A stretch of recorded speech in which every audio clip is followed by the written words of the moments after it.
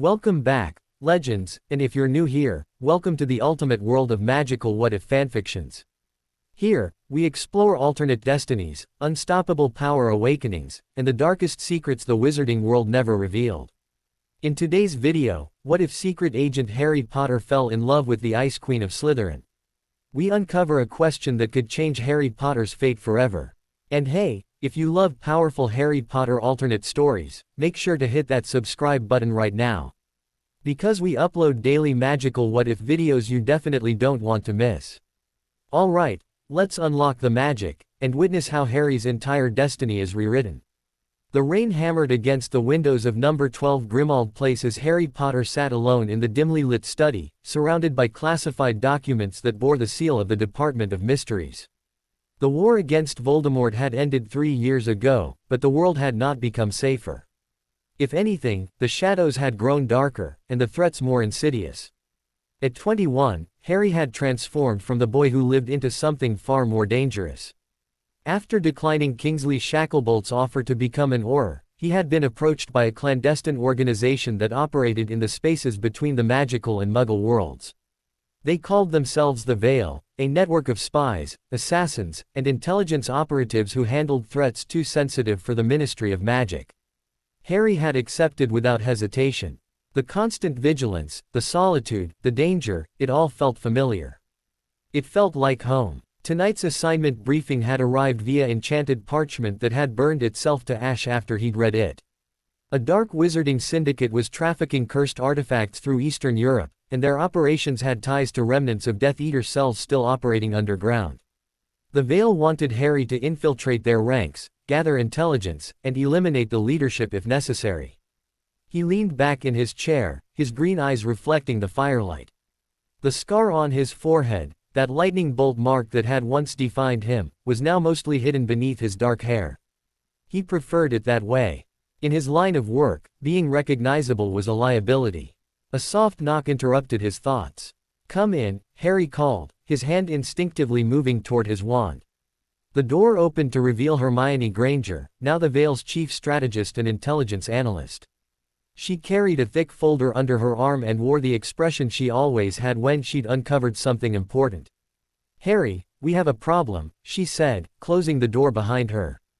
"The syndicate you're supposed to infiltrate. They're more organized than we thought. They've been operating for years, and they have someone on the inside, someone from Hogwarts. Someone from your year." Quote. Harry straightened. "Who?" Hermione placed the folder on the desk and opened it, revealing a photograph that made Harry's breath catch. The image showed a young woman with pale blonde hair, sharp aristocratic features, and eyes like chips of ice. She stood with perfect posture, her expression cold and utterly unreadable. "Daphne Greengrass," Hermione said. "The Slytherin Ice Queen. She's been working with the syndicate for at least 2 years, possibly longer. We don't know if she's a true believer or if she's being coerced, but she's deeply embedded. Our intelligence suggests she handles their financial operations and serves as a liaison between the syndicate and wealthy pure-blood families who fund their activities." Quote. Harry stared at the photograph. He remembered Daphne from Hogwarts, beautiful, untouchable, and utterly indifferent to the chaos that had surrounded them during their school years.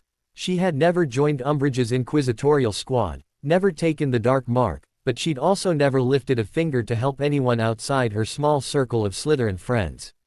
She had been a mystery then, and apparently, she remained one now. "What's my angle?" Harry asked, his voice steady despite the complications racing through his mind.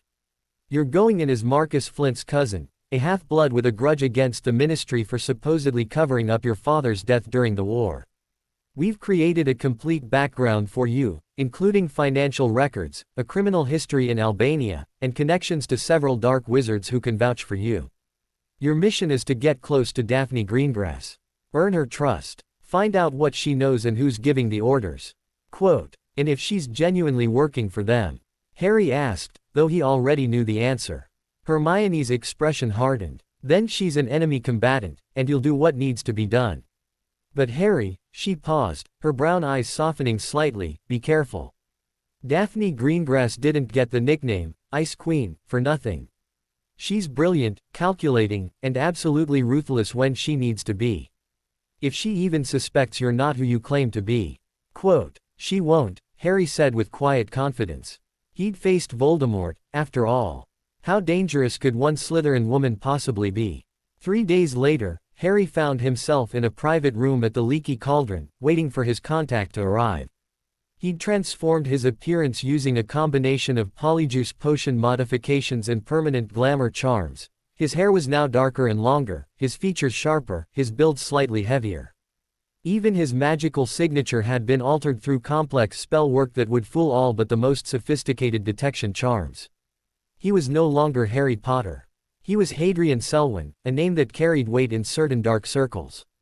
The door opened without warning, and a man Harry recognized as Theodore Nott stepped inside.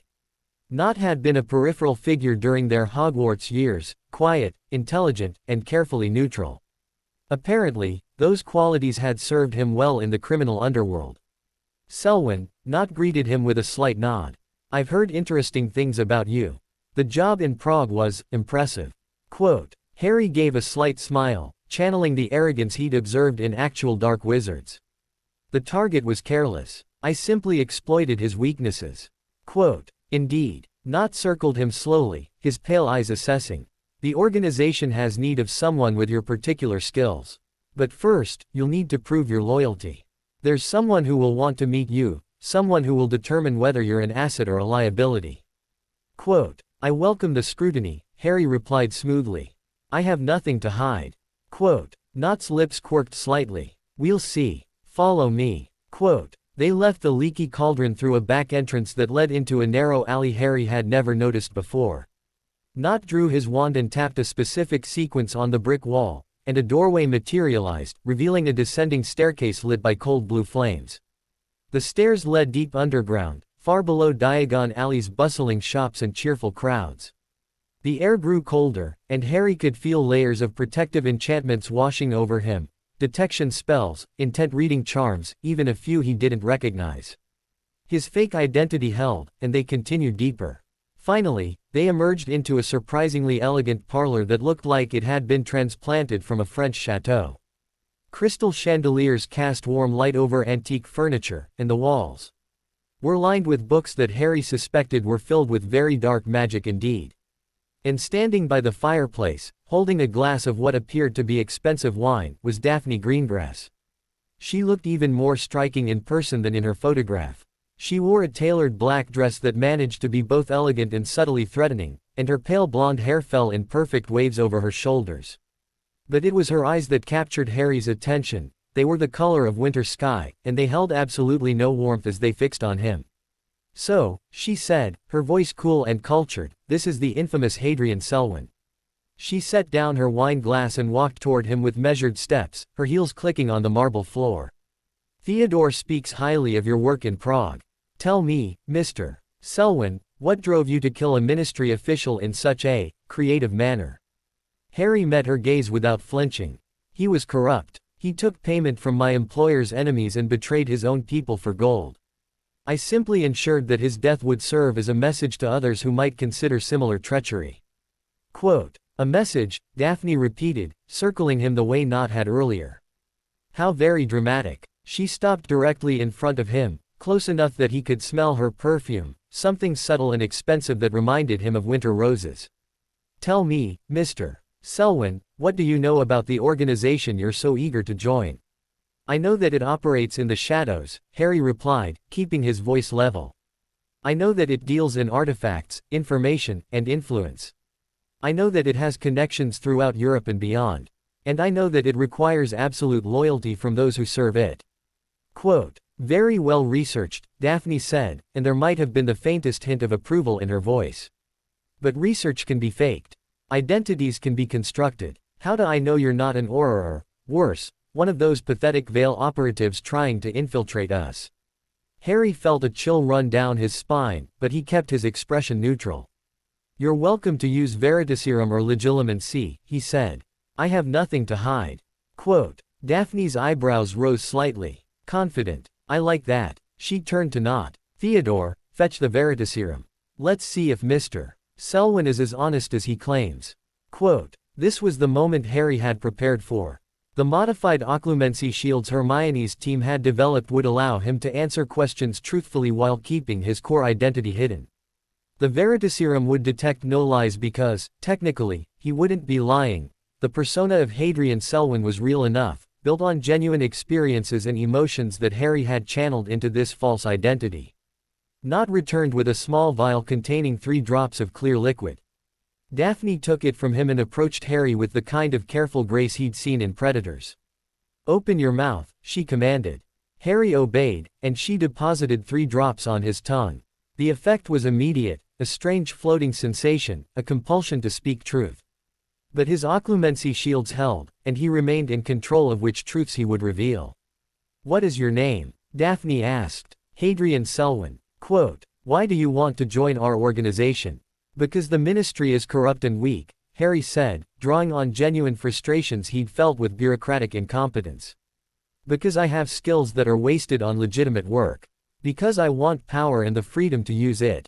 Quote, "Have you ever worked for the Ministry of Magic?" "No." Quote, "Have you ever worked for the Veil?"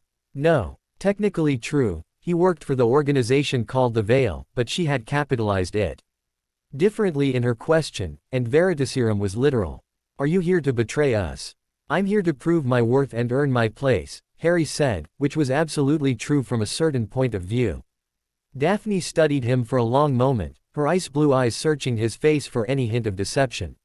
Finally, she nodded. "Very well, Mr. Selwyn. You've passed the first test." She turned away from him, and Harry felt the Veritaserum's effects beginning to fade. "Theodore will show you to your quarters. Tomorrow, you'll begin your training. If you survive the next month, we'll discuss a permanent position." Quote, "I'll survive," Harry said with the kind of arrogance Hadrian Selwyn would possess. Daphne glanced back at him, and for just a moment, he thought he saw something flicker in those cold eyes, curiosity, perhaps, or challenge. "We'll see," she said softly. "We'll see." Quote, as Nott led him from the parlor, Harry's mind was already racing ahead. He was in. The first barrier had been crossed. But as he'd looked into Daphne Greengrass's winter-cold eyes, he'd realized something that complicated everything. This mission was going to be far more difficult than he'd anticipated. Not because she was his enemy, but because something about her, some quality he couldn't quite name, had sparked a dangerous interest he couldn't afford to feel. The Ice Queen of Slytherin had just become his target. And Harry Potter, despite all his training and discipline, wasn't entirely sure who was hunting whom. Chapter 2. The quarters Theodore Nott showed Harry to were surprisingly comfortable, a spacious room with stone walls, elegant furnishings, and a window that showed an enchanted view of a mountain landscape that definitely wasn't anywhere near London. Harry suspected they were still underground, but the illusion was impressively done. "Welcome to the Serpent's Den," Nott said, gesturing around the room. "You'll find everything you need here. Food will be delivered 3 times daily, and there's a private bathroom through that door." He pointed to a door Harry hadn't noticed. "Don't try to leave your room without permission. The corridors are heavily warded, and unauthorized movement will trigger alarms that are unpleasant." Quote, "Understood," Harry replied. "When do I meet with Greengrass again?" Nott's expression remained neutral, but Harry caught a flicker of something, amusement, perhaps. "Eager to see the Ice Queen again, are you? Most people find one encounter with her quite sufficient. She has a way of making men feel very insignificant." Quote, "I'm not most men," Harry said. "So it seems." Nott moved toward the door. "Rest tonight. Tomorrow morning at 7, someone will collect you for your first assignment. Don't be late. Daphne values punctuality almost as much as she values competence." Quote, after Nott left, Harry spent 30 minutes checking the room for surveillance charms. He found 17, an impressive array of monitoring spells that would have detected any attempt at secret communication or unauthorized magic. Fortunately, Harry had come prepared. He retrieved what appeared to be an ordinary pocket watch from his jacket and tapped it 3 times with his wand. The watch transformed into a small silver beetle, an advanced version of the communication devices Rita Skeeter had once used. This one, however, was designed by the Veil's artificers and was virtually undetectable.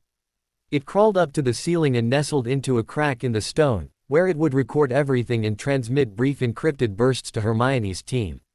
Satisfied that he'd done what he could, Harry lay down on the surprisingly comfortable bed and closed his eyes. Sleep came slowly. His mind kept returning to Daphne Greengrass, to the way she'd looked at him with those cold, assessing eyes, to the subtle steel in her voice, to the way she'd moved with such careful control.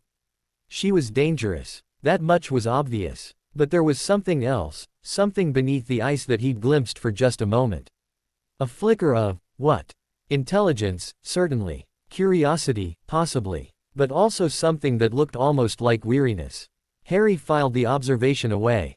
In his experience, weaknesses were often found in the gaps between what people showed the world and what they truly felt. When morning came, Harry was already awake and dressed when a sharp knock sounded at his door. He opened it to find a witch he didn't recognize, tall, dark-haired, and wearing the expression of someone who had far better things to do than play escort. "Selwyn," she said curtly. "I'm Astoria Greengrass, Daphne's sister. Follow me." Quote. That was interesting. Harry studied Astoria as he followed her through the winding corridors. She was younger than Daphne, probably around 19, and while she shared her sister's aristocratic beauty, there was something warmer about her features. Or perhaps just less cold. "How long have you been with the organization?" Harry asked, testing the waters. "Long enough," Astoria replied without looking back. "You'll find that people here don't engage in casual conversation, Selwyn. We're not friends. We're not family. We're tools being used for a purpose, and the sooner you understand that, the longer you'll survive." Quote. Cheerful, Harry observed. That earned him a brief glance. "Daphne said you had attitude. She finds it amusing. I find it potentially fatal." Quote. They arrived at a large training room that looked like it had been designed for dueling practice. The walls were scarred with scorch marks, and the floor was covered in protection runes. Daphne stood in the center of the room, wearing practical black clothing that allowed for easy movement. Her hair was pulled back in a severe ponytail, and she held her wand loosely at her side. "Mr. Selwyn," she greeted him. "Thank you, Astoria. You're dismissed." Quote. Astoria left without another word, and Harry found himself alone with the Ice Queen. "Your file says you're skilled in combat magic," Daphne said, beginning to circle him. "I'd like to verify that claim. We'll duel, non-lethal spells only, but don't expect me to hold back. If you're as good as Theodore believes, you'll survive. If not, well, we'll have saved ourselves the trouble of a longer evaluation period." Quote. Harry rolled his shoulders, loosening them. "What are the rules?" "No unforgivables, no permanent damage, no killing," Daphne replied. "Everything else is fair game." She gave him a smile that had no warmth whatsoever. "Are you ready, Mr. Selwyn?" Harry drew his wand, a temporary one he'd acquired specifically for this mission, with no connection to his real identity. "Ready." Quote. Daphne didn't give him a countdown. She simply attacked. The first spell was a cutting curse that whistled past Harry's ear as he threw himself sideways. He responded with a stunner that she deflected casually, and then they were both moving, circling each other, wands flashing in the dim light. She was good, better than good. Her spell work was precise, economical, and ruthlessly efficient. She chained hexes together in combinations that forced Harry to defend constantly, barely giving him time to mount a proper offensive. But Harry had been trained by some of the best fighters in the magical world, and he'd spent the last 3 years honing his skills against opponents who genuinely wanted him dead. He began to read her patterns, to anticipate her movements. When she sent a particularly complex series of binding curses at him, Harry didn't try to block them. He apparated 6 feet to the left, breaking the anti-apparition wards with a technique he'd learned from an old curse breaker. Daphne's eyes widened slightly in surprise, and Harry seized the opportunity. He hit her with a disarming charm, a tripping hex, and a conjured rope all in rapid succession. Daphne blocked the first, dodged the second, but the rope caught her around the ankles. She fell with surprising grace, rolling and cutting through the rope with a severing charm even as she fired a stunner back at him. Harry deflected it with a shield charm, but she'd used the moment of distraction to regain her feet. They stood facing each other, both breathing slightly harder, both reassessing. "Impressive," Daphne said, and she actually sounded pleased. "You broke my anti-apparition wards. That's not easy." Quote. "You're faster than I expected," Harry replied honestly. "Most people telegraph their movements. You don't." Quote. "I'll take that as a compliment." She lowered her wand slightly, not putting it away, but reducing the immediate threat. I think I've seen enough for now. You're skilled, Mr. Selwyn. Quite skilled. That's good. We have a job that requires someone with your particular talents. Quote, what kind of job? Harry asked, holstering his own wand but staying alert. Information extraction, Daphne said, her voice cool and professional. We've captured someone who has knowledge we need. He's been resistant to conventional interrogation methods. We need someone who can be creative, persuasive. Quote, Harry felt his stomach tighten. You want me to torture someone? Quote, I want you to extract information, Daphne corrected. How you choose to do that is up to you. We prefer results over methods. Quote, this was the moment Harry had been dreading. His mission required him to maintain his cover, which meant doing things that actual dark wizards would do. But there were lines he couldn't cross, wouldn't cross, no matter what. Show me the prisoner, Harry said. I'll decide the best approach. Quote, Daphne studied him for a long moment, those ice blue eyes boring into him. Very well. Follow me. Quote, she led him deeper into the underground complex, through corridors that grew progressively darker and colder. They passed other operatives, some Harry recognized from Hogwarts, others complete strangers, but no one spoke or acknowledged them. Everyone moved with purpose, eyes forward, expressions neutral. Finally, they reached a heavy iron door guarded by two wizards Harry didn't recognize. Daphne waved her wand in a complex pattern, and the door swung open, revealing a small cell. Inside, chained to the wall, was a man Harry recognized immediately, Ronald Weasley. Harry's blood turned to ice. Ron was barely conscious, his face bruised and bloodied, his clothing torn. He looked like he'd been beaten repeatedly, and the chains holding him were inscribed with runes that would prevent any magic use. It took every ounce of Harry's training not to react. Hadrian Selwyn wouldn't know Ronald Weasley. Hadrian Selwyn would see only a prisoner, a source of information, a tool to be used. This is our guest, Daphne said, her voice utterly devoid of emotion. He's an Auror who was investigating our operations. We need to know who sent him, what he knows, and who else might be coming. She turned to Harry. Can you make him talk? Harry stared at his best friend's broken body and felt fury rising inside him. But he forced it down, forced himself to think, to plan. I'll need privacy, Harry said, his voice steady despite the rage burning in his chest. And I'll need specific tools, nothing magical. Sometimes the old ways are most effective. Quote, Daphne's eyebrows rose slightly. The old ways. Fear is a powerful motivator, Harry said, channeling every dark wizard interrogation he'd ever witnessed or read about.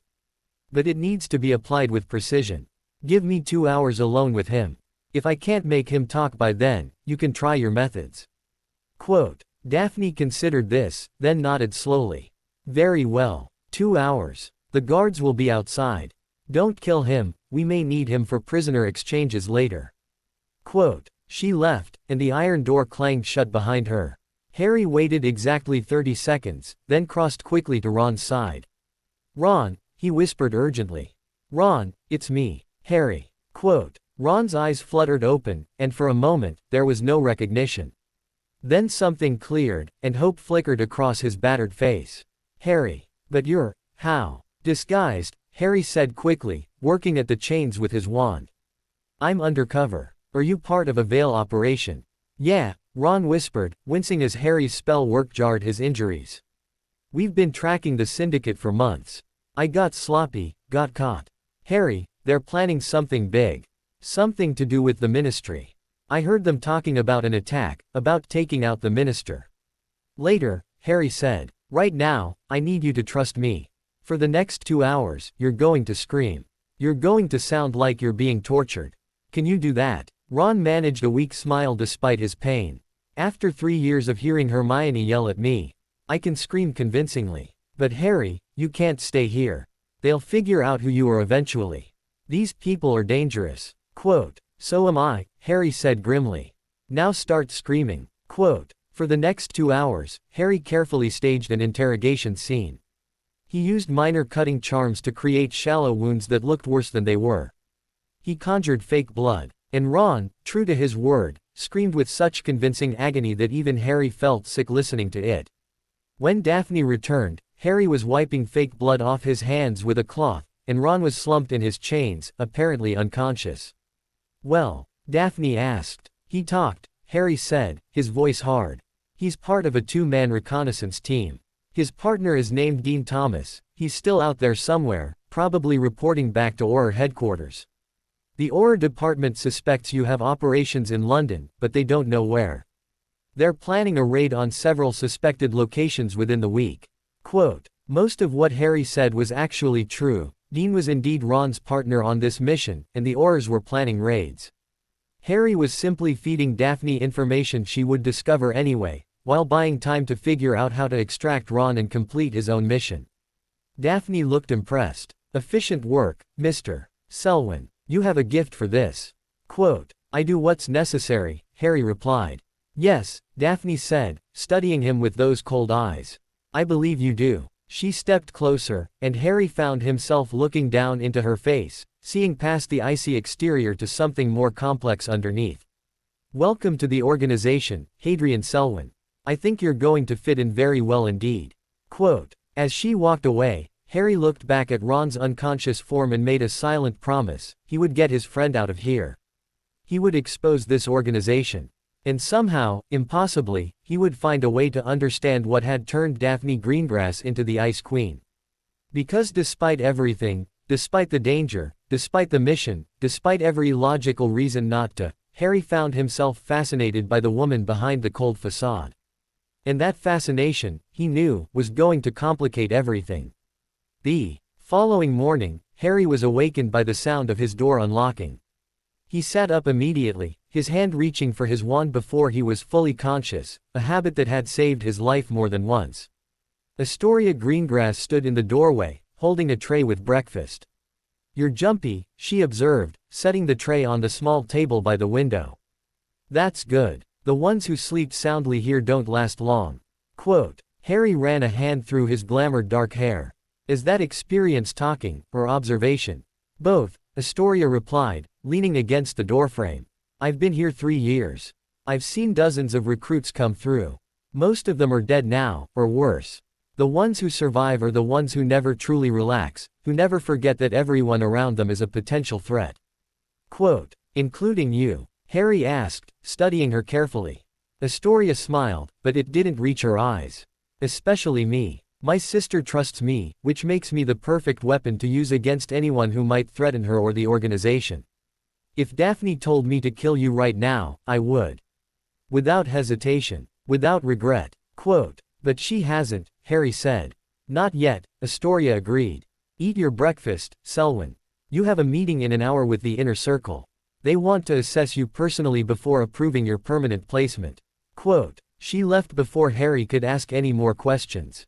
He examined the food carefully, checking for poisons, compulsion potions, anything that might compromise him, but found nothing suspicious. Either they weren't trying to drug him, or they were using methods sophisticated enough to evade his detection. He ate quickly, his mind racing through possibilities. The Inner Circle. Hermione's intelligence had mentioned them, but details were scarce. They were the true leadership of the syndicate, the ones who made the strategic decisions and controlled the organization's vast resources. Getting access to them was exactly what Harry needed, but it also meant increased scrutiny and danger. An hour later, Astoria returned to escort him deeper into the complex. They walked through corridors Harry hadn't seen before, past rooms that hummed with magical energy and chambers that held artifacts he recognized as extremely dangerous. This wasn't just a criminal operation, it was a well-funded, highly organized shadow government with resources that rivaled the ministry itself. Finally, they reached a set of ornate double doors guarded by 2 wizards whose magical signatures practically screamed danger. Astoria nodded to them, and the doors swung open silently. The room beyond was circular, with a domed ceiling that showed an enchanted view of a starlit sky. 7 chairs were arranged in a semicircle, 6 of them occupied. And in the center chair, looking every inch the queen she was nicknamed after, sat Daphne Greengrass. "Hadrian Selwyn," Daphne said, her voice echoing slightly in the chamber. "Welcome to the Inner Circle. You've been brought here because your skills and enthusiasm have impressed me. But my colleagues require more convincing." Quote. Harry's eyes moved across the other 5 figures. He recognized Theodore not in one chair, looking calm and analytical. Next to him was a witch Harry didn't know, middle-aged, with sharp features and eyes that missed nothing. The other three were men, all powerful wizards whose magical auras made the air shimmer slightly around them. Mr. Selwyn, the unknown witch spoke, her voice crisp and businesslike. I am Cassandra Yaxley. I oversee our intelligence operations. Tell me, what do you know about the Veil? Harry kept his expression neutral. The Veil is a shadow organization that operates between the magical and Muggle worlds. They handle threats the Ministry is too incompetent or too cautious to address. They recruit from Aurors, Unspeakables, and occasionally from darker sources. They're dangerous because they operate without official oversight, which means they can be ruthless when necessary. Quote, and how do you know all this? Cassandra asked, her eyes narrowing. Because I was approached by them 2 years ago, Harry said, weaving truth and fiction seamlessly. They wanted to recruit me after the Prague job. I declined. I don't work for organizations that pretend to be righteous while doing the same dark work they condemn in others. At least here, you're honest about what you are. Quote, one of the men leaned forward. You said you were approached. By whom? A man named Williamson, Harry replied, using the name of an actual Veil recruiter who had died 6 months ago. He offered me a position, protection from prosecution for my past work, and a salary that was frankly insulting. I told him I preferred to choose my own employers. Quote, and yet here you are, Daphne said softly, her ice blue eyes fixed on him. Seeking employment with us. Why the change of heart? Because you're winning, Harry said bluntly. The Ministry is weak. The Veil is scattered. But you have resources, organization, and most importantly, a vision for what comes next. I'd rather be on the winning side. Quote, the inner circle members exchanged glances. Finally, one of the other men spoke, an older wizard with silver hair and a scar across his throat that suggested he'd narrowly survived a cutting curse. Daphne speaks highly of your combat abilities and your success with the prisoner interrogation, he said, his voice rough and damaged. But we need to know you can handle more delicate operations. We have a target that requires elimination. A Ministry official who has been investigating our financial operations too closely. His name is Percy Weasley. Quote, Harry felt his blood run cold, but he forced himself to remain still, to show no reaction. Percy, Ron's brother. A man Harry had known since he was 11 years old. You want him dead? Harry asked, his voice level. We want him gone, Daphne corrected. Dead is one option. Discredited is another. Driven into hiding is a third. We're not monsters, Mr. Selwyn, we simply need the threat neutralized. How you choose to do that is up to you. Quote, this was a test, Harry could see it in their eyes. They were watching his reaction, measuring him, looking for any sign of weakness or hesitation. If he refused, his cover would be blown. If he agreed too quickly, they might suspect he was too eager to prove himself. I'll need information, Harry said finally. His schedule, his security arrangements, his vulnerabilities. And I'll need time to plan properly. Rushing into an assassination of a Ministry official is the kind of mistake that gets everyone caught. Quote, Theodore Knott smiled slightly. Cautious and thorough. Good qualities. Quote, you'll have everything you need, Cassandra Yaxley said. But understand this, Mr. Selwyn, this assignment is not optional. If you want a place in this organization, you'll prove your loyalty by completing this task. Failure is not acceptable. Quote, I don't fail, Harry said with quiet confidence. We'll see, Daphne said, standing from her chair. You have 2 weeks. Theodore will provide you with the necessary intelligence. The rest of the circle is dismissed, Mr. Selwyn, please remain. Quote, the other members filed out, leaving Harry alone with Daphne. She descended from her elevated chair and walked toward him, her movements graceful and deliberate. When she stopped, she was close enough that Harry could see flecks of darker blue in her pale eyes. You did well in there, she said quietly. Better than I expected. Most people crumble under the circle's scrutiny. You stood firm. Quote, I told the truth, Harry replied. It's easier than lying. Quote, is it? Daphne's head tilted slightly, studying him. I wonder. Everyone lies, Mr. Selwyn. The question is whether they lie skillfully enough to be useful. Quote, and do you think I'm lying? Harry asked, meeting her gaze directly. I think everyone who comes here is lying about something, Daphne said. The question is whether those lies matter. Your skills are real, I've verified that. Your hatred of the ministry seems genuine. Your willingness to kill has been demonstrated. She paused. But there's something about you that I can't quite place. Something familiar. Quote. Harry's heart rate increased, but he kept his breathing steady. Perhaps we crossed paths during the war. I was in Britain at the time, though I kept a low profile. Quote. Perhaps, Daphne said, but she didn't sound convinced. Tell me, Mr. Selwyn, what do you want, really? Not the surface answers about power and freedom. What drives you? It was a dangerous question, one that required a carefully calibrated answer. Harry let a moment of silence stretch between them before responding. I want to matter, he said finally, channeling genuine emotion into the words. I spent the first part of my life being nobody. Invisible. Powerless. And then I discovered I had abilities that made me valuable. Dangerous. Important. I won't go back to being invisible. Not ever. Quote. It was truth, after a fashion, not his truth, but the truth of Hadrian Selwyn, the persona he'd created. And perhaps it was close enough to Harry's own truth that it rang with authenticity. Daphne was quiet for a long moment, her expression unreadable. Then she did something unexpected, she smiled. Not the cold, controlled smile she'd shown before, but something warmer, more genuine. I understand that more than you know, she said softly. Being invisible. It's its own kind of death. I was invisible for years at Hogwarts. The quiet Slytherin girl who never caused trouble, never stood out, never mattered. And then the war came, and suddenly we all had to choose who we would be. I chose to be someone who matters. Quote. And do you? Harry asked. Matter, I mean. Quote. I run one of the most powerful criminal organizations in Europe, Daphne said, and there was no boasting in her voice, only statement of fact. I control resources worth millions of galleons. I have politicians, aurors, and business leaders in my pocket. When I speak, powerful people listen. She paused. Yes, Mr. Selwyn, I matter. The question is whether you will. Quote. I will, Harry said. Then prove it, Daphne replied.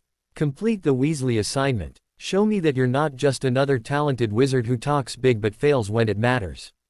Do that, and you'll have earned your place here. She turned to leave, then paused at the door. One more thing. The prisoner, the Auror you interrogated yesterday. He died this morning. Internal injuries from the interrogation, the healers say. Quote. Harry's blood turned to ice. Died. Don't worry, Daphne said, misreading his shock as concern about being blamed. You did nothing wrong. He was weak, that's all. Sometimes they break more easily than we expect. She left, the door closing behind her with a soft click. Harry stood frozen, his mind reeling. Ron was dead. No, that was impossible. Harry had been careful. The wounds were superficial. Unless they'd killed him afterward. Unless someone had realized Ron knew too much, or suspected Harry hadn't been thorough enough, or simply decided a prisoner was too much risk. Harry's hands clenched into fists. He forced himself to breathe slowly, to think past the rage and grief that threatened to overwhelm him. If Ron was truly dead, there would be time to mourn later. Right now, Harry needed to focus on staying alive and completing his mission. But first, he needed to know for certain. He needed to see Ron's body, to confirm that his friend was truly gone. And if Ron was dead, if Harry's mission had cost his best friend's life, then someone was going to pay for it. Starting with the Ice Queen who had ordered it. Chapter 4. Harry spent the rest of the day in his quarters, ostensibly reviewing the intelligence files Theodore Nott had delivered about Percy Weasley. In reality, he was using every method he knew to contact Hermione and the Veil. The Silver Beetle communicator had gone silent, either jammed or discovered. His backup communication methods weren't working either.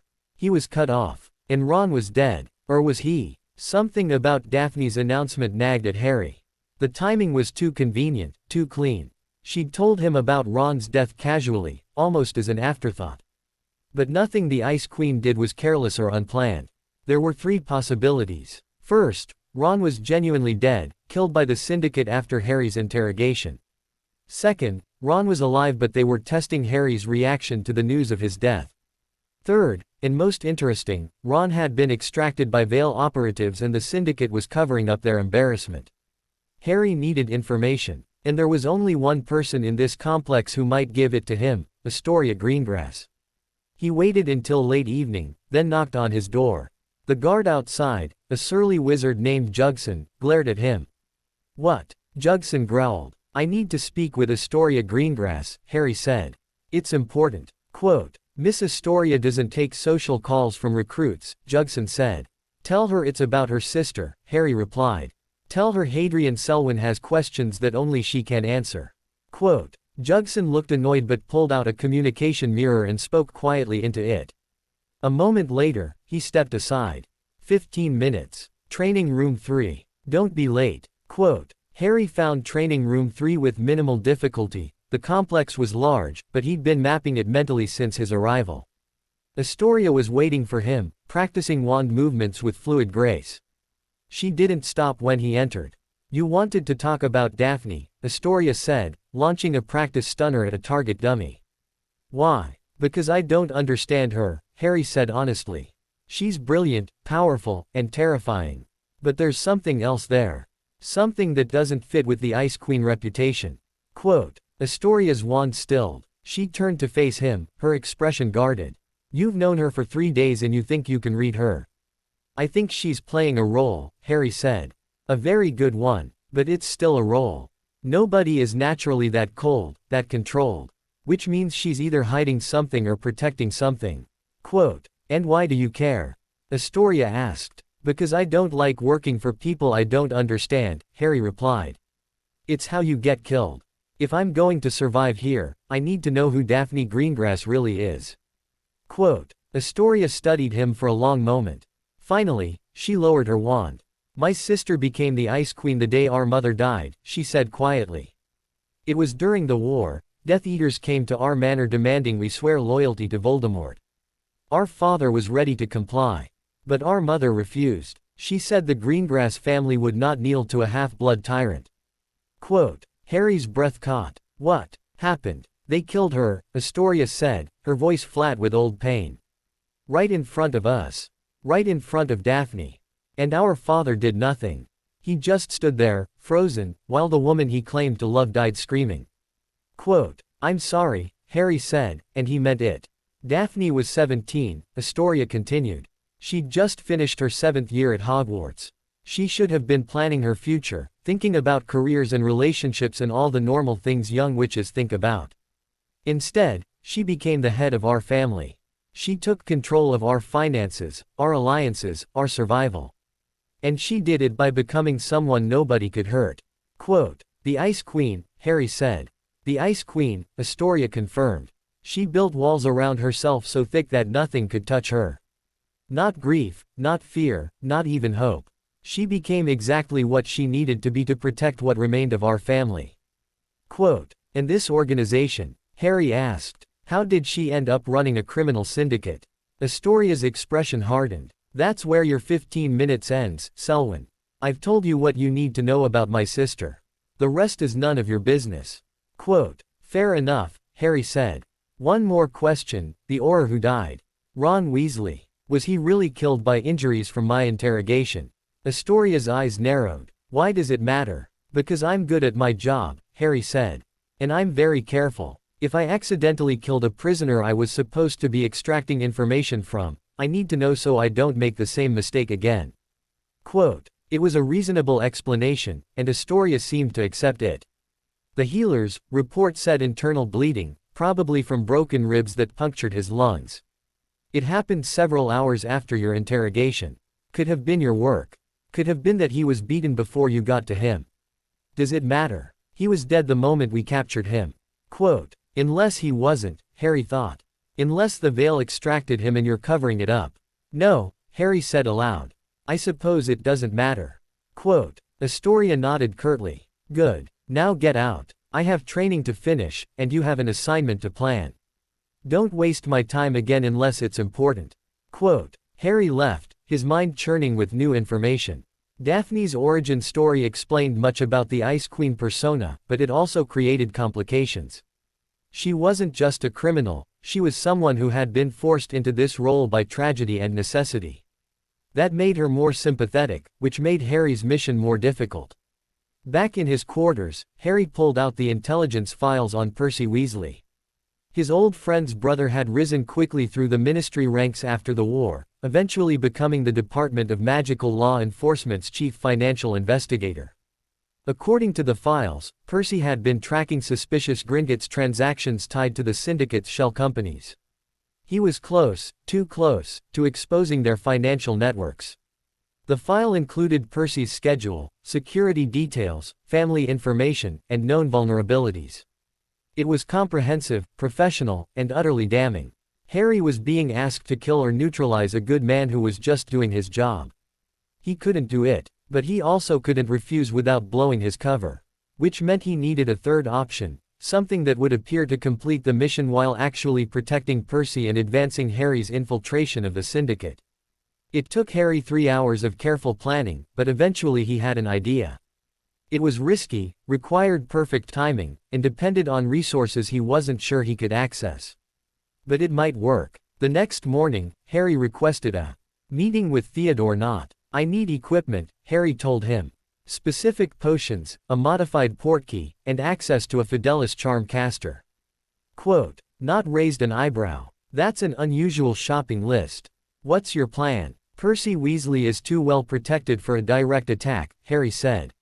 "His office has detection wards, his home is under Auror surveillance, and he varies his schedule to prevent ambushes. So I'm not going to kill him. I'm going to make him disappear." Quote. "Explain," Nott said, leaning forward with interest. "I'm going to kidnap him," Harry said. "Use a modified portkey to transport him to a secure location under a Fidelis charm. Then I'm going to stage evidence that makes it look like he fled Britain after being caught embezzling ministry funds.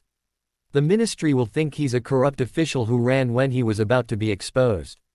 They'll stop investigating the financial trails he was following because they'll assume he was working with us all along." Quote. Nott was quiet for a moment, then smiled slowly. "Clever. You discredit him, eliminate his investigation, and keep him alive for potential future use. Very clever indeed. Does Daphne know about this plan?" "Not yet," Harry said. "I wanted to make sure it was feasible before presenting it." Quote. "It's feasible," Nott said. "I can get you everything you need. But you'll need to present this to the inner circle. They'll want to approve any plan that deviates from simple elimination." Quote. "When can that be arranged?" Harry asked. "Tonight," Nott replied. "I'll inform the circle that you have a proposal. Be ready to defend your plan. Some of them prefer the direct approach." Quote. That evening, Harry found himself once again before the inner circle. He presented his plan with confidence, emphasizing the strategic advantages of discrediting Percy rather than killing him. "A dead ministry official creates a martyr," Harry argued. "It generates investigation and outrage. But a corrupt official who flees, that creates cynicism and distrust. It makes the ministry look weak and corrupt. And it eliminates any credibility Percy Weasley's investigation might have had." Quote. Cassandra Yaxley nodded approvingly. "Sound reasoning. But can you actually pull it off? Kidnapping a protected ministry official is not easy." Quote. "I have a plan," Harry said. "Percy Weasley has one weakness, his family. Specifically, his youngest sister, Ginny. She's a professional Quidditch player, often traveling alone. If I can make Percy believe she's in danger, he'll abandon his security to help her. That's when I'll take him." Quote. Using family as bait, the silver-haired wizard mused. "Ruthless. I approve." Quote. Daphne had been quiet throughout the presentation, her ice-blue eyes fixed on Harry. Now she spoke. "This plan requires significant resources and carries substantial risk. If you fail, if Percy Weasley escapes or if the ruse is discovered, the consequences will be severe. Why should we trust you with this?" "Because I don't fail," Harry said, meeting her gaze steadily. "And because this approach serves the organization better than simple assassination. I'm not asking you to trust me. I'm asking you to recognize that my plan is strategically superior." Quote. Daphne's lips curved into something that might have been a smile. "Very well. You have your approval. Theodore will provide the resources you need. You have 2 weeks. Don't disappoint me, Mr. Selwyn." Quote. As the circle dismissed him, Harry felt a complex mixture of relief and apprehension. He'd bought time and maneuvered himself into a position where he could protect Percy while maintaining his cover. But he was also getting deeper into the organization's operations, further from escape, and closer to the dangerous mystery that was Daphne Greengrass. The Ice Queen watched him leave, her expression unreadable. And Harry couldn't shake the feeling that she was seeing through his carefully constructed lies, piece by piece, moment by moment. It was only a matter of time before his cover failed. The question was whether he could complete his mission before that happened. Chapter 5. The next week passed in a blur of careful preparation. Harry spent his days planning Percy's fake kidnapping while simultaneously trying to re-establish contact with the Veil. Theodore not provided the resources Harry had requested: potions, enchanted objects, and even a skilled Fidelius charm caster who asked no questions. But it was the evenings that proved most challenging. Daphne had taken to summoning Harry to her private office after dinner. The first time, he'd expected another interrogation or test. Instead, she'd simply asked him to share a drink while she worked through financial reports. "I find it useful to have someone present while I work," she'd explained, not looking up from her papers. "Most people's presence is distracting. Yours isn't." Quote. Harry hadn't known how to respond to that, so he'd simply accepted the offered fire whiskey and sat quietly while she worked.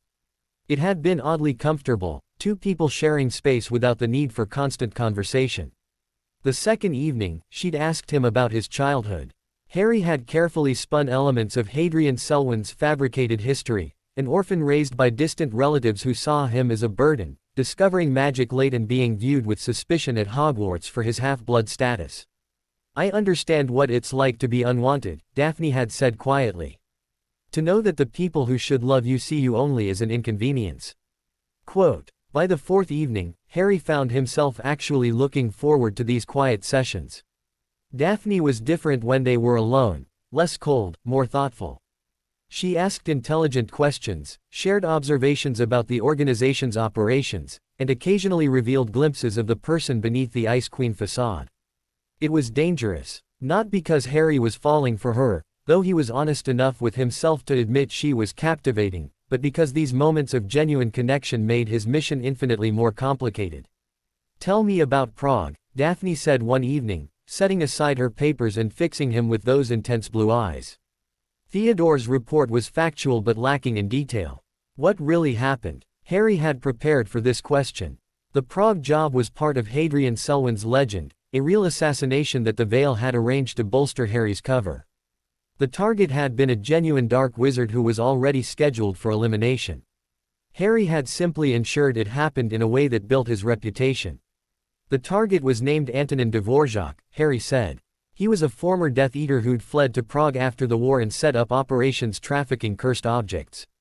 Your organization, though I didn't know it was yours at the time, wanted him gone because he was operating in your territory without permission. Quote. And you killed him, Daphne said. I killed him, Harry confirmed. But not immediately. I spent 2 weeks studying him. Learning his patterns, his security, his weaknesses. I discovered he had a mistress, a Muggle woman who had no idea what he really was. Quote. Daphne leaned forward slightly. You used her. I became her, Harry said. Polyjuice potion. I replaced her for one evening. Dvorak never suspected. He let me into his home, past all his wards and protections. And when he was at his most vulnerable. Quote. You killed him, Daphne finished. I made it look like natural causes, Harry said. Heart attack. The Prague Wars investigated briefly but found nothing suspicious. Dvorak's organization crumbled without him, and your people moved in to take over his operations. Quote. Efficient, Daphne observed. And cold-blooded. You didn't hesitate. Didn't have moral qualms about using an innocent woman's form to get close to your target. Quote. She wasn't entirely innocent, Harry replied. She knew Dvorak was involved in something illegal. She chose to ignore it because he kept her in luxury.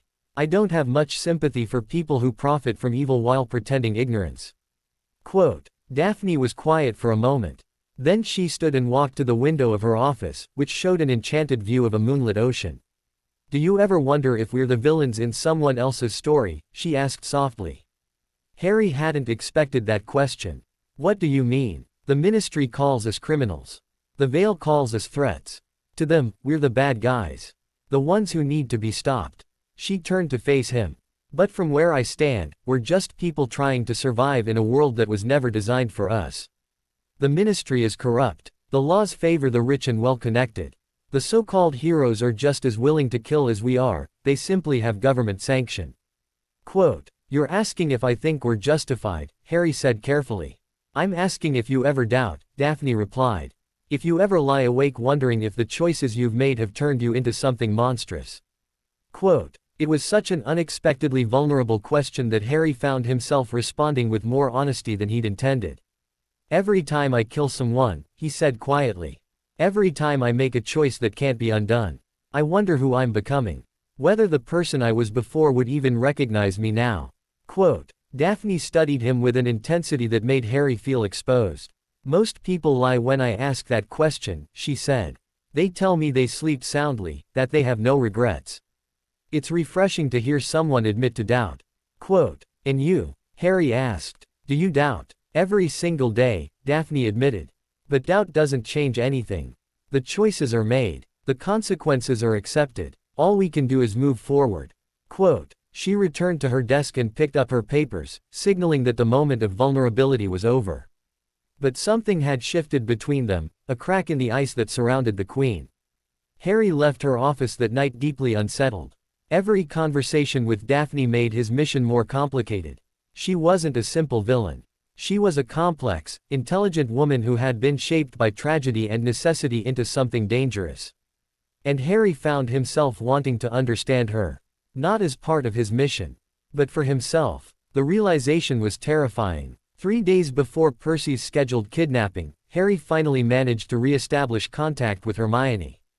He'd found a communication method the Syndicate's wards didn't detect, using the Fidelius charm caster Theodore had provided. The man was actually a Veil plant, something Harry had suspected but couldn't confirm until now.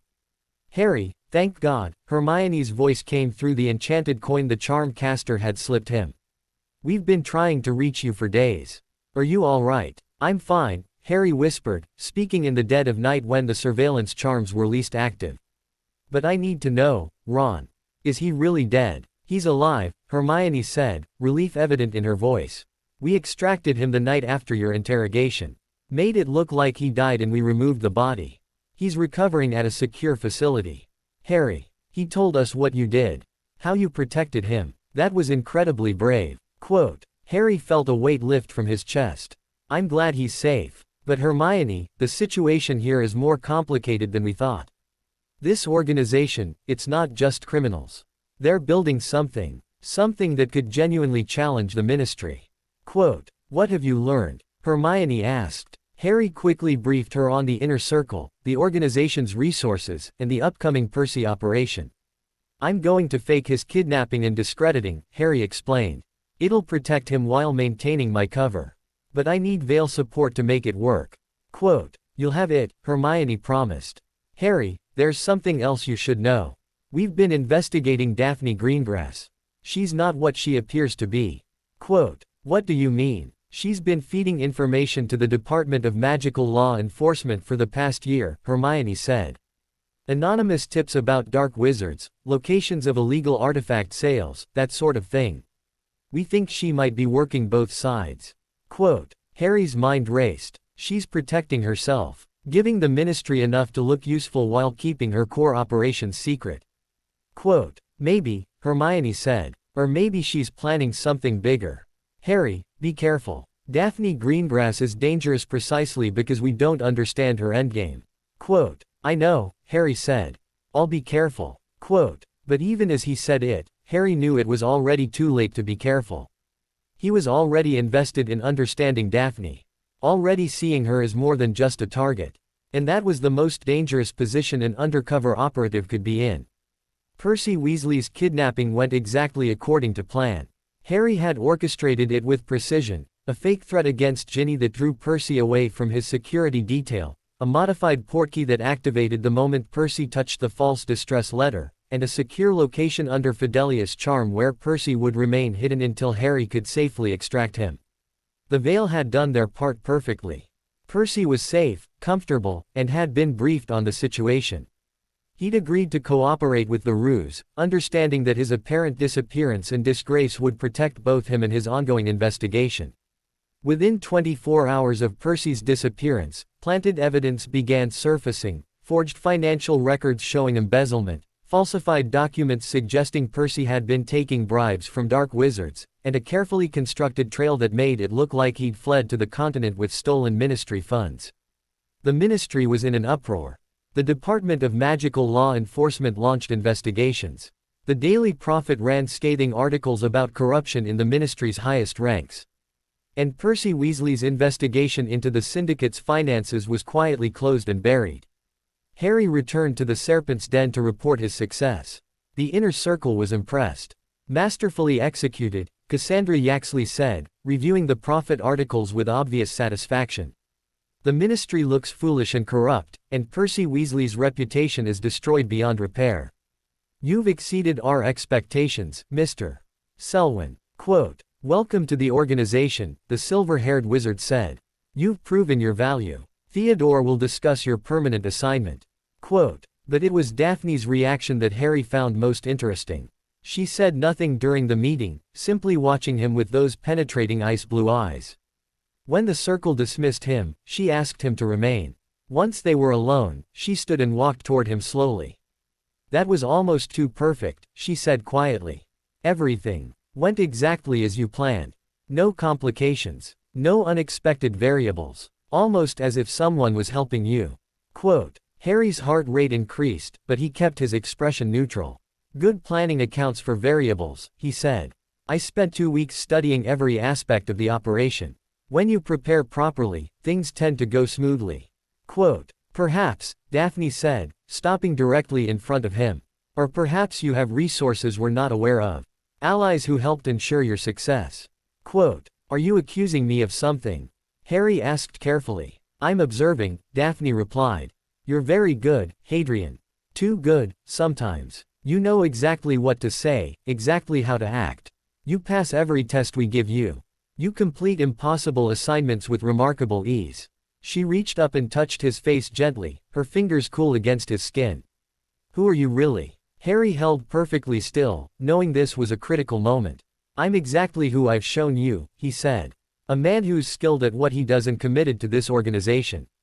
Quote, Daphne's hand lingered on his cheek for a moment longer, then dropped. "I want to believe that," she said softly. "Because despite my better judgment, I find myself trusting you. Caring about what happens to you."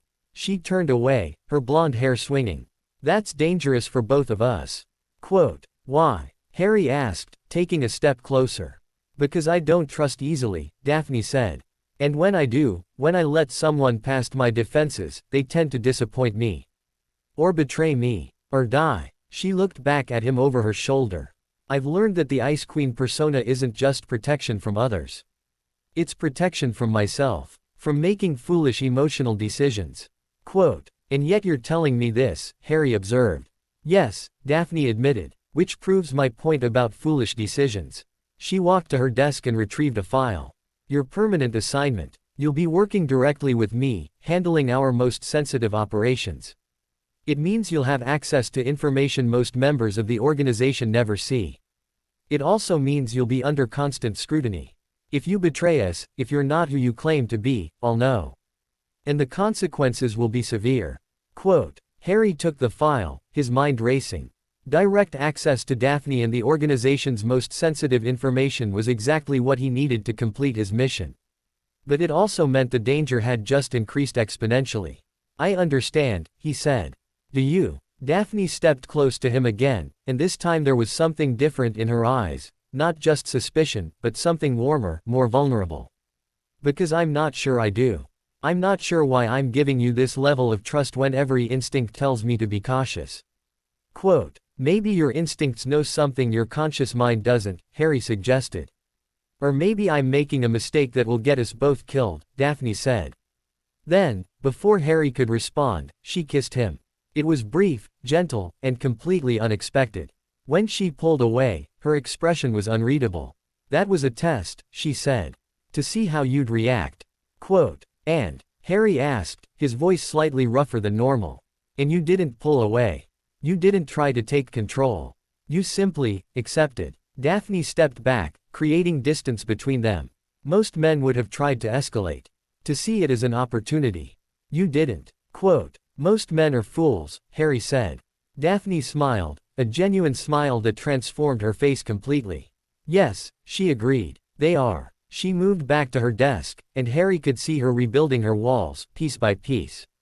Read the file. Our first joint operation begins in 3 days. We're going after a Gringotts vault that contains cursed artifacts from Voldemort's era. It'll be dangerous. Quote, I'll be ready, Harry promised. As he left her office, Harry's mind was in turmoil. The kiss had complicated everything. It wasn't part of his mission, wasn't something he'd planned for or expected. But it had felt real. And that was the problem. Because somewhere along the way, this had stopped being just a mission. Daphne Greengrass had stopped being just a target. She'd become something far more dangerous. Someone he actually cared about. Harry returned to his quarters and immediately activated his emergency communication device. Hermione's voice came through a moment later. Harry, what's wrong? She asked, clearly sensing the urgency. I need you to dig deeper into Daphne Greengrass's background, Harry said. Everything you can find. Her family history, her movements during and after the war, any connections to the ministry or other organizations. Quote, why? What's happened? She's not what we thought, Harry said. She's more complex, more layered. And I think she might be playing a longer game than anyone realizes. Quote, Harry, are you compromised? Hermione asked carefully. Do you need extraction? No, Harry said immediately. I'm close to the core of the organization. I have access to information that could bring down the entire syndicate. But I need to understand Daphne first. I need to know what her endgame is. Quote, because you care about her, Hermione said. It wasn't a question. Harry was quiet for a moment. Yes, he admitted finally. I care about her. And that's going to be a problem. Quote, only if you let it be, Hermione replied. Harry, you've always had this ability to see the good in people, even when they've done terrible things. It's one of your greatest strengths. But it's also a vulnerability. Daphne Greengrass runs a criminal organization. She's responsible for illegal activities, possibly even deaths. Whatever else she might be, whatever complexity exists beneath the surface, those facts don't change. Quote, I know, Harry said. But Hermione, what if she's a victim too? What if she was forced into this role, shaped by circumstances beyond her control? Does that change anything? Maybe, Hermione said. Maybe not. But Harry, you can't save everyone. Sometimes people make choices that define them, regardless of the reasons behind those choices. Quote, I understand, Harry said. Just, find me the information. Let me make an informed decision about what happens next. Quote, I will, Hermione promised. Be careful, Harry. The closer you get to people, the harder it becomes to do what needs to be done. Quote, after the communication ended, Harry sat in the darkness of his quarters, thinking about Daphne's kiss, about the vulnerability he'd seen in her eyes, about the complicated web of loyalty and deception he'd woven around himself. He'd come here to expose a criminal organization. But somewhere along the way, he'd started to understand the people within it. To see them not as villains, but as complex individuals shaped by trauma, necessity, and choice. And that understanding was going to make his ultimate decision, when the time came to complete his mission, far more difficult than he'd ever imagined. 3 days later, Harry found himself standing outside Gringotts Bank at midnight, wearing dark clothing and carrying specialized equipment. Beside him stood Daphne, looking every inch the professional operative. The vault we're targeting belonged to Antonin Dolohov, Daphne explained quietly. He died during the Battle of Hogwarts, but his vault was never properly cleared. Our intelligence suggests it contains several dark artifacts that would be valuable to our collectors. Quote, how do we get past Gringotts security? Harry asked. We have someone on the inside, Daphne replied. A goblin named Griphook who has, let's say, financial difficulties that we've helped resolve. He'll disable certain wards for exactly 10 minutes. That's how long we have to get in, retrieve the artifacts, and get out. Quote, and if we're caught, then we fight our way out, Daphne said simply. Or die trying. Those are the only two options. Quote, They entered Gringotts through a service entrance that Griphook had left unlocked. The bank was eerily quiet at night, the usual bustle of customers and goblins replaced by silence broken only by their footsteps. Griphook met them at the vault carts. "You have 10 minutes, he said curtly. "Starting now." Quote. The ride down to the vault was stomach-churning, the cart plunging through the darkness at impossible speeds. When they finally stopped, Harry and Daphne emerged in front of a heavy vault door covered in protective enchantments. "This is the part where you prove your worth," Daphne said, gesturing to the door. "Can you break through those wards?" Harry studied the enchantments carefully. They were complex, layered, and designed by goblins who understood security better than most wizards. But Harry had been trained by Bill Weasley, one of the best curse breakers in the business. "I can do it," Harry said. "But it'll take most of our time." Quote. "Then get started," Daphne said. Harry worked quickly, his wand moving in precise patterns as he unraveled the wards one by one. It was delicate work, requiring absolute concentration. One wrong move and the entire thing would collapse, triggering alarms throughout Gringotts. 7 minutes, Daphne said quietly. Harry kept working, sweat beading on his forehead despite the cool underground air. 5 minutes. Quote. The final ward fell away, and the vault door swung open. Inside was a collection of dark artifacts that made Harry's skin crawl, cursed objects that radiated malevolent magic, items that had likely caused suffering and death. "Grab what we came for," Daphne said, consulting a list. "The cursed necklace, the poisoned ring, and the blood quill." Quote. Harry carefully retrieved the items, using protective spells to avoid direct contact. As he worked, he noticed something that made him pause, a small journal tucked in the corner of the vault, almost hidden behind a pile of galleons. Something about it called to him. 2 minutes, Daphne warned. Harry grabbed the journal on impulse, stuffing it inside his jacket. They made it back to the cart with 30 seconds to spare. Griphook sent them hurtling back toward the surface, and they emerged into the main bank just as the wards reactivated behind them. "Go," Griphook hissed. "Now." Quote. They ran for the exit, and Harry felt the distinctive prickle of alarm wards activating. Someone had noticed their intrusion. "Faster," Daphne urged, and they burst through the service entrance into the London night. Behind them, Harry heard shouts and the sound of goblins mobilizing. But they'd already activated their emergency portkey, and the familiar hook behind the naval sensation yanked them away from danger. They materialized in a safe house Harry didn't recognize, both breathing hard from the adrenaline. "That was too close," Daphne said, checking the artifacts they'd stolen. "But we got what we came for." She looked at Harry with something that might have been admiration. "You're very good at breaking wards. Where did you learn?" "An old curse breaker in Albania taught me," Harry lied smoothly. "He said I had a natural talent for it." Quote. Clearly, Daphne agreed. She moved closer to him, and in the dim light of the safe house, she looked younger, less burdened. "Thank you for tonight. For trusting me, for risking yourself. Most people in this organization wouldn't do that for anyone but themselves." Quote. "I'm not most people," Harry said. "No," Daphne agreed softly. "You're not." Quote. She kissed him again, and this time it wasn't a test. It was real, desperate and hungry and filled with something that felt dangerously like genuine emotion. And Harry, despite knowing it was wrong, despite every professional instinct screaming at him to pull away, kissed her back. Because somewhere in the darkness of the criminal underworld, surrounded by lies and deception and danger, Harry Potter had done the one thing a spy should never do. He'd fallen for his target. Chapter 7. The morning after the Gringotts heist, Harry sat alone in his quarters examining the journal he'd taken from Dolahov's vault. It was old, bound in dragon hide, and covered in protective enchantments that had taken Harry an hour to safely disable. When he finally opened it, what he found made his blood run cold.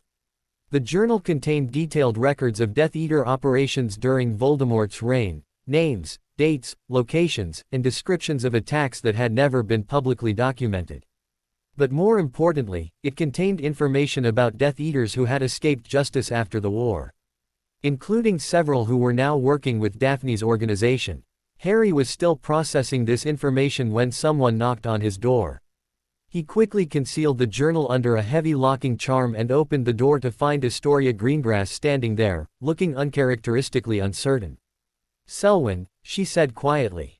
We need to talk. Privately. Quote. Harry stepped aside to let her in, every sense alert. Astoria cast several privacy charms before turning to face him. You kissed my sister, she said bluntly. Harry kept his expression neutral. She kissed me, actually. Both times. Quote. Don't play semantic games with me, Astoria snapped. The point is, there's something happening between you two. And I need to know if you're going to hurt her. Quote. I have no intention of hurting anyone, Harry said carefully. Everyone says that, Astoria replied. But intentions don't matter. Results do. She moved to his window, staring out at the enchanted mountain view. Daphne hasn't let anyone close to her since our mother died. She built those walls specifically to protect herself from being hurt. And now you come along, and somehow you're getting past those defenses. I need to know why. Quote. Maybe she's tired of being alone, Harry suggested. Or maybe you're using her, Astoria said, turning to face him with surprising steel in her eyes. Maybe you're not who you claim to be. Maybe you have an agenda that has nothing to do with genuine feeling. Quote. Harry felt the danger in this conversation sharpen. Why would you think that? Because I've been doing this for 3 years, Astoria said. I've seen dozens of operatives come through. And you're different. You're too skilled, too prepared, too perfect.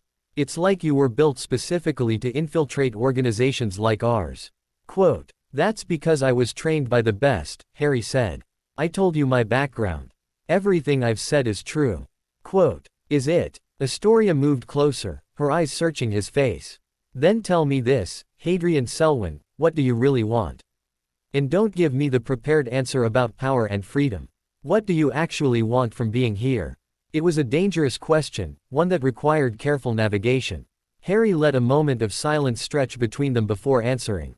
I want to matter, he said finally, using the same answer he'd given Daphne but adding more truth this time. I want to be part of something bigger than myself. And yes, I'm drawn to your sister. She's brilliant, strong, and far more complex than she lets most people see.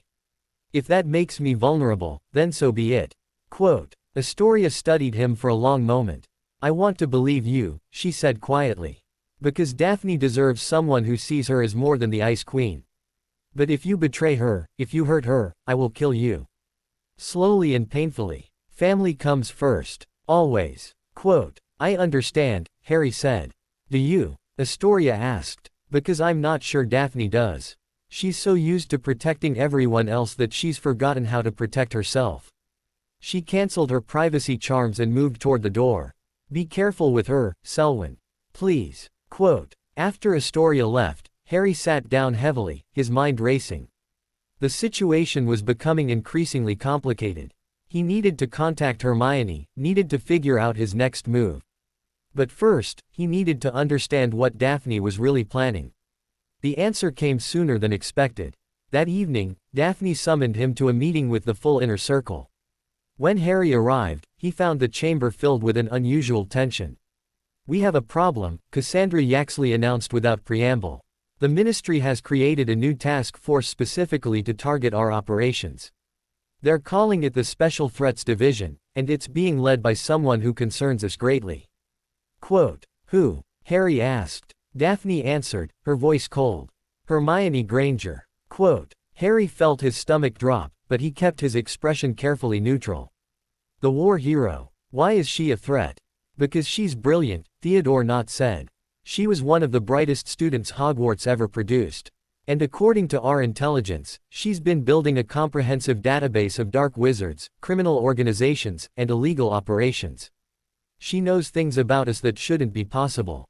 Quote. Which suggests she has a source, Cassandra added.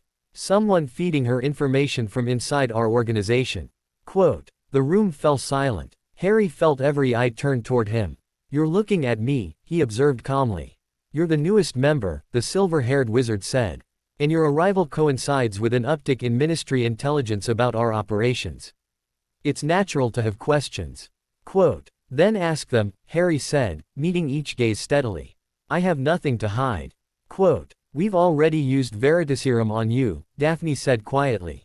And we've found no evidence of deception. But there are ways around Veritaserum. Advanced occlumency, modified potions, even certain rare magical conditions. Quote. So what do you propose? Harry asked. "A unbreakable vow," Cassandra suggested. "Swear your loyalty to this organization under penalty of death. If you're genuine, you have nothing to fear. If you're a spy, then I'll die," Harry finished. It was a trap, an elegant, inescapable trap. If Harry refused, they'd know he was hiding something. If he agreed, he'd be bound by magic that would kill him the moment he betrayed them. "Unless, I'll take the vow," Harry said. "But only if Daphne administers it." The inner circle members exchanged glances. "Why Daphne?" Not asked. "Because I trust her," Harry said simply. "And if I'm going to swear my life away, I want it to be to someone I believe in." Daphne looked surprised, then thoughtful. "Very well," she said. "I'll administer the vow. Cassandra, you'll serve as bonder." They moved to the center of the chamber. Harry knelt before Daphne, and Cassandra raised her wand. "Will you swear your loyalty to this organization?" Daphne asked, her voice formal. "I swear," Harry said, feeling the first thread of magical binding wrap around his wrist. "Will you protect its secrets and serve its interests above your own?" "I swear." The second thread joined the first. "Will you betray this organization or its members to any external authority or enemy?" This was the critical question. If Harry said he wouldn't betray them, the vow would kill him the moment he tried to complete his mission. But Harry had prepared for this. He'd studied unbreakable vows extensively, understanding their precise magical nature. "I will not betray this organization to any external authority or enemy," Harry said carefully, adding silent conditions in his own mind, as long as doing so would cause greater harm than good. As long as innocent lives aren't at stake. The vow responded to spoken words and magical intent, but intent could be layered, complex. The third thread completed the binding. Harry felt the magic settle into place, a warm weight around his wrist. He'd done it, sworn loyalty while leaving himself room to maneuver. "It's done," Cassandra said, lowering her wand. Daphne helped Harry to his feet, her expression unreadable. "Welcome to the inner circle, Hadrian Selwyn," she said formally. "You are now one of us, bound by magic and oath." The other circle members seemed satisfied. Suspicion hadn't completely vanished, but the unbreakable vow was powerful magic. Few would believe someone could circumvent it. After the meeting, Daphne asked Harry to walk with her. They moved through the complex in silence until they reached a room Harry had never seen before, a private garden, enchanted to exist underground with real plants, real sky, real sunlight. "This is beautiful," Harry said. "It's my escape," Daphne replied. "When everything becomes too much, when the weight of leadership threatens to crush me, I come here and remember that beauty still exists in the world." She turned to face him. "You didn't have to take that vow." "Yes, I did," Harry said. "Your organization needed reassurance, and I needed to prove my commitment." "But an unbreakable vow." Daphne shook her head. "That's not just commitment. That's potentially sacrificing your life. Why would you do that?" "Because I believe in what you're trying to build," Harry said, and it was true, partially. He believed that Daphne was trying to create something, though he wasn't entirely sure what. "And because I trust you." Daphne stepped closer, her ice blue eyes searching his face. "I don't deserve that trust," she said quietly. "I've done terrible things, Hadrian. I've hurt people. I've made choices that keep me awake at night. If you knew everything about me, you might not look at me the way you do." "Everyone has darkness," Harry replied. "The question is what we do with it. Whether we let it consume us or whether we use it to protect what matters." "And what matters to you?" Daphne asked. "Right now." Harry paused, knowing his answer would change everything. You matter to me." Daphne's breath caught. For a moment, the Ice Queen facade crumbled completely, revealing the vulnerable young woman underneath. "You can't mean that," she whispered. "You barely know me." "I know enough," Harry said. "I know you're brilliant and strong. I know you've been shaped by tragedy but haven't let it destroy you. I know you care about your sister more than anything. And I know that beneath all that ice, there's warmth that you're afraid to show." "I'm afraid because warmth gets people killed," Daphne said. "My mother was warm. She cared about principles and honor. And it got her murdered in front of her daughters." "So you became cold to survive," Harry said. "I became what I needed to be," Daphne corrected. "And for years, it worked. I protected my family. I built something powerful. I survived. She looked up at him, and there were tears in her eyes, the first genuine emotion he'd seen her show. But then you arrived, and everything started to crack. You make me want things I can't have. Feel things I can't afford to feel. Quote. Harry reached out and gently wiped away a tear. Maybe it's time to stop surviving and start living. Quote. I don't know how, Daphne admitted. Then learn, Harry said softly. Let me help you. Quote. Daphne kissed him then, and this time it was different from before. It wasn't calculated or testing or desperate. It was hopeful, a tentative reaching towards something better, something real. And Harry kissed her back, knowing he was crossing a line he couldn't uncross, making his mission impossibly complicated. Because he'd meant what he said. Daphne Greengrass mattered to him. And that changed everything. Over the following weeks, Harry found himself living a double life within a double life. By day, he worked alongside Daphne on increasingly dangerous operations, raids on rival organizations, negotiations with dark artifact dealers, and strategic planning sessions with the inner circle. By night, he met with her in the Enchanted Garden, where they talked for hours about everything and nothing. And in the stolen moments between, he communicated with Hermione through increasingly risky channels, feeding the Veil information while trying to protect Daphne from the consequences. It was unsustainable. Harry knew that, but he couldn't bring himself to choose, not yet. You're distracted, Daphne observed one evening as they sat together in the garden. She was reading through financial reports while Harry pretended to study intelligence files. Something's bothering you. Quote. Just thinking, Harry said. About what? Daphne set aside her papers and moved closer to him. About endings, Harry admitted. How things can't stay the same forever. How eventually, choices have to be made. Quote. Daphne was quiet for a moment. You're planning to leave, she said softly. It wasn't a question. What? No. Don't lie to me, Hadrian, Daphne interrupted. I can see it in your eyes. You're thinking about escape routes. Exit strategies. The way someone thinks when they're preparing to run. Quote. Harry felt his carefully constructed world beginning to crumble. Daphne. I don't blame you, she continued. This life, it's not sustainable. Eventually, the ministry will find us. Or we'll make a mistake.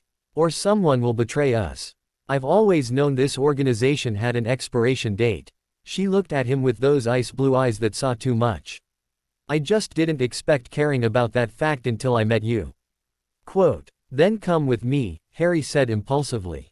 Leave this behind. We can disappear together. Build something new. Quote. Daphne smiled sadly. I can't. You know I can't. Astoria is part of this organization. So are dozens of other people who depend on me. I can't just abandon them. Quote. Even if staying means dying? Harry asked. Even then, Daphne confirmed. Some responsibilities you can't walk away from, no matter how much you want to. Quote. Harry understood that better than she knew. His own responsibility, to the Veil, to justice, to the greater good, was exactly what made his feelings for Daphne so impossible. There has to be a way, Harry said. Some solution where nobody has to sacrifice everything. Quote. If you find one, let me know, Daphne said. Then she kissed him, and for a moment, Harry forgot about missions and loyalties and the impossible choices looming ahead. The moment shattered when Astoria burst into the garden, her face pale with panic. Daphne, we have a problem, she said. The ministry raid, it's happening now. Hermione Granger's task force just breached our outer defenses. Quote. Harry's blood ran cold. This wasn't supposed to happen yet. He hadn't given Hermione the location of the complex. How had they? The journal. The one he'd taken from Dolahov's vault. He'd studied it, copied the relevant information, but he'd forgotten that it might contain tracking charms that would activate when moved. This was his fault. How long do we have? Daphne asked, already moving into crisis mode. 10 minutes, maybe less, Astoria said. The inner circle is organizing the evacuation, but we need to move now. Quote. Go, Daphne told her sister. Get everyone out through the emergency portkeys. I'll secure the sensitive documents and follow. Quote. What about him? Astoria asked, jerking her head toward Harry. He comes with me, Daphne said firmly. Move. Quote. Astoria ran, and Daphne turned to Harry with an expression that was equal parts determination and suspicion. This is too convenient, she said quietly. A ministry raid right after our most successful operations. Right after you joined the inner circle. Quote, you think I betrayed you? Harry asked, his heart pounding. Did you? Daphne's wand was in her hand, not quite pointed at him but not exactly holstered either. Harry had a choice to make. He could lie, maintain his cover a little longer, possibly escape with Daphne and continue his infiltration. Or he could tell the truth and accept the consequences. He thought about the unbreakable vow, about the careful wording he'd used, the loopholes he'd built in. He'd sworn not to betray the organization to external authorities as long as doing so would cause greater harm than good. Right now, with Ministry Aurors breaching the complex and potentially killing everyone inside, betrayal might cause exactly that kind of harm. I didn't call in this raid, Harry said, which was technically true. But I am working for the Veil. I'm an undercover operative, and my real name isn't Hadrian Selwyn. Quote, Daphne's face went completely blank, the Ice Queen mask slamming into place. Who are you? She asked, her voice deadly quiet. Harry reached up and dropped the glamour charms that had hidden his true appearance. His hair lightened to its natural black, his features shifted, and his green eyes became unmistakable. My name is Harry Potter, he said. And I'm sorry. Quote, for a moment, Daphne just stared at him. Then she laughed, a harsh, bitter sound that held no humor. Harry Potter, she repeated. The boy who lived, the chosen one, of course. Her wand came up, pointing directly at his heart. You played me perfectly. Every conversation, every moment of vulnerability, every kiss, all of it was an act. Quote, no, Harry said urgently. Everything I told you about caring for you, about wanting to help you, that was real. I wasn't lying about my feelings. Quote, you lied about everything else, Daphne shot back. Your name, your background, your intentions. Why should I believe anything you say about your feelings? Because I took an unbreakable vow, Harry said. I swore not to betray this organization as long as doing so would cause greater harm. And right now, with Aurors storming this place, my betrayal is causing harm. Which means the vow should be killing me. But it's not. Because I genuinely believe that exposing the criminal elements of this organization serves the greater good. Quote, Daphne's eyes narrowed. Clever. You found loopholes in the vow's wording. Quote, I had to, Harry said. It was the only way to maintain my cover while still completing my mission. But Daphne, listen to me, you need to evacuate now. The Aurors will be here in minutes. If you stay, you'll be captured or killed. Quote, why do you care? Daphne demanded. I'm your enemy. Capturing me would be a major victory for your Veil. Quote, you're not my enemy, Harry said desperately. You're a woman who was forced into an impossible situation and did what she had to do to survive. Come with me. Let me help you find a way out of this. Quote, there is no way out, Daphne said. Not for someone like me. I've committed too many crimes, made too many enemies. The ministry won't show mercy just because Harry Potter asks them to. Quote, then don't turn yourself into the ministry, Harry said. Come with me to the Veil. They're more flexible. They understand that the world isn't black and white. We can negotiate immunity for you in Astoria in exchange for information about the real threats in your organization. Quote, Daphne stared at him, and Harry could see her brilliant mind working through possibilities, calculating odds. If I go with you, she said slowly, what happens to everyone else in the organization? The people who depend on me. The ones who are genuine criminals will face justice, Harry said honestly. But the ones who were coerced, who were just trying to survive, they'll have a chance to make deals. To start over. Quote, and you expect me to believe the Veil will honor that? Daphne asked skeptically. I expect you to trust me, Harry said. One more time, please. Quote, an explosion rocked the complex, Aurors breaching the main entrance. They were out of time. Daphne lowered her wand. I must be insane, she muttered. Then, louder, all right. I'll come with you. But if you're lying, if this is some elaborate trap, I swear I'll make you regret it. Quote, fair enough, Harry said. They ran through the complex together, dodging spell fire and collapsing corridors.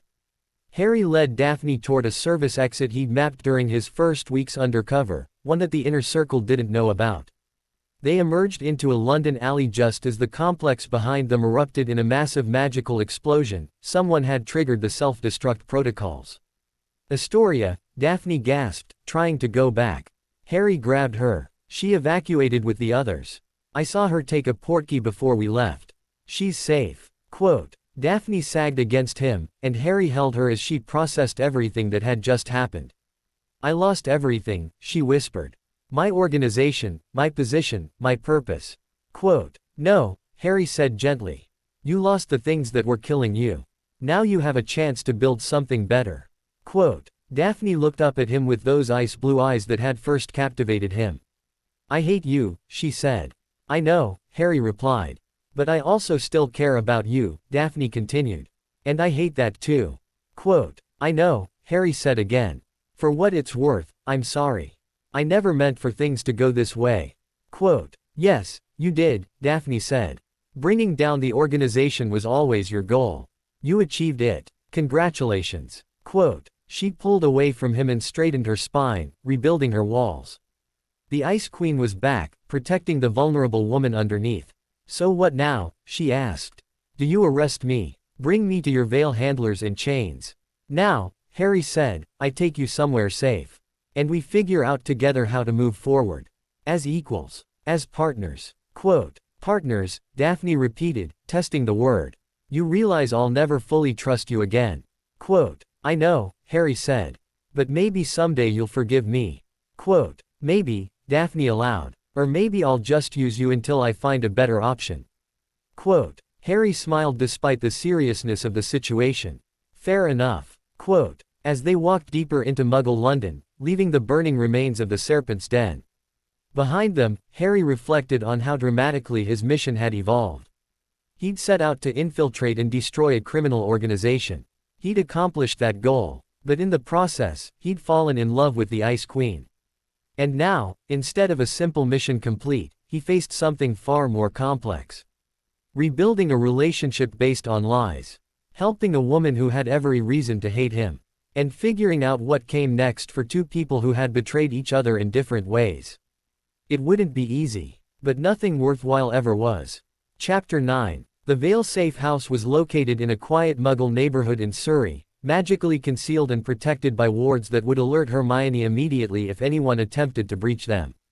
Harry brought Daphne there in the early hours of the morning, both of them exhausted and covered in dust from the complex's destruction.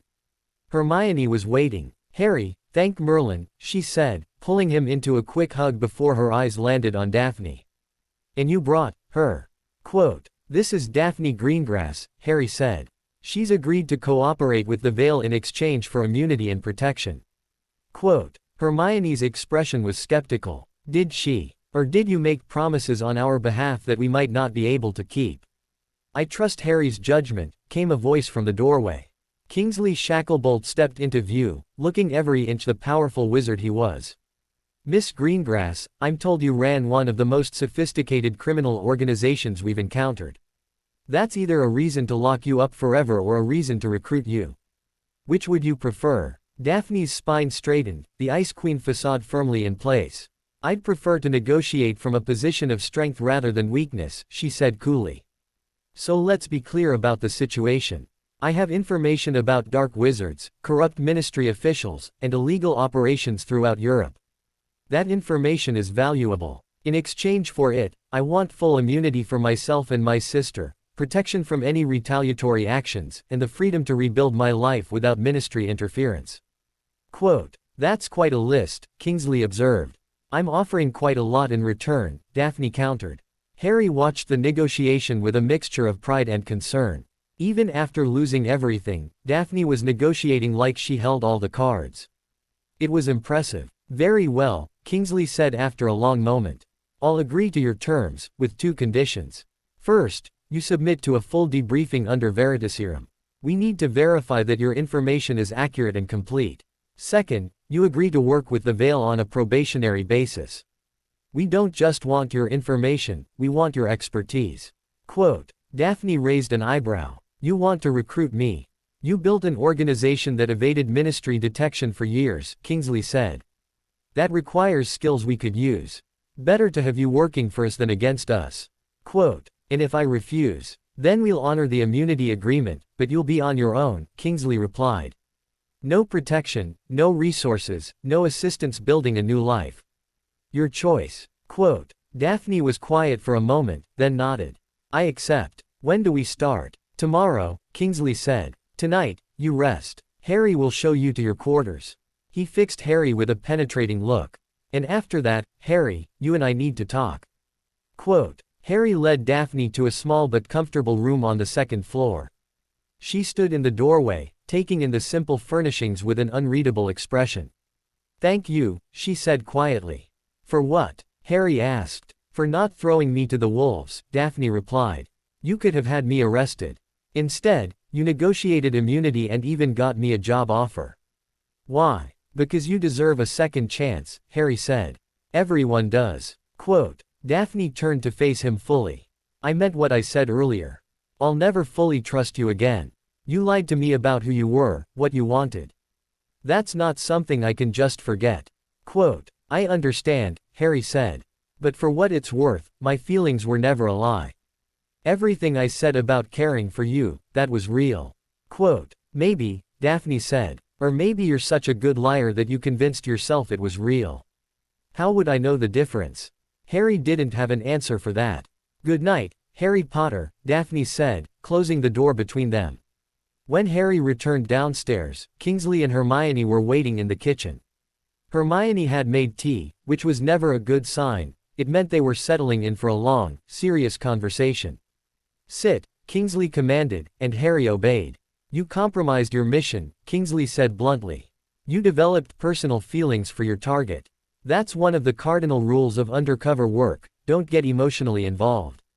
Quote. I know, Harry said. And yet you did it anyway, Hermione added. Harry, we gave you this assignment because we trusted you to maintain your objectivity. To remember that Daphne Greengrass, regardless of her personal circumstances, was running a criminal organization. Quote. She was also a victim, Harry argued. Forced into that role by circumstances beyond her control. You read her background, her mother was murdered by Death Eaters. She built that organization to protect her family. Quote. And in the process, she broke dozens of laws and facilitated illegal activities, Kingsley said. Those are facts, Harry. You can't just ignore them because you have feelings for her. Quote. I'm not ignoring them, Harry shot back. I brought her in. I convinced her to cooperate. The mission was successful. Why does it matter that I developed feelings along the way? Because those feelings cloud your judgment, Hermione said gently. And we need you to have clear judgment for what comes next. Quote. What do you mean? Harry asked. Kingsley and Hermione exchanged glances. Finally, Kingsley spoke. Daphne Greengrass's organization was just one piece of a larger network, he said. During our raid, we captured several members of the inner circle. Under interrogation, they've revealed that there's a shadowy figure coordinating multiple criminal organizations throughout Europe. Someone they call the Architect. Quote. Harry felt a chill run down his spine. Daphne never mentioned an architect. Quote. That's because she probably didn't know, Hermione said. The Architect operates through proxies and intermediaries. Very few people have direct contact.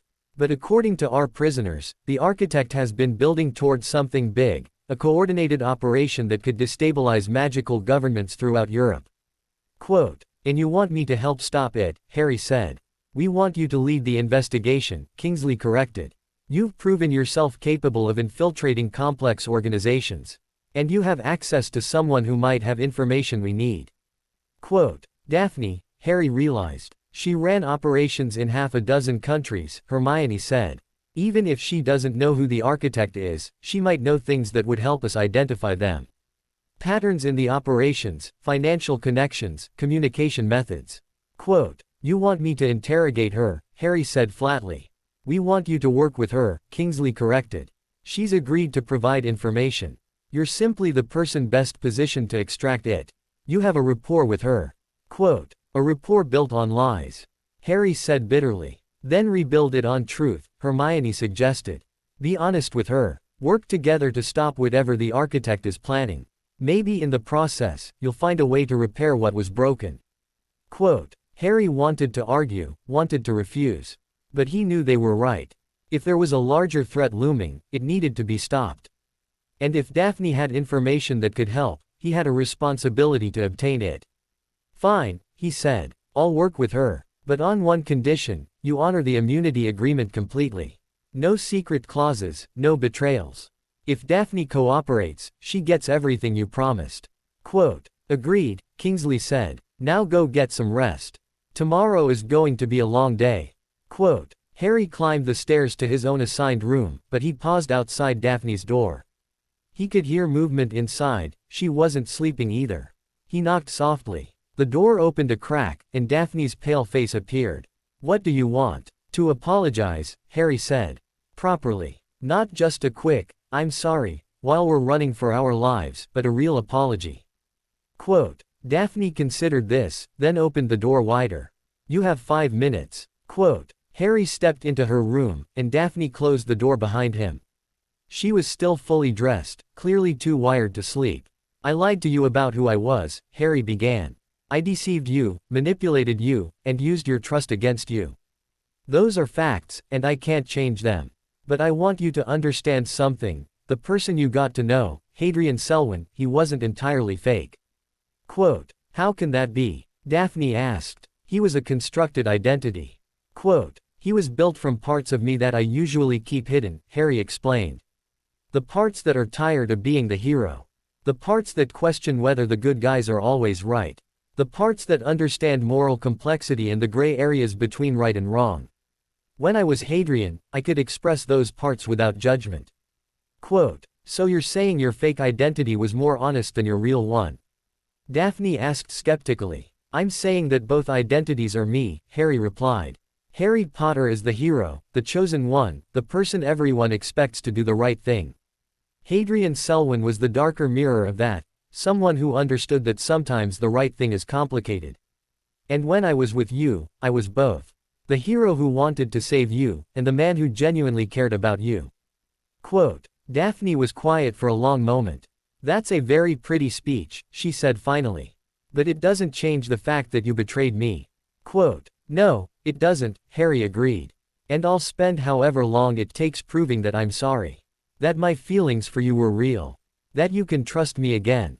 Quote. Why? Daphne asked. Why do you care so much about earning my trust back? The mission is over. You won. Why not just move on? Because I love you, Harry said simply. The words hung in the air between them. Daphne's eyes widened, then narrowed. Don't, she said. Don't say that. Quote. Why not? It's true. Quote. Because it's too easy, Daphne said, her voice rising. You think saying you love me makes everything alright. That I'll just forgive you because you have feelings. Well, I don't care about your feelings, Harry Potter. I care about actions. And your actions destroyed everything I built. Quote. I destroyed a criminal organization, Harry corrected gently. Not you. Not your potential. Not the brilliant, strong, complicated woman I fell in love with. That woman is still here. And she has a chance to build something better now. Quote. Daphne's composure cracked. Tears spilled down her cheeks, and she turned away, trying to hide them. I hate you, she whispered. I know, Harry said, stepping closer. I hate that you lied to me. Quote. I know. Quote. I hate that I still care about you. Quote. I know, Harry said one more time. Daphne turned back to him, and before Harry could react, she pulled him into a kiss that was equal parts anger and longing. When she pulled away, she looked at him with red-rimmed eyes. Get out, she said. I need to be alone. Quote. Harry nodded and left, closing the door behind him. As he lay in his own bed that night, staring at the ceiling, Harry wondered if he'd just made things better or worse. He'd told Daphne he loved her. And she'd kissed him, but she'd also told him to leave. Tomorrow, they would have to work together to stop the architect. To build a professional relationship on the ruins of a personal one. It was going to be complicated. But Harry had never been one to shy away from complications. Chapter 10. The Veritaserum interrogation took place the next morning in a secure room at the Vale headquarters. Daphne sat across from Kingsley, Hermione, and Harry, her spine straight and her expression carefully neutral. Are you ready? Kingsley asked, holding up the vial of truth serum. Let's get this over with, Daphne replied. She accepted the 3 drops, and Harry watched as her eyes went slightly glassy. State your full name, Kingsley began. Daphne Greengrass. Quote, did you willingly take control of the criminal organization known as the Serpent's Den? Yes. Quote, why? To protect my family, Daphne said, her voice flat with the compulsion of truth. After my mother's death, we had no protection. My father was weak. Death Eaters and other dark wizards were circling, looking for opportunities to absorb our family's wealth and connections. I needed power to keep us safe. Quote, Hermione leaned forward. How did you build that power? I started small, Daphne explained.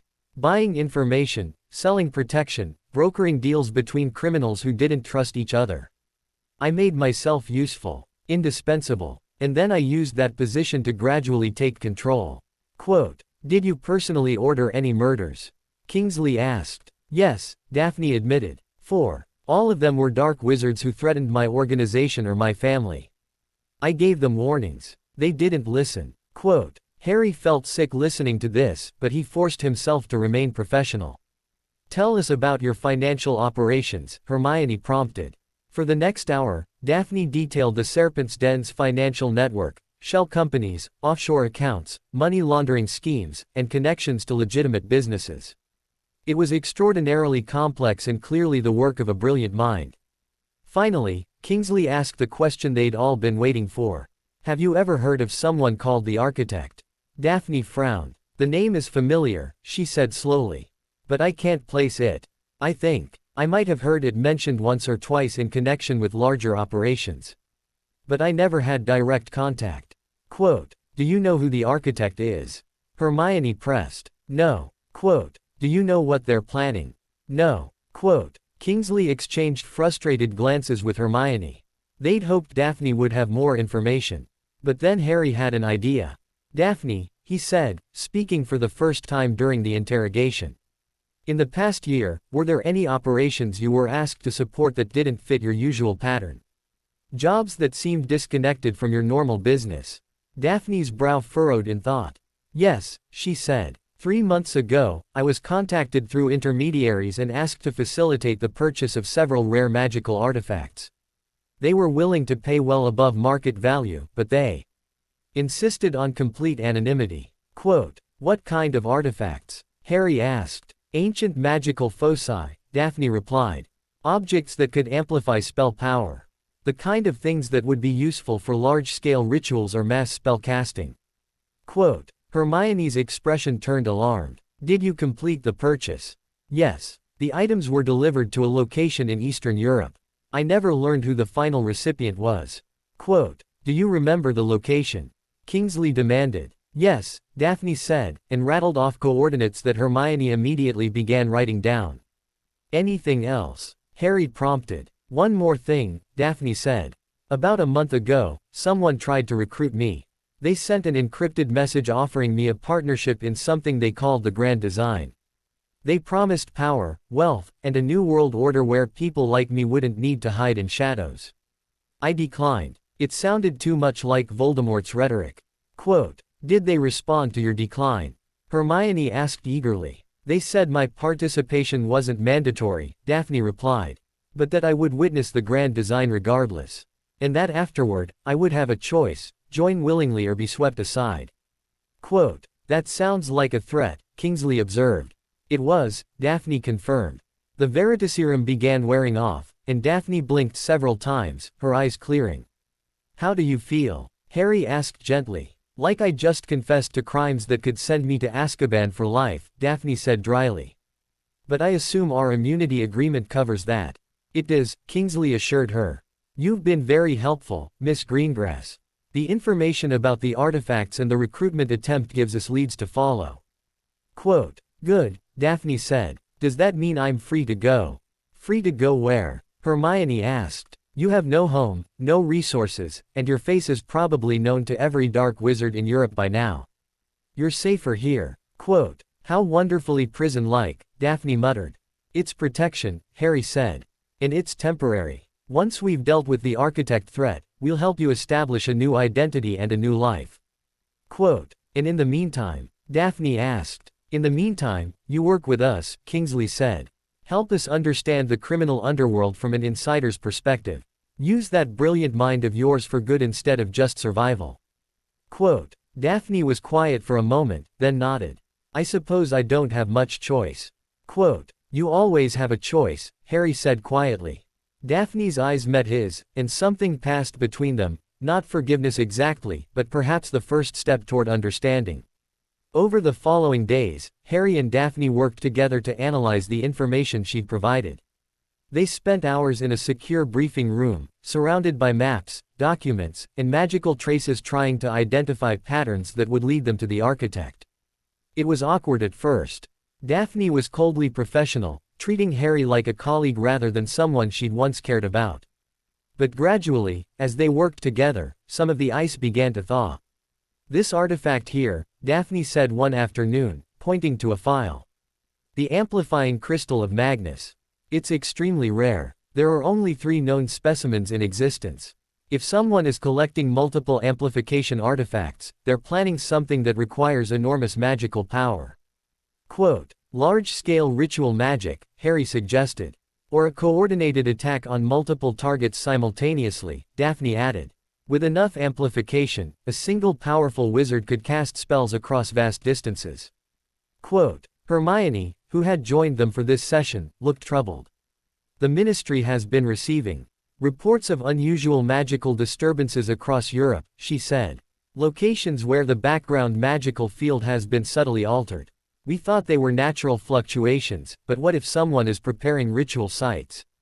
Ritual sites for what? Harry asked. That's the question, Hermione replied. Without knowing the architect's endgame, we're just guessing. Quote, then we need to find someone who knows, Daphne said. Someone closer to the architect than I was. Quote, do you have any suggestions? Harry asked. Daphne hesitated, then nodded slowly. There's someone. A broker named Marcus Vane. He handles extremely high-level transactions between the darkest elements of magical society. If anyone has dealt directly with the architect, it would be him. Quote, where can we find him? Hermione asked. That's the problem, Daphne said.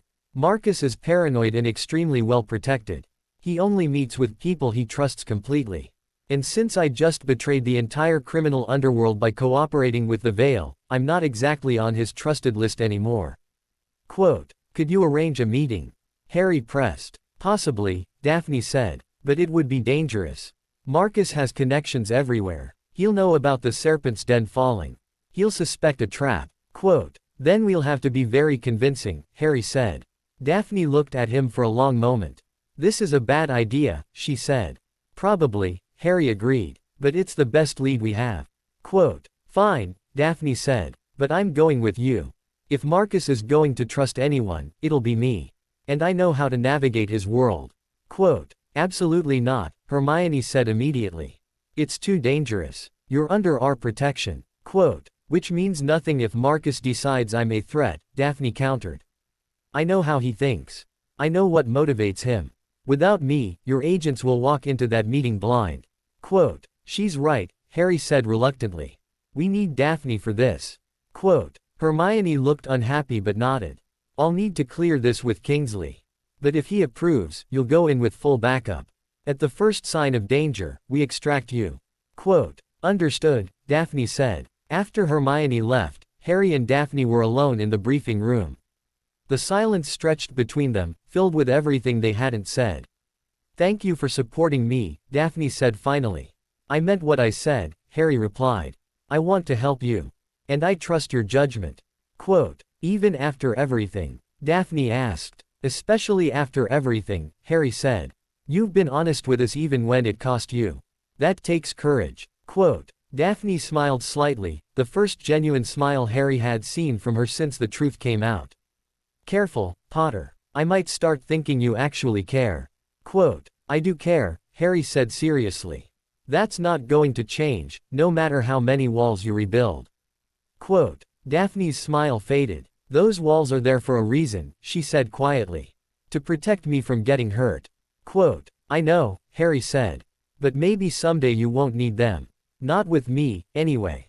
Quote, maybe, Daphne said, her voice barely audible. But not today. Quote, not today, Harry agreed. But someday. Quote, as they returned to analyzing the files, Harry felt a small spark of hope. The road to earning back Daphne's trust would be long and difficult. But for the first time since his identity was revealed, she wasn't looking at him with pure hatred. She was looking at him with possibility. And that was enough. For now. The meeting with Marcus Vane was scheduled for 3 nights later at a high-end magical establishment in Paris called Le Serpent d'Or.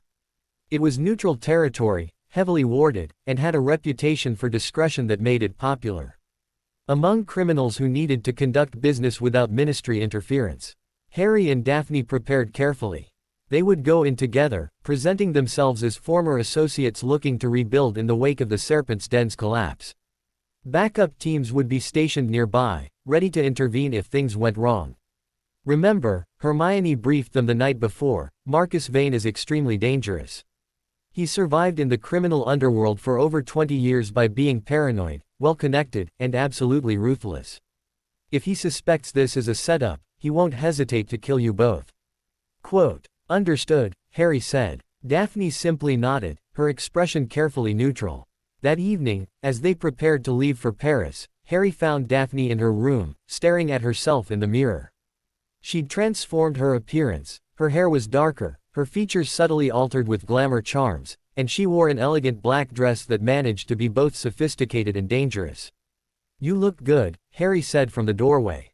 Daphne glanced at him. "I look like someone who belongs in Marcus Vane's world," she corrected. "There's a difference." Quote, "Are you nervous?" Harry asked. Terrified, Daphne admitted. "Marcus doesn't forgive perceived betrayals. If he believes I've turned against the criminal community, this meeting could be my execution." Quote, "I won't let that happen," Harry promised. "You can't promise that," Daphne said. "Even with backup teams, even with all your training, things can go wrong. People die." Quote, Harry stepped into the room. "Then why agree to this?" "Because stopping the architect matters," Daphne said simply. "If someone is planning something big enough to require ritual amplification and coordinated operations across Europe, innocent people are going to die. I've done a lot of terrible things in my life, Harry, but I never targeted innocents. If I can help prevent whatever the architect is planning, then the risk is worth it." Quote, it was the first time Daphne had called him Harry instead of Potter since learning his identity. The small gesture felt significant. "For what it's worth," Harry said quietly, "I think you're incredibly brave." Quote, Daphne smiled slightly. "Or incredibly stupid. The line between bravery and stupidity is often very thin." Quote, they took a portkey to Paris, materializing in a discreet alley near the magical quarter. Le Serpent d'Or was located in an old building that appeared abandoned to Muggle eyes but revealed itself as an opulent establishment to those with magical sight. A doorman checked their credentials at the entrance, fake identification that the Veil had prepared, showing them as representatives of a Bulgarian dark artifacts syndicate. The doorman waved them through, and they entered a world of wealth and danger. The interior was stunning, all crystal chandeliers, velvet furnishings, and discreet alcoves where conversations could be conducted in relative privacy. Wizards and witches in expensive clothing moved through the space, their wands concealed but never far from reach. "Marcus is in the back room," a hostess informed them, clearly expecting their arrival. "He's waiting." Quote, they followed her through the establishment to a private room guarded by 2 wizards whose magical signatures marked them as powerful and dangerous. The guards checked them for weapons and detection charms before allowing them entry. Marcus Vane sat at a table in the center of the room, flanked by 2 more guards. He was a thin man with silver hair and eyes that missed nothing. When he saw Daphne, his expression shifted from neutral to coldly amused.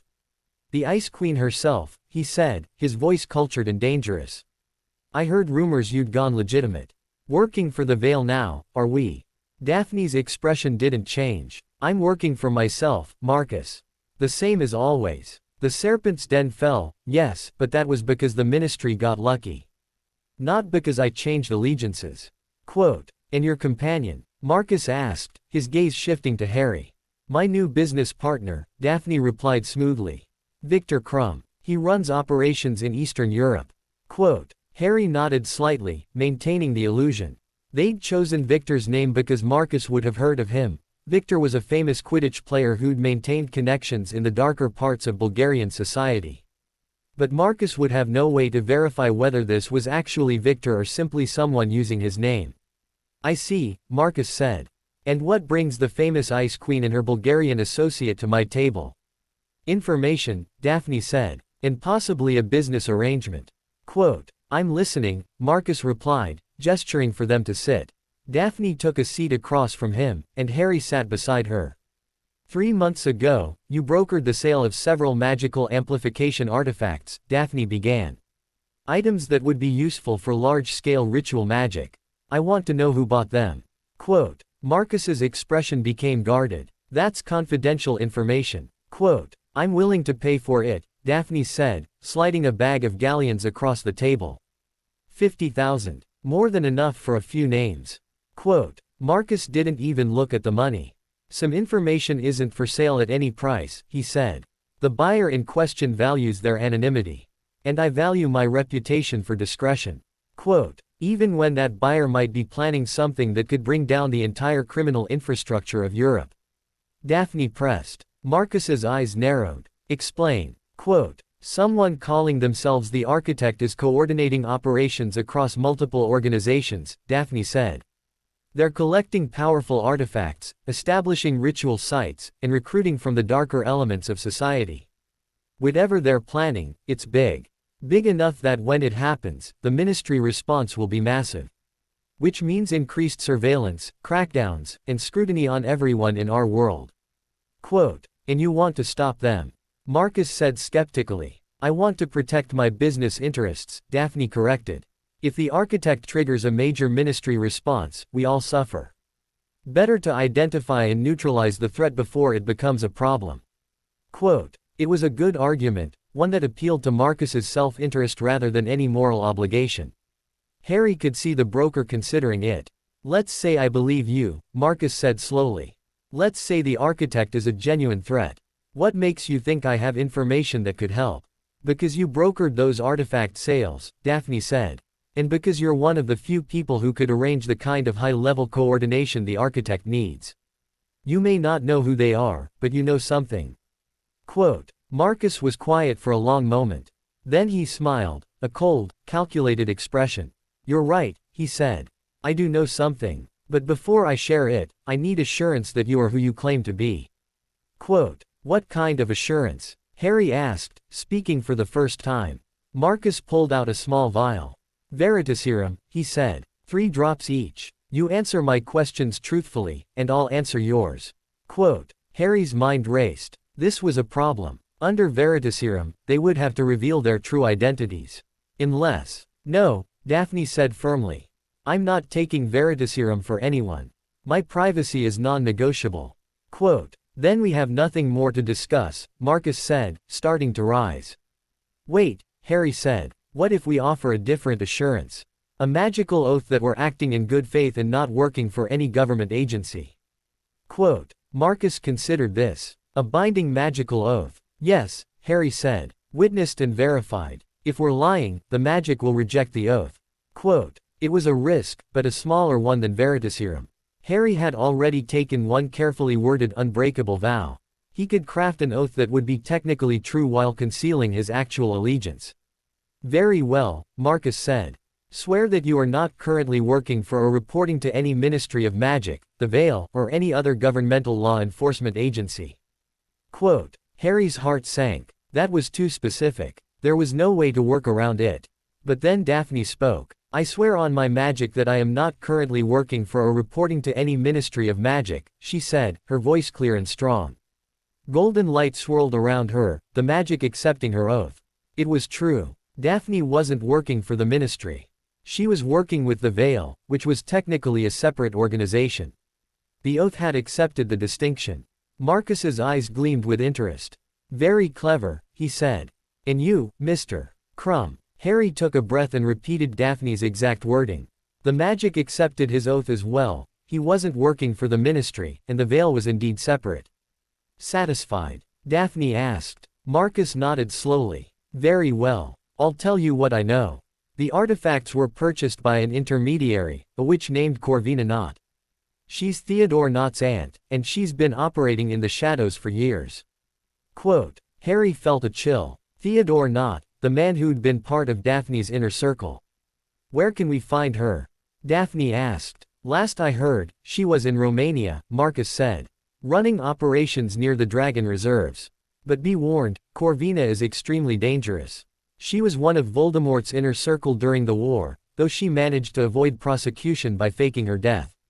Quote, anything else? Harry pressed. One more thing, Marcus said. About a month ago, Corvina sent out recruitment messages to several high-level operatives. She was offering substantial payment for wizards skilled in battle magic and ritual casting. She called it the Grand Design. Quote, the same phrase Daphne had mentioned during her Veritaserum interrogation. Thank you, Daphne said, standing. This information is valuable. Quote, before you go, Marcus said, a word of advice. Whatever the architect is planning, it involves the Dragon Reserves. Multiple sources have reported unusual activity in that region, dragons being agitated, magical field disruptions, and disappearances. If I were you, I'd be very careful investigating. Quote, they left Le Serpent Door quickly, making their way back to the extraction point where the Veil team was waiting. Once they were safely in the secure vehicle transporting them back to London, Daphne let out a breath she'd been holding. That was too close, she said. But we got what we needed, Harry replied. Corvina not. A location. And confirmation that the architect is planning something involving the Dragon Reserves. Quote, Theodore, Daphne said softly. His aunt. That means he might have been involved all along. Quote, we don't know that, Harry said. Don't we? Daphne looked at him. Theodore was my second in command. He knew everything about my operations. If his aunt is the architect or working with them, he would have been the perfect spy. Quote, then we'll find out, Harry promised. But right now, we need to focus on Romania. Quote, back at Vale headquarters, they briefed Kingsley and Hermione on what they'd learned. Corvina not, Kingsley said grimly. I remember her from the war. She was brutal, killed dozens of people personally. We thought she died in a raid on her safe house, but if she's alive. Quote, she's the architect, Hermione finished. Or at least working with them. Harry, this changes everything. If Corvina is involved, we're not dealing with a simple criminal operation. We're dealing with someone who has Death Eater experience and resources. Quote, which means we need to move carefully, Harry said. We can't just raid her location. She'll have defenses that would make Voldemort's hideouts look simple. Quote, agreed, Kingsley said. We need intelligence first. Someone needs to go to Romania, scout the situation, and report back. Quote, everyone looked at Harry. I'll go, he said. Not alone, Daphne added. You'll need someone who understands how Death Eaters think. Someone who can navigate that world. Quote, absolutely not, Hermione said. This is too dangerous. Quote, everything we've done has been dangerous, Daphne countered. And I'm tired of being protected like I'm made of glass. I'm just as capable as any of your operatives. Quote, she's right, Harry said. And we work well together. Let us do this. Quote, Kingsley was quiet for a long moment. Very well, he said finally. But you take a full support team. And at the first sign of trouble, you extract. Understood. Understood, Harry and Daphne said in unison. As they left the briefing room, Daphne caught Harry's arm. Thank you, she said quietly. For supporting me. For trusting me. Quote, always, Harry replied. And in that moment, looking into her ice blue eyes, Harry saw something that made his heart skip. Trust. Not complete trust, not yet. But the beginning of it. And that was more than he'd hoped for. Chapter 12. Romania in winter was brutally cold. Harry and Daphne arrived via portkey at a small wizarding village near the Dragon Reserves, accompanied by a 4-person support team led by an experienced Vale operative named Marcus Chen. The target location is approximately 15 kilometers northwest, Chen briefed them, spreading out a map. It's in a valley between 2 mountains, heavily warded and protected. Our scouts report at least 20 guards, possibly more. And there's something else, unusual magical readings that suggest ritual preparation. Quote, how long do we have? Harry asked. Unknown, Chen replied. But based on the magical field readings, whatever they're planning could happen any day now. Quote, then we need to move fast, Daphne said. What's the plan? Reconnaissance first, Harry said. We get close enough to assess their defenses and figure out what they're doing. Then we report back and plan a proper raid. Quote, and if we're spotted? Chen asked. We run, Harry said simply. This is information gathering, not combat. Quote, they set out at dusk, moving through the snowy mountain terrain with practiced stealth. Harry had cast warming charms on everyone, and their footsteps were silenced by magic. As they approached the valley, Harry began to sense the wards, layers upon layers of protective enchantments that would alert Corvina's forces to any intrusion. I can break through, Harry whispered to Daphne. But it'll take time, and there's a chance they'll notice. Quote, what if we don't break through? Daphne suggested. What if we just observe from outside the wards? Get a sense of the layout and their numbers. Quote, it was a good idea.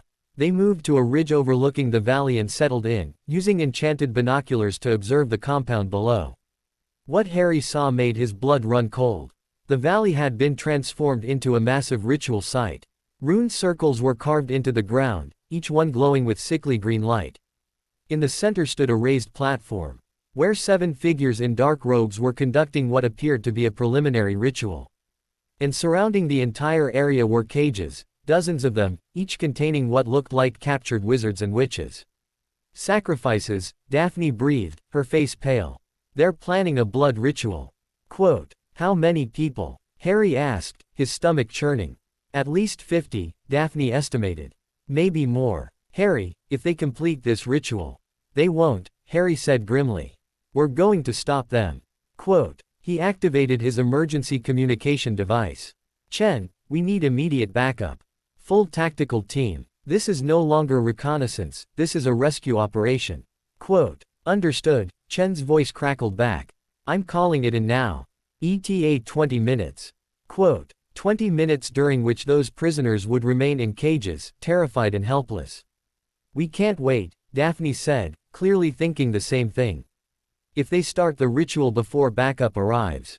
I know, Harry said. He turned to the support team. Chen, take your team and create a diversion on the eastern perimeter. Draw as many guards away from the ritual site as possible. Daphne and I will go in and try to free the prisoners. Quote, that's insane, Chen protested. There are too many of them. Quote, we don't have a choice, Harry said. Those people will die if we don't act now. Quote, Chen looked like he wanted to argue, but he nodded. We'll give you the biggest diversion we can. Good luck. Quote, the support team moved off toward the eastern side of the valley. Harry and Daphne prepared themselves, checking their wands and going over the plan one more time. Once we're inside, Harry said, we move fast. Free as many prisoners as we can, arm them if possible, and hold out until backup arrives. Quote, simple, Daphne said dryly. What could possibly go wrong? Everything, Harry admitted. But we're doing it anyway. Quote, Daphne smiled, a genuine smile despite the fear in her eyes. You know, Potter, you're a terrible influence. Before I met you, I never would have done something this recklessly heroic. Quote, before I met you, I never would have cared so much about a criminal, Harry replied. Former criminal, Daphne corrected. Former criminal, Harry agreed. The diversion began with a series of explosions on the eastern perimeter. Guards immediately began running toward the disturbance, shouting warnings. Harry used the chaos to break through the wards, his curse-breaking skills allowing him to create a temporary gap. They slipped through and ran toward the cages. The prisoners' faces were haunted, men, women, and even a few teenagers, all captured and awaiting whatever horror Corvina had planned. Harry began blasting open cage locks with targeted spells, while Daphne herded the freed prisoners toward the gap in the wards. Run, Harry told them. Get as far from here as you can. Quote, most obeyed without question, scrambling away into the night. But a few stayed, picking up rocks or broken pieces of wood, whatever they could use as weapons. We're staying, one man said firmly. These bastards kidnapped us. We're going to fight. Quote, Harry didn't have time to argue. He continued freeing prisoners while Daphne organized those who wanted to fight, teaching them basic stunning spells and defensive maneuvers. They'd freed about 30 prisoners when a voice rang out across the valley. How touching. Quote, a witch stepped out of the shadows, tall, silver-haired, and radiating power. Corvina not. The famous Harry Potter, she said, her voice cold and amused. Come to save the day once again. And Daphne Greengrass beside him, how far you've fallen, girl. Working with the hero now. Better than working with Death Eater remnants, Daphne shot back. Is it? Corvina asked. Tell me, Daphne, has Potter told you the truth about what will happen when this is over? Has he promised you freedom, immunity, a happy ending? Because I can tell you exactly what will happen. You'll be used until you're no longer valuable, then discarded. The Veil doesn't make friends. They make tools. Quote, don't listen to her, Harry said. Why not? Corvina continued, moving closer. I'm offering you something better, Daphne. Join us. The grand design will create a new world order where people like you and me don't have to hide in shadows. Where power is rewarded, not persecuted. Quote, I've heard that speech before, Daphne said coldly. From Voldemort. It didn't work out well for anyone. Quote, Corvina's expression hardened. Pity, she said. I would have enjoyed having you as an ally. Instead, you'll die alongside Potter and all these pathetic prisoners. Quote, she raised her wand, and suddenly the valley erupted with spell fire. Corvina's guards emerged from their positions, surrounding Harry, Daphne, and the freed prisoners. The battle that followed was chaos.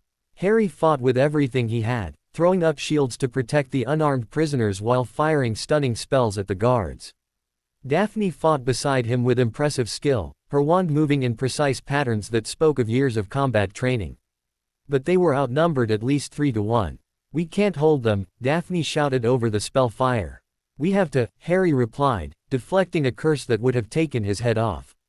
Backup is coming. Quote, but backup wasn't coming fast enough. Harry watched in horror as one of the prisoners who'd stayed to fight was hit with a killing curse, dropping instantly. Another fell moments later. This was going to be a massacre unless something changed.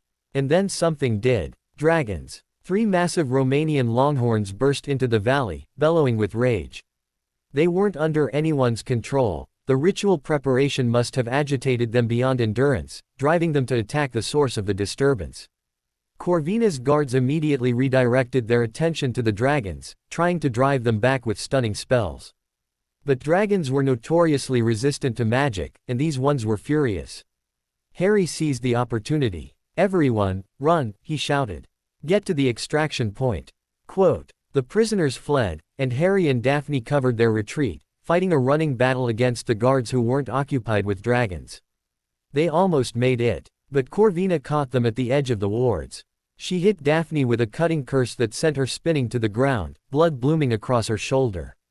Harry responded with a fury he'd rarely felt, throwing curse after curse at Corvina with such intensity that she was forced to defend. Impressive, Corvina said, breathing hard. But not enough. Quote, she began casting something complex, a spell Harry recognized from his studies of dark magic. A ritual death curse that would consume everything within 100 meters. Harry had seconds to decide. He could run, grab Daphne, and try to escape. Or he could stop Corvina, knowing it might cost him everything. There was really no choice at all. Harry charged forward, breaking through Corvina's shield with a technique Dumbledore had once taught him. He grabbed her wand arm, disrupting the ritual casting. Magic exploded outward, a chaotic wave of uncontrolled power that sent them both flying. When Harry's vision cleared, he found himself lying on the ground, his body screaming with pain. Corvina lay a few meters away, unconscious or dead, he couldn't tell. And then Daphne was there, her face pale and her shoulder bleeding but her eyes filled with determination. You idiot, she said, pulling him to his feet. You could have died. Quote, so could you, Harry replied. Behind them, they could hear the sounds of the Veil backup team arriving, spellfire and shouted orders as they engaged the remaining guards. Come on, Daphne said, supporting Harry's weight. Let's get out of here. Quote, they stumbled toward the extraction point together, 2 people who had started as enemies and somewhere along the way become something else. Partners, allies, and maybe, just maybe, something more. The Veil Medical Facility was state-of-the-art, combining magical healing techniques with Muggle medical knowledge.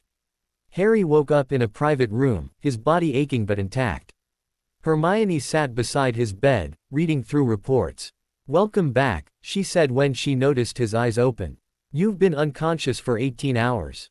Quote, Daphne. Harry asked immediately. She's fine, Hermione assured him. Her shoulder wound was serious, but the healers repaired it completely. She's been awake for several hours, actually. She refused to leave the medical wing until she knew you were all right. Quote. Harry felt relief wash over him. What about the prisoners? And Corvina? We rescued 47 prisoners, Hermione reported. 3 died during the initial battle, but the rest are safe and being debriefed. As for Corvina, she's alive, but barely. The magical backlash from the disrupted ritual put her in a magical coma. She may never wake up. Quote. And the ritual site? Harry asked. Destroyed, Hermione said. We brought in a team of curse breakers to dismantle everything safely. Whatever the architect was planning, this particular operation is finished. Quote. But the architect themselves? Harry pressed. Hermione's expression turned grim. Still unknown. Corvina was working for someone, but we don't know who.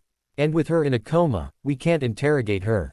Quote. What about Theodore Nott? Harry asked. Have you found him? No, Hermione admitted. He vanished after the Serpent's Den fell. We've been searching, but he's gone to ground. If he is working with the architect, he's their last remaining connection that we know of. Quote. The door opened, and Daphne entered. She wore a simple healing robe, and her left arm was in a sling, but otherwise she looked remarkably recovered. When she saw Harry awake, her face lit up with relief. You're awake, she said, moving to his bedside. Finally. The healers said you'd be fine, but I needed to see for myself. Quote. I'm fine, Harry assured her. How are you feeling? Like I got hit with a cutting curse and then spent several hours worrying about whether you were going to die, Daphne said. So, not great, but alive. Quote. Hermione stood. I'll give you two some privacy, she said. Harry, Kingsley wants to debrief you when you're feeling up to it. But rest first. Quote. After Hermione left, Daphne sat in the chair beside Harry's bed. For a moment, neither of them spoke. You saved my life, Daphne said finally. When Corvina hit me, you could have run. You could have extracted yourself and left me. Instead, you charged at her like a reckless idiot. Quote. You would have done the same, Harry said. Would I? Daphne asked. A month ago, I would have said no. I would have said survival comes first, always. But now, I don't know. You've changed me, Harry Potter. Quote. Is that a good thing or a bad thing? Harry asked. I'm not sure yet, Daphne admitted. But I'm starting to think it might be good. Quote. She reached out and took his hand, her fingers intertwining with his. When I was sitting here, waiting for you to wake up, I had a lot of time to think, Daphne continued. About what I want. About who I want to be. And I realized something. I don't want to go back to being the Ice Queen. I don't want to rebuild those walls and pretend I don't care about anything. Quote. What do you want? Harry asked softly. I want to matter in a different way, Daphne said. Not by running a criminal organization or accumulating power. But by actually helping people. By doing good in the world. She looked at him with those ice blue eyes that had become so familiar. I want to be someone you can be proud of. Quote. I'm already proud of you, Harry said. You risked everything to help stop Corvina. You fought beside me to save those prisoners. That took incredible courage. Quote. Or stupidity, Daphne said with a slight smile. The line is very thin, remember. Then we're both stupid, Harry replied. Daphne laughed, a genuine, unguarded sound that Harry had rarely heard from her. We are, she agreed. Spectacularly stupid. Quote. She leaned forward and kissed him. It was gentle, tender, and completely unhurried, not driven by adrenaline or desperation, but by genuine feeling. When they pulled apart, Daphne rested her forehead against his. I trust you, she whispered. I didn't think I ever would again, but I do. You've proven yourself over and over. You could have abandoned me, betrayed me, used me. Instead, you've protected me and believed in me even when I didn't believe in myself. Quote. Always, Harry said. Always, Daphne echoed. Over the following days, Harry recovered his strength. Daphne was a constant presence, and Harry found himself falling even deeper in love with the woman behind the Ice Queen facade. She was funny when she relaxed, wickedly intelligent, and surprisingly kind. They spent hours together, sometimes talking about the case, sometimes about nothing in particular. And slowly, the relationship that had begun in deception transformed into something genuine and real. But the shadow of the architect still loomed. A week after the Romania operation, Kingsley called a strategic meeting. Harry and Daphne attended, along with Hermione and several other senior Veil operatives. We've analyzed everything we recovered from the ritual site, Kingsley began. And we've pieced together some disturbing information. The architect wasn't just planning one ritual, they were planning 7 synchronized rituals at locations across Europe, all designed to amplify each other's power. Quote, "To what end?" Harry asked. "We're not entirely sure," Hermione admitted. "But based on the rune work and the magical theory involved, we believe they were attempting to create a massive disruption in the magical field across the entire continent." Quote, "Like a magical earthquake," Daphne said, her face pale. "That could kill thousands. Tens of thousands, if the disruption was severe enough." Quote, "Exactly," Kingsley confirmed. "We've managed to locate and shut down 4 of the 7 ritual sites. But 3 remain active. And without knowing who the architect is or where they're operating from, we're fighting blind." Quote, "What about Theodore Nott?" Harry suggested. "He's our best lead. If we can find him." "We've been trying," Hermione interrupted. "But he's using every trick in the book to stay hidden. False identities, anti-tracking charms, even blood wards that make locating him nearly impossible." Quote, "I might know a way," Daphne said quietly. Everyone turned to look at her. "Theodore and I worked together for 3 years. I know how he thinks. And I know where he would go if he needed to disappear completely." Quote, "Where?" Kingsley demanded. "There's a place," Daphne explained. "A hidden community in the Scottish Highlands where dark wizards who want to retire from the life go to ground. It's protected by ancient magic and centuries-old agreements. No ministry authority, no law enforcement, no questions asked. If Theodore is hiding, that's where he'd be." Quote, "Can you get us in?" Harry asked. "Maybe," Daphne said. "But it's dangerous. The community doesn't welcome outsiders, and they especially don't welcome people working with authorities. If they figure out what we are, we'll never leave alive." Quote, "It's a risk we have to take," Kingsley said. "If Theodore Nott knows the architect's identity, we need that information." "Daphne, can you arrange access?" "I can try," Daphne replied. "But I'll need Harry with me.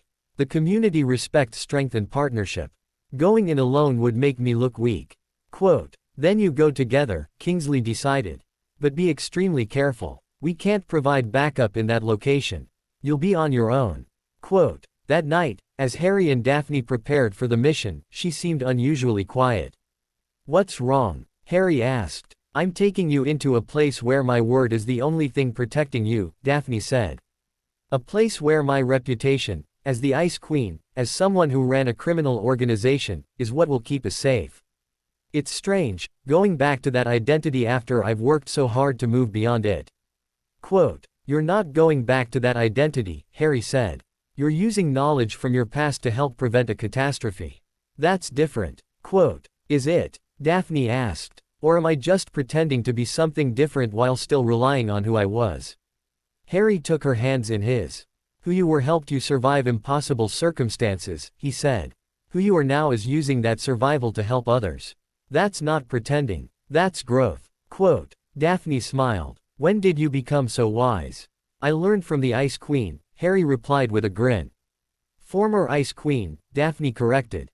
"Former Ice Queen," Harry agreed. They left for Scotland the next morning. The journey took them deep into the Highlands, through ancient forests and across magical barriers that would have repelled anyone who didn't know the specific paths.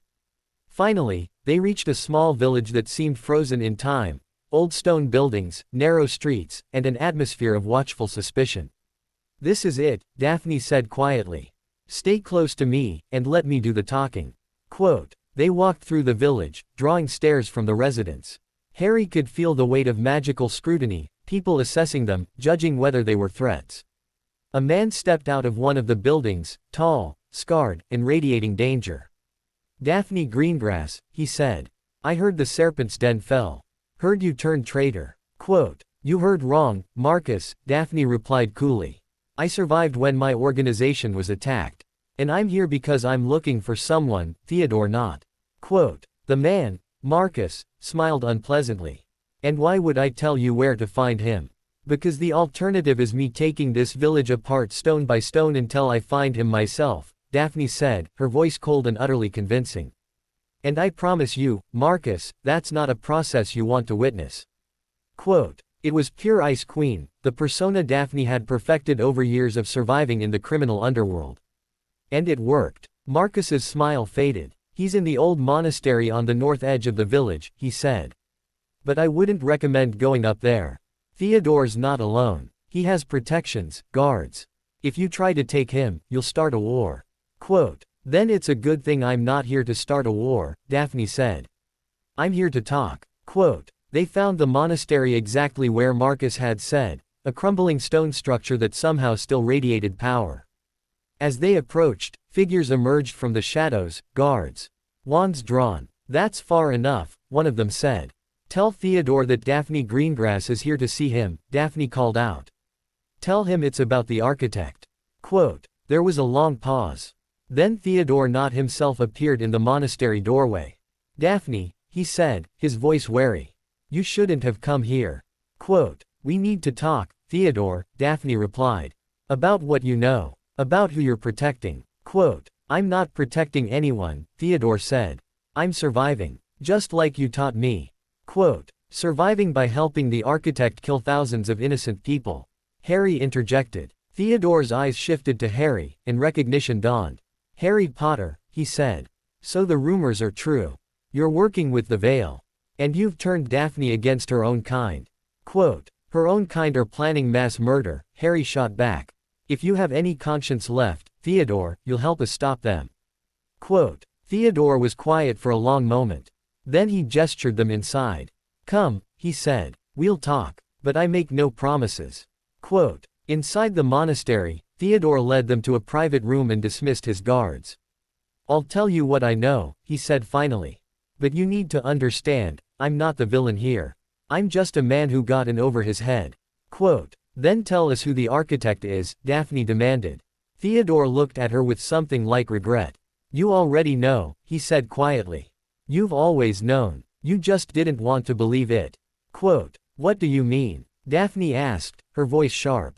"The architect isn't some mysterious outsider," Theodore explained. "It's someone from your own circle. Someone who's been planning this for years." He paused. "It's Astoria, your sister." Quote, the words hung in the air like a curse. Daphne's face went completely white. "No," she whispered. "That's not possible. Astoria would never." "Astoria has been manipulating you from the beginning," Theodore said gently. "The Serpent's Den, the operations, even your relationship with Harry Potter, all of it was designed to position her as the true power behind the organization while you served as the visible leader. And when the time was right, she planned to take everything." Quote, "You're lying," Daphne said, but her voice lacked conviction. "I'm not," Theodore replied. "And deep down, you know it. All those times she warned you about trusting people. All those moments where she seemed to know just what to say to keep you paranoid and isolated. She was grooming you, Daphne. Keeping you dependent on her." Quote, Harry felt sick. If this was true, if Astoria had been manipulating Daphne all along. "Where is she?" Harry demanded. "I don't know," Theodore admitted. "After the Serpent's Den fell, she vanished. But I know she's still planning to complete the grand design. The ritual sites are still active, and she has the resources to finish what Corvina started." Quote, Daphne stood abruptly. "I need air," she said, her voice hollow. She walked out of the room, and Harry followed. He found her standing outside the monastery, staring up at the Scottish sky with tears streaming down her face. "I should have seen it," she said when Harry approached. "All those years, I thought I was protecting her. But she was the one pulling the strings." Quote, "We don't know for certain that Theodore is telling the truth," Harry said. "Yes, we do," Daphne replied. "Because it makes sense. All of it. Every piece of the puzzle fits." She turned to him, her eyes red but her expression determined. "I have to stop her, Harry. She's my sister, and I love her, but I can't let her kill thousands of people." Quote, "We'll stop her together," Harry promised. "Together," Daphne echoed. And in that moment, despite the betrayal, despite the pain, Harry saw something in Daphne's eyes that gave him hope. Strength. The kind of strength that doesn't come from walls or ice, but from choosing to do what's right even when it costs everything. The Ice Queen was gone. And in her place stood someone far more powerful. A woman who had learned to love again. Chapter 14. The revelation about Astoria sent shockwaves through the Veil. Kingsley immediately mobilized every resource to locate her, while Hermione worked to identify the remaining ritual sites. Harry stayed close to Daphne, offering support as she processed the betrayal. "I keep thinking about all the moments I should have noticed," Daphne said one evening as they reviewed intelligence reports together. "All the times she pushed me to make certain decisions. All the ways she isolated me from anyone who might have helped me see what was happening." Quote, "She was your sister," Harry said gently. "You trusted her. That's not a weakness." Quote, "Isn't it?" Daphne asked bitterly. "Trust got me manipulated for years. Trust almost let her succeed in whatever horrible plan she's executing." Quote, "Trust also brought you here," Harry pointed out. "It let you build a relationship with me. It gave you the strength to change. Astoria didn't destroy your capacity for trust, she tried to, but she failed." Quote, Daphne looked at him for a long moment. "How do you always know the right thing to say?" "I don't," Harry admitted. "I'm making this up as I go along. But I know one thing for certain, you're not responsible for Astoria's choices. You're only responsible for your own. And you've chosen to help stop her.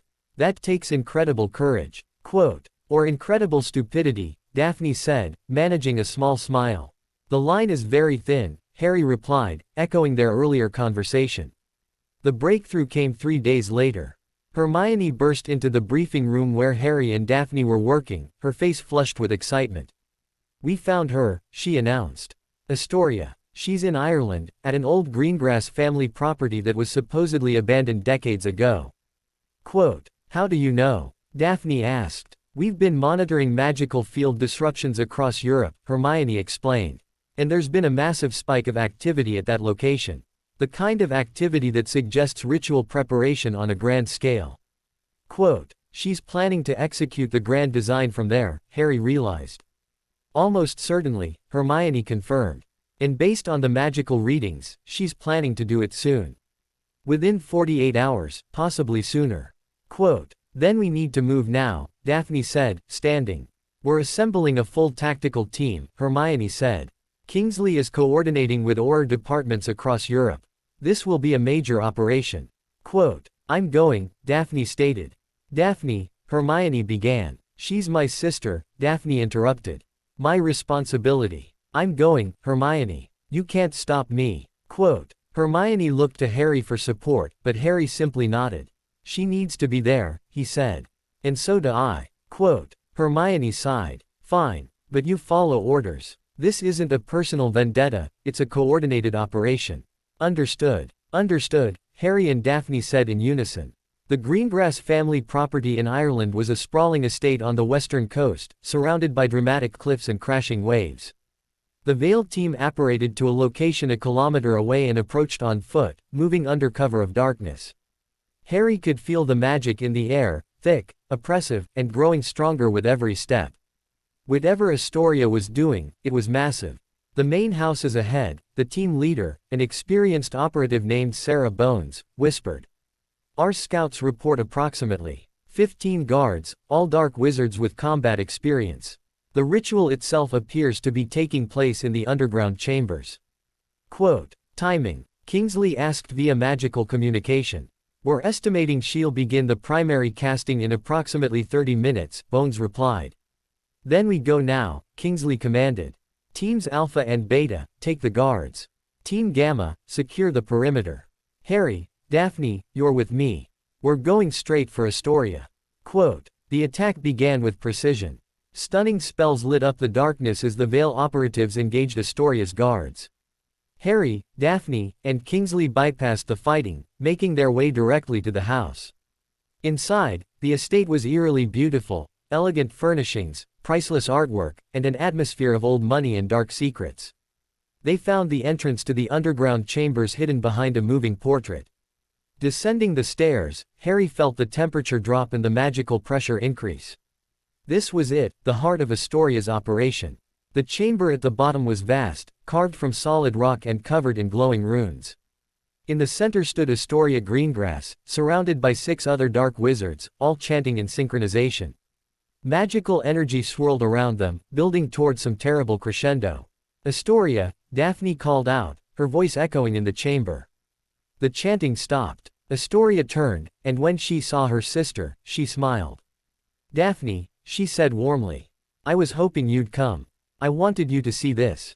To understand what we're building.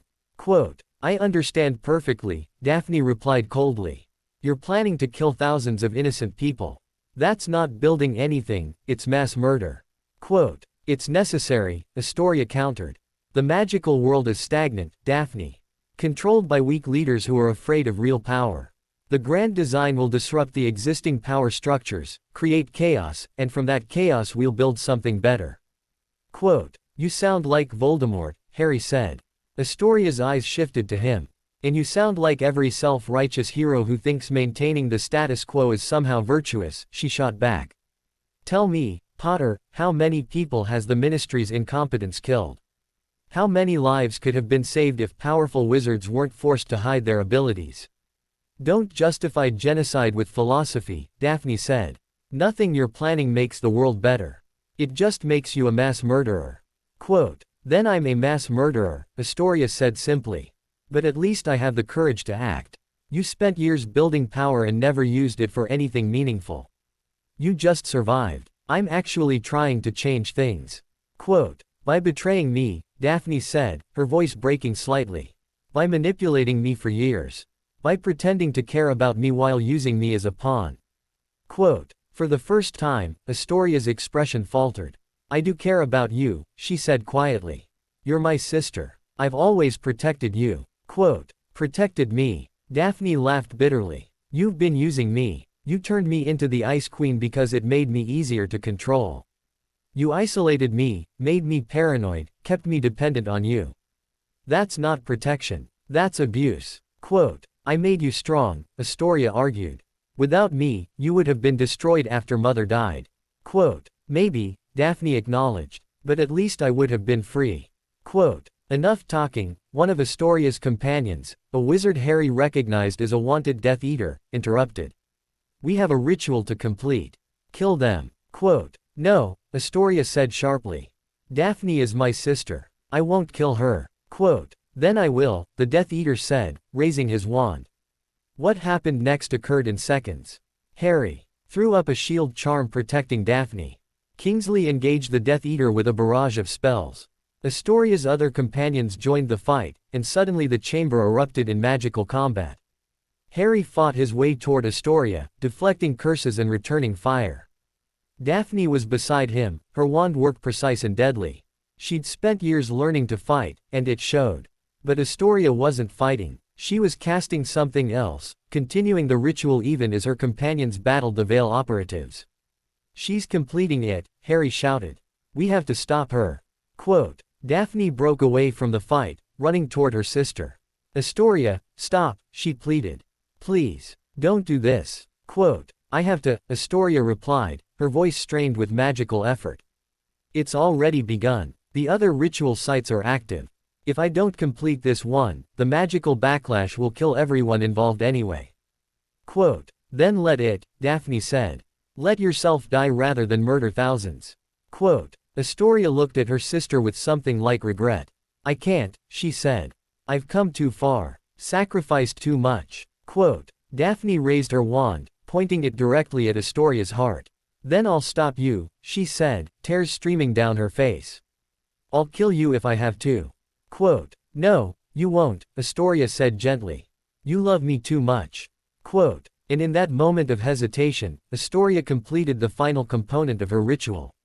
Magic exploded outward in a wave of destructive force. Harry felt it hit him like a physical blow, sending him flying backward. All around the chamber, the runes blazed with blinding light. Across Europe, 6 other ritual sites activated simultaneously. The grand design had begun. And Harry could feel the magical field itself beginning to tear apart. Chapter 15. The magical disruption was unlike anything Harry had experienced. It felt like reality itself was being torn, the fundamental forces that governed magic being twisted and corrupted. Through the chaos, Harry could see Astoria at the center of it all, her body glowing with stolen power. We have to disrupt the ritual, Kingsley shouted over the roar of magical energy. If we don't stop it now, the entire European magical field will collapse. Quote, how? Harry demanded. The focal points, Daphne said, pulling herself to her feet. Each ritual site has a focal point, an artifact or object channeling the energy. If we destroy them all simultaneously, the ritual will fail. Quote, "We don't have teams at all the other sites," Kingsley pointed out. "Then we use Astoria's own design against her," Daphne said. "The rituals are linked, what happens to one affects all the others. If we can overload this focal point, send a surge of magical energy back through the network, it'll fry every other ritual site." Quote, "That would require an enormous amount of power," Harry realized. "More power than any of us have," Kingsley agreed. "Not any one of us," Daphne said, looking at Harry. "But together. The sacrificial protection magic that saved you from Voldemort. It's still part of you, isn't it? That's ancient magic, the kind that predates modern spell work." Quote, Harry understood what she was suggesting. "If I channel that magic into the focal point while you redirect it back through the network. It might work," Daphne finished. "Or it might kill us both." Quote, "Do it," Kingsley commanded. "Whatever the risk, we can't let this ritual complete." Quote, Harry and Daphne moved toward the center of the chamber where Astoria stood, still channeling power from the other ritual sites. When Astoria saw them approaching, she tried to strike them down with magical attacks, but Harry's connection to ancient protective magic created a shield that her spells couldn't penetrate. "You can't stop this," Astoria screamed. "It's already done." Quote, "Watch us," Daphne replied. She began casting a complex counter-ritual, her wand moving in intricate patterns. Harry felt the magic she was weaving, a redirection spell of incredible sophistication, designed to turn Astoria's own power against her. Harry reached deep inside himself, finding the core of protective magic that his mother's sacrifice had left within him. It was ancient, powerful, and fueled by love. He let it flow out, channeling it toward the focal point, a massive crystal suspended above Astoria's head that pulsed with stolen magical energy. The two magics met, Astoria's ritual power and Harry's protective force. And the crystal began to crack. "No," Astoria cried out. "You're ruining everything." Quote, "I'm saving thousands of lives," Daphne replied, still maintaining her counter-ritual. "Including yours, even if you don't deserve it." Quote, the crystal shattered. Magical energy exploded in every direction, a chaotic surge of power looking for somewhere to go. Daphne's redirection spell caught it, shaped it, and sent it screaming back through the network toward the other 6 ritual sites. Across Europe, focal crystals exploded simultaneously. Ritual circles burned out. Dark wizards conducting the ceremonies were thrown backward by magical backlash. The grand design collapsed in spectacular failure. But the magical energy that had been building had to go somewhere. It rebounded back toward the source, toward this chamber, toward Astoria. "Daphne, get back," Harry shouted. But Daphne didn't move. She was still channeling the redirection spell, still holding the magical network together long enough for the other sites to fail completely. If she let go now, the energy would cascade unpredictably, potentially causing even more damage. Astoria stood at the center of the returning power, her body beginning to burn from the inside out. She looked at Daphne with an expression that was equal parts rage and regret. "You've killed me," Astoria said. "You killed yourself," Daphne replied, her voice hollow. "The moment you chose this path." Quote, "Perhaps," Astoria admitted, "but at least I tried to matter. At least I tried to change things." Quote, "You mattered to me," Daphne said, tears streaming down her face. "You always mattered. I would have done anything for you. You didn't need to manipulate me. You just needed to ask." Quote, Astoria's face crumpled. "I'm sorry," she whispered. "For everything. For using you. For lying to you. For." Quote, she never finished the sentence. The magical backlash consumed her, burning away her physical form in a flash of brilliant light. When the light faded, Astoria Greengrass was gone. Daphne collapsed, and Harry caught her before she hit the ground. She was sobbing, her entire body shaking with grief. "She's gone," Daphne gasped. "My sister is gone." Quote, "I know," Harry said, holding her tightly. "I'm so sorry." Quote, around them, the chamber began to stabilize. The ritual was broken, the magical field returning to normal. Kingsley was coordinating with teams across Europe, confirming that all 7 sites had been neutralized. They'd done it. They'd stopped the grand design. But the cost had been terrible. Harry held Daphne while she cried, offering what comfort he could.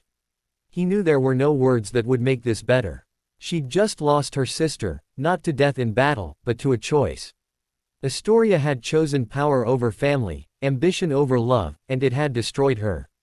Eventually, Daphne's sobs quieted. She pulled back slightly, her face red and tear-stained.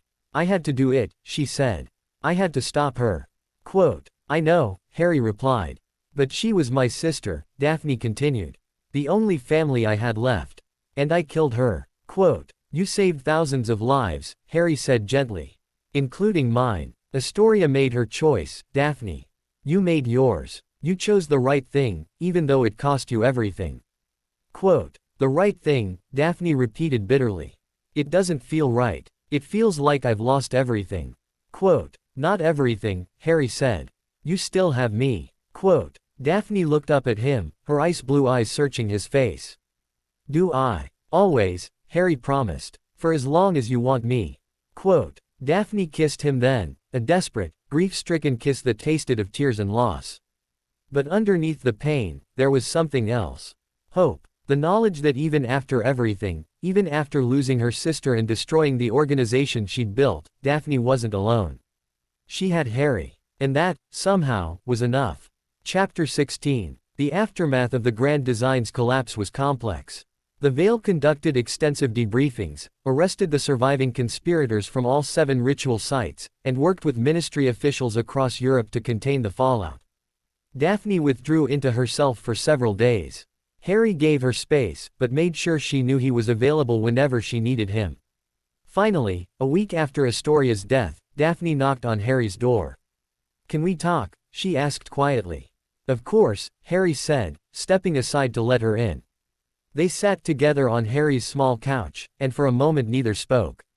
"I've been thinking about everything that happened," Daphne finally said. "About Astoria, about the choices I made, about who I want to be going forward." Quote, "And," Harry prompted gently. "And I've realized something," Daphne continued.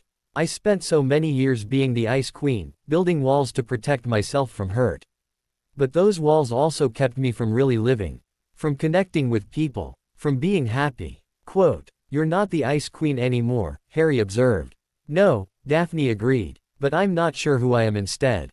The organization I built is gone.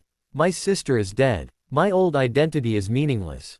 I'm adrift." Quote, "Then let's figure out who you are together," Harry suggested. "Build a new identity based on who you want to be, not who you had to be." Quote, Daphne smiled slightly. "That sounds terrifying." Quote, "It is," Harry agreed. "But also exciting. You get to choose, Daphne. No more circumstances forcing your hand. No more manipulation or survival. Just choice." Quote, "What would you choose?" Daphne asked. "If you were me, I'd choose to help people," Harry said. "Use all that intelligence and skill and experience to make the world better. Not in the abstract way Astoria wanted, by destroying everything and rebuilding. But in small, concrete ways. One person at a time." Quote, "You're talking about working for the Veil permanently," Daphne realized. "If you want to," Harry said. "Kingsley's already mentioned that they'd be happy to have you. You have skills that most operatives lack. Understanding of the criminal underworld, strategic thinking, combat experience. You could make a real difference." Quote, Daphne was quiet for a long moment. "And what about us?" she asked softly. "Would we be working together?" "If you want to," Harry repeated. "I'd like that. But only if it's what you want. Not because you feel obligated or because you don't think you have other options." Quote, "I want it," Daphne said decisively. "I want to work with you. I want to build something good out of all this darkness. And I want," she paused, seeming to gather courage. "I want to be with you. Not just as partners, but as, more." Quote, Harry felt his heart skip. "More. I love you," Daphne said, the words coming out in a rush. "I didn't want to. I fought against it. But I do. You make me want to be better. You make me believe I can be more than just a survivor. And I don't want to lose that." Quote, "You won't," Harry promised. "I love you too, Daphne. I have since. I'm not even sure when it started. Maybe from the first time I saw past the Ice Queen facade to the incredible woman underneath." Quote, Daphne kissed him, and this time there was no grief or desperation, just joy and hope and the promise of something new beginning. Over the following weeks, Daphne officially joined the Veil. She and Harry became partners in the truest sense, working together on operations, planning strategies, and slowly building a life that was theirs rather than something forced upon them by circumstances. Hermione approved wholeheartedly. "I have to admit, I was skeptical at first," she told Harry one afternoon. "But Daphne has proven herself repeatedly. And more importantly, you're happy. I haven't seen you this genuinely happy since before the war." Quote, "I am happy," Harry admitted. "Despite everything that happened, despite the cost, I found something I didn't expect, someone who understands me completely." Quote, "Someone who challenges you," Hermione added. "That's important, Harry. You need someone who won't just follow along with whatever you decide. Someone who'll call you out when you're being reckless or stupid." Quote, "Daphne does that constantly," Harry said with a grin. "Good," Hermione replied. "Keep her." Quote, 3 months after the Grand Design's collapse, Harry and Daphne were assigned their first major operation together. A dark wizard operating in Spain had been trafficking cursed artifacts, and the Veil needed operatives who could infiltrate his organization. Just like old times, Daphne observed as they prepared for the mission. "Except this time, we're both on the same side from the beginning." Quote, "And I don't have to hide who I am," Harry added. "That too," Daphne agreed. The operation went smoothly. Harry and Daphne worked together with the kind of seamless coordination that came from deep trust and understanding. They infiltrated the Dark Wizard's operation, gathered the necessary intelligence, and coordinated with Spanish Aurors to make the arrest. "You two are terrifyingly effective," the Spanish Auror commander commented afterward. "It's like you share a brain." Quote, "We've had a lot of practice," Daphne replied with a slight smile. That evening, as they celebrated their successful mission at a small cafe in Barcelona, Harry reached across the table and took Daphne's hand. "I've been thinking," he said. "Always dangerous," Daphne teased. "I want this to be permanent," Harry continued. "Not just the partnership, but everything. Us. Together." Quote, Daphne's eyes widened. "Harry, are you?" "I'm not proposing," Harry said quickly. "Not yet. But I wanted you to know that I'm thinking about it. About a future where we're not just partners or lovers, but something more permanent." Quote, "Partners for life," Daphne said softly. "Exactly," Harry agreed. "I'd like that," Daphne said. "More than I can say." Quote, they sat together as the Spanish sun set over Barcelona, two people who had found each other in the darkness and somehow built something beautiful from tragedy and loss. The Ice Queen was gone. But in her place was someone stronger. A woman who had learned that true strength comes not from walls and isolation, but from vulnerability and connection. A woman who had chosen love over survival. And a woman who, alongside the man she loved, was building a life worth living. Chapter 17. 6 months into their partnership, Harry and Daphne had become legendary within the Veil. They completed missions that other operatives considered impossible, navigated situations that would have killed less skilled teams, and maintained a relationship that somehow balanced professional excellence with personal happiness. "You're making the rest of us look bad," Ron complained good-naturedly during a rare social gathering at Grimmauld Place. He'd made a full recovery from his capture and torture at the Serpent's Den, though he still had nightmares occasionally. "Not our fault you're getting slow in your old age," Harry teased. "We're the same age," Ron protested. "And yet Harry makes it work while you complain," Hermione interjected, though her eyes sparkled with affection. She and Ron had finally admitted their feelings for each other after the Grand Design crisis, and they made an oddly perfect couple. Daphne watched the friendly banter with a soft smile. It had taken time, but Harry's friends had accepted her completely. She was no longer the Ice Queen or the criminal they'd helped capture, she was simply Daphne, Harry's partner and girlfriend. "I have news," Kingsley announced, entering the room with his usual commanding presence. "We've identified another major threat, a resurrection cult trying to bring back Voldemort." Quote, the room fell silent. "I thought that was impossible," Harry said. "Voldemort's soul was destroyed. All his Horcruxes were eliminated." Quote, "These cultists believe they can reconstruct his soul from magical echoes and residual dark magic," Kingsley explained. "It's almost certainly doomed to fail, but in the attempt they could kill dozens of people and cause massive magical disruption." Quote, Where are they operating? Daphne asked. Albania, Kingsley replied. In the same forests where Voldemort hid after his first defeat. They believe the location has special significance. Quote, they're not wrong, Harry said grimly. That place holds a lot of dark magic. If they're conducting rituals there, they need to be stopped immediately, Kingsley finished. Harry, Daphne, I'm assigning this to you. You're our best team for handling dark magic threats. Quote, we'll leave tomorrow, Harry said. That night, as Harry and Daphne prepared for the mission, Daphne seemed unusually quiet. What's wrong? Harry asked. Nothing's wrong, Daphne replied. I'm just thinking. Quote, about how far we've come, Daphne said.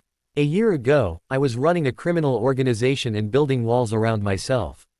Now I'm preparing to fight a resurrection cult alongside the man I love. It's surreal. Quote, regret any of it? Harry asked. Not for a second, Daphne replied immediately. Even the painful parts, even losing Astoria, it all led me here, to this life, to you. I wouldn't change that. Quote, Harry kissed her gently. I love you, he said. I love you too, Daphne replied. Always. Quote, the Albanian mission proved to be their most dangerous yet. The resurrection cult was larger than intelligence had suggested, over 40 dark wizards, all fanatically devoted to bringing back Voldemort. They'd established a compound deep in the forest, protected by powerful wards and patrolled by guards. We need backup, Daphne observed as they surveyed the compound from a hidden vantage point. Agreed, Harry said, but it'll take time for a full team to arrive. And according to our intelligence, they're planning to conduct their main ritual tonight. Quote, so we stall them, Daphne suggested. Create enough chaos that they can't complete the ritual until backup arrives. Quote, it was risky, but Harry had learned to trust Daphne's strategic thinking. They worked together to develop a plan, hit-and-run attacks designed to disrupt the cult's preparations without engaging in direct combat they couldn't win. As night fell, they struck.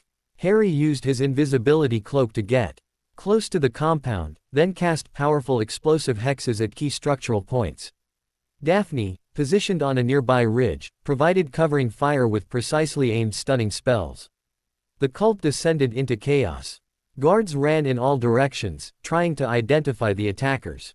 The ritual preparation was disrupted as cultists scrambled to defend their compound. But then something went wrong. One of the cult leaders, a witch Harry recognized from old Death Eater files, cast a detection spell that penetrated Harry's invisibility cloak. Suddenly his position was revealed, and dozens of dark wizards converged on him. Harry, run, Daphne screamed, abandoning her position to fight her way to him. But Harry was surrounded. He fought with everything he had, his wand a blur of motion as he deflected curses and returned fire. But there were too many. He felt a cutting curse slice across his side. Pain exploded through him, and he stumbled. And then Daphne was there, fighting beside him with a fury he'd rarely seen. She was magnificent, deadly, precise, and absolutely relentless. Together, they carved a path through the cultists, moving back to back toward the forest edge. But the Death Eater witch caught up to them. She hit Daphne with a dark curse that sent her flying. No, Harry roared, his protective magic flaring to life. The ancient magic that his mother's sacrifice had left within him erupted outward, a wave of pure force that threw back every dark wizard within 50 meters. The Death Eater witch screamed as the protective magic burned her, her wand flying from her hand.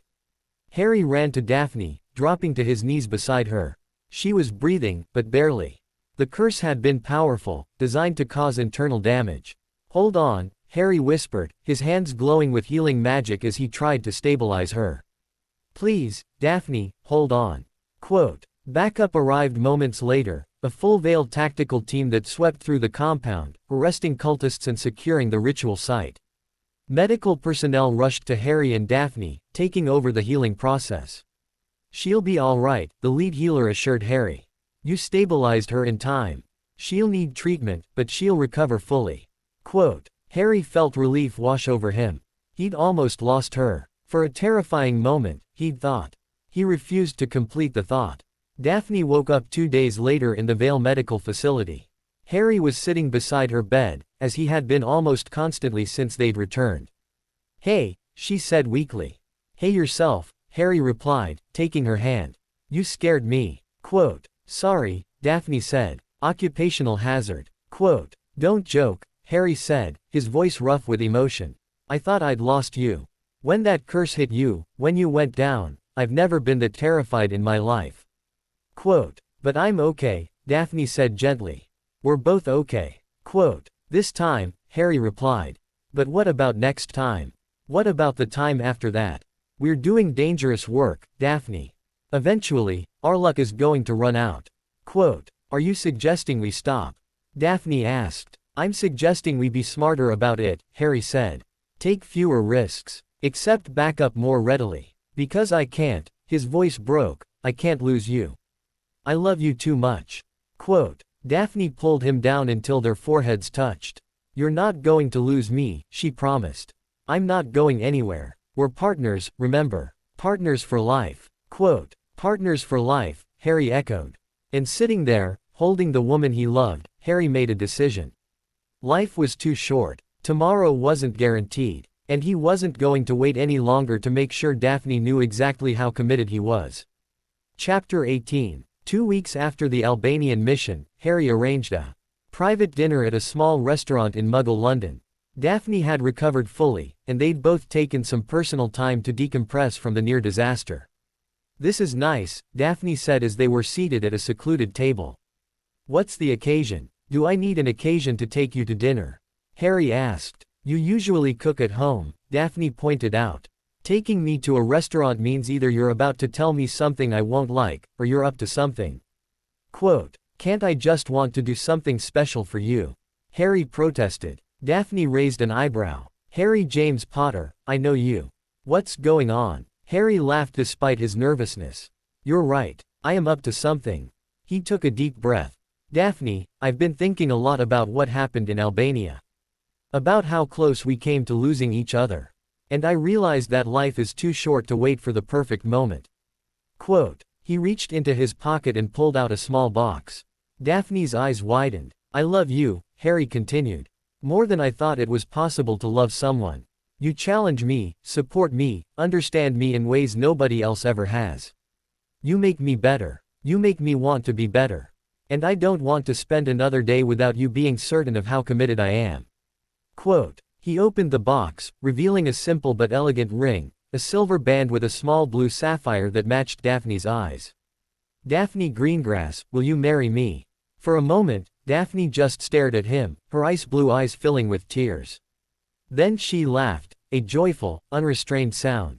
Yes, she said. Yes, absolutely yes. Quote. Harry slipped the ring onto her finger, and Daphne pulled him into a kiss that was witnessed by the entire restaurant, which erupted in applause. I love you, Daphne whispered when they finally broke apart. I love you so much. Quote. I love you too, Harry replied. That night, they returned to the apartment they'd been sharing and celebrated properly. Later, as they lay together in the darkness, Daphne traced the scar on Harry's forehead gently. I never thought I'd have this, she said quietly. A real relationship. Someone who loves me for who I am, not for what I can do for them. Someone who sees past the Ice Queen to the person underneath. Quote. You were never just the Ice Queen, Harry said. That was always a mask. Underneath was this incredible woman, brilliant, strong, caring, and more beautiful than you realize. Quote. Sweet talker, Daphne teased. It's all true, Harry insisted. I know, Daphne said. That's what makes it sweet.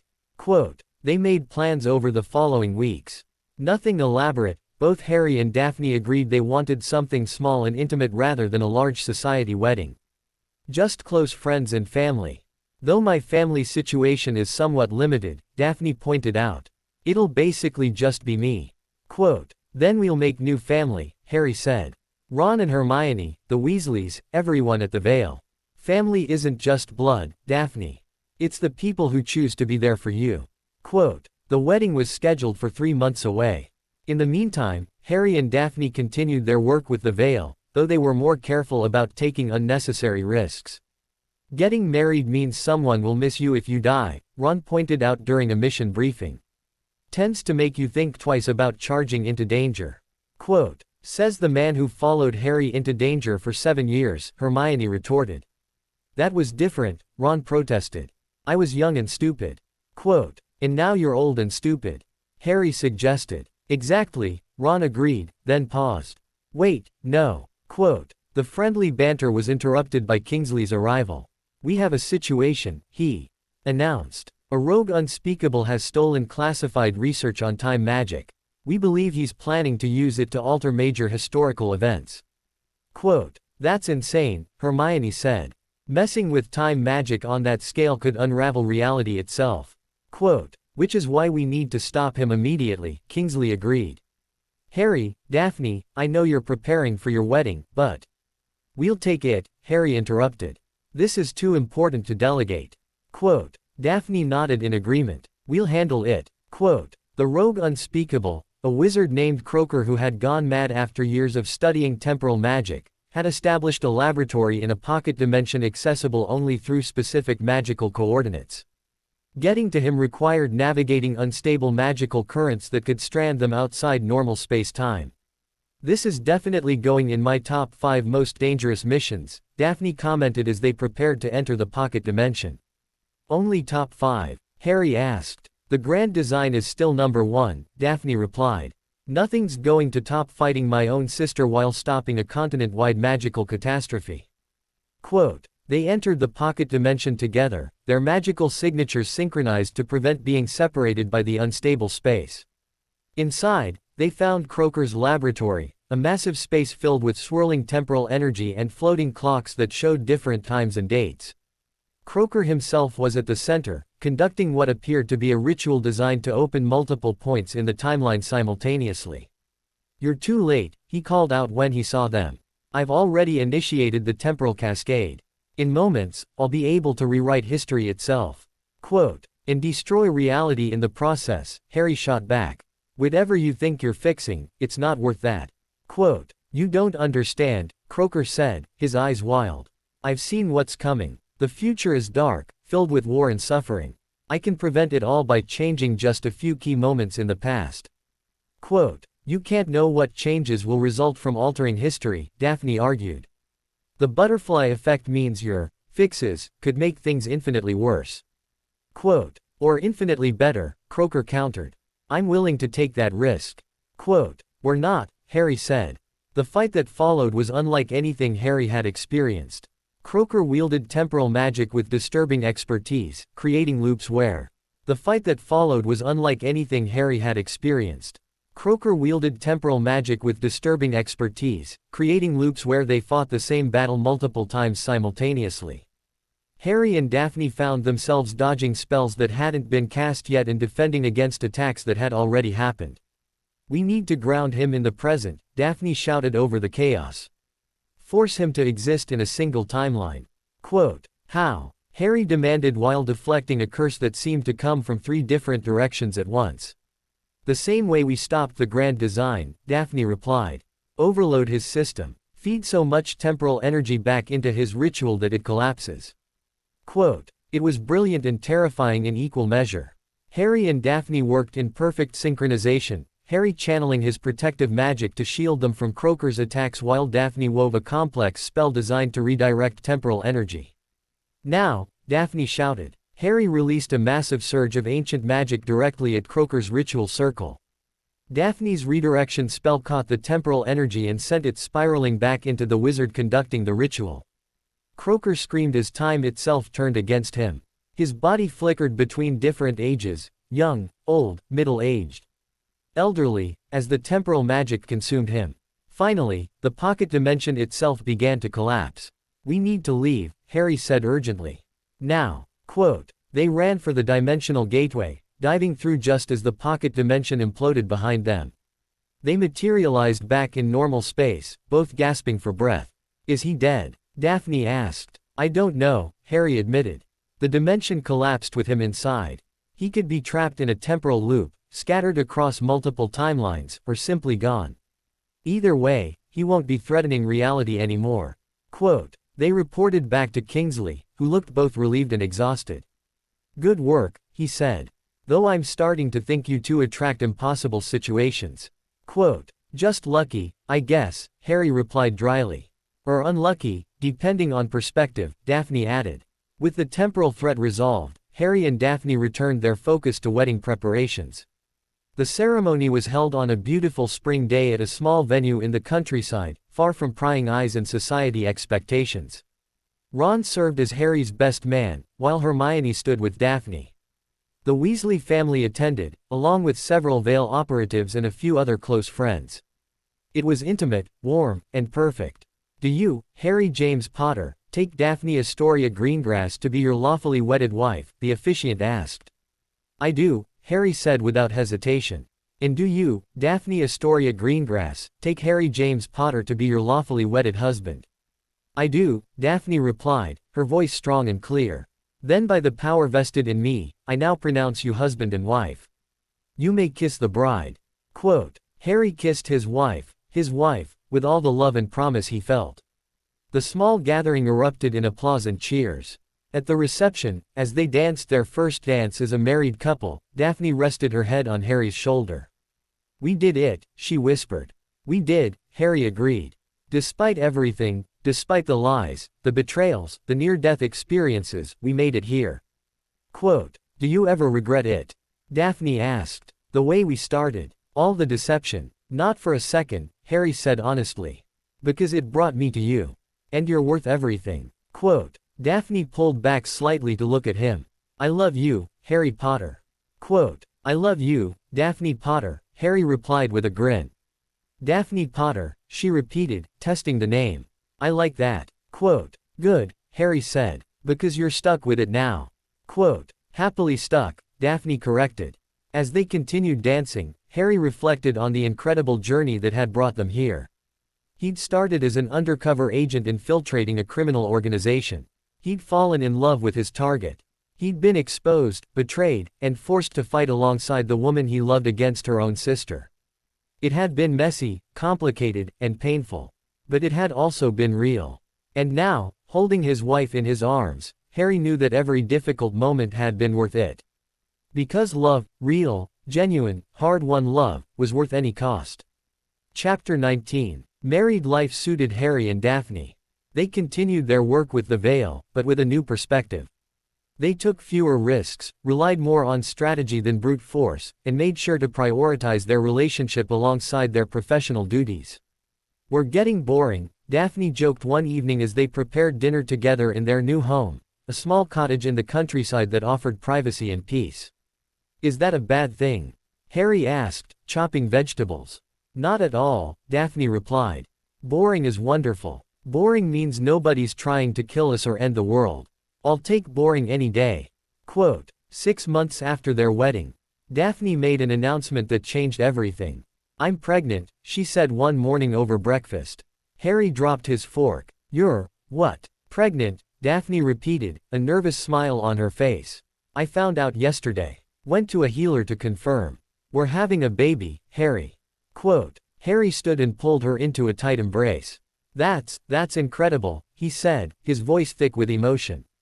"We're going to be parents." Quote. "Terrifying, isn't it?" Daphne asked. "Completely," Harry agreed. "But also wonderful." Quote. The pregnancy prompted some serious discussions about their future. Daphne decided to take a leave from field work, transitioning to an analytical role at Vale headquarters. Harry reduced his active missions, accepting only assignments that didn't require extended time away from home.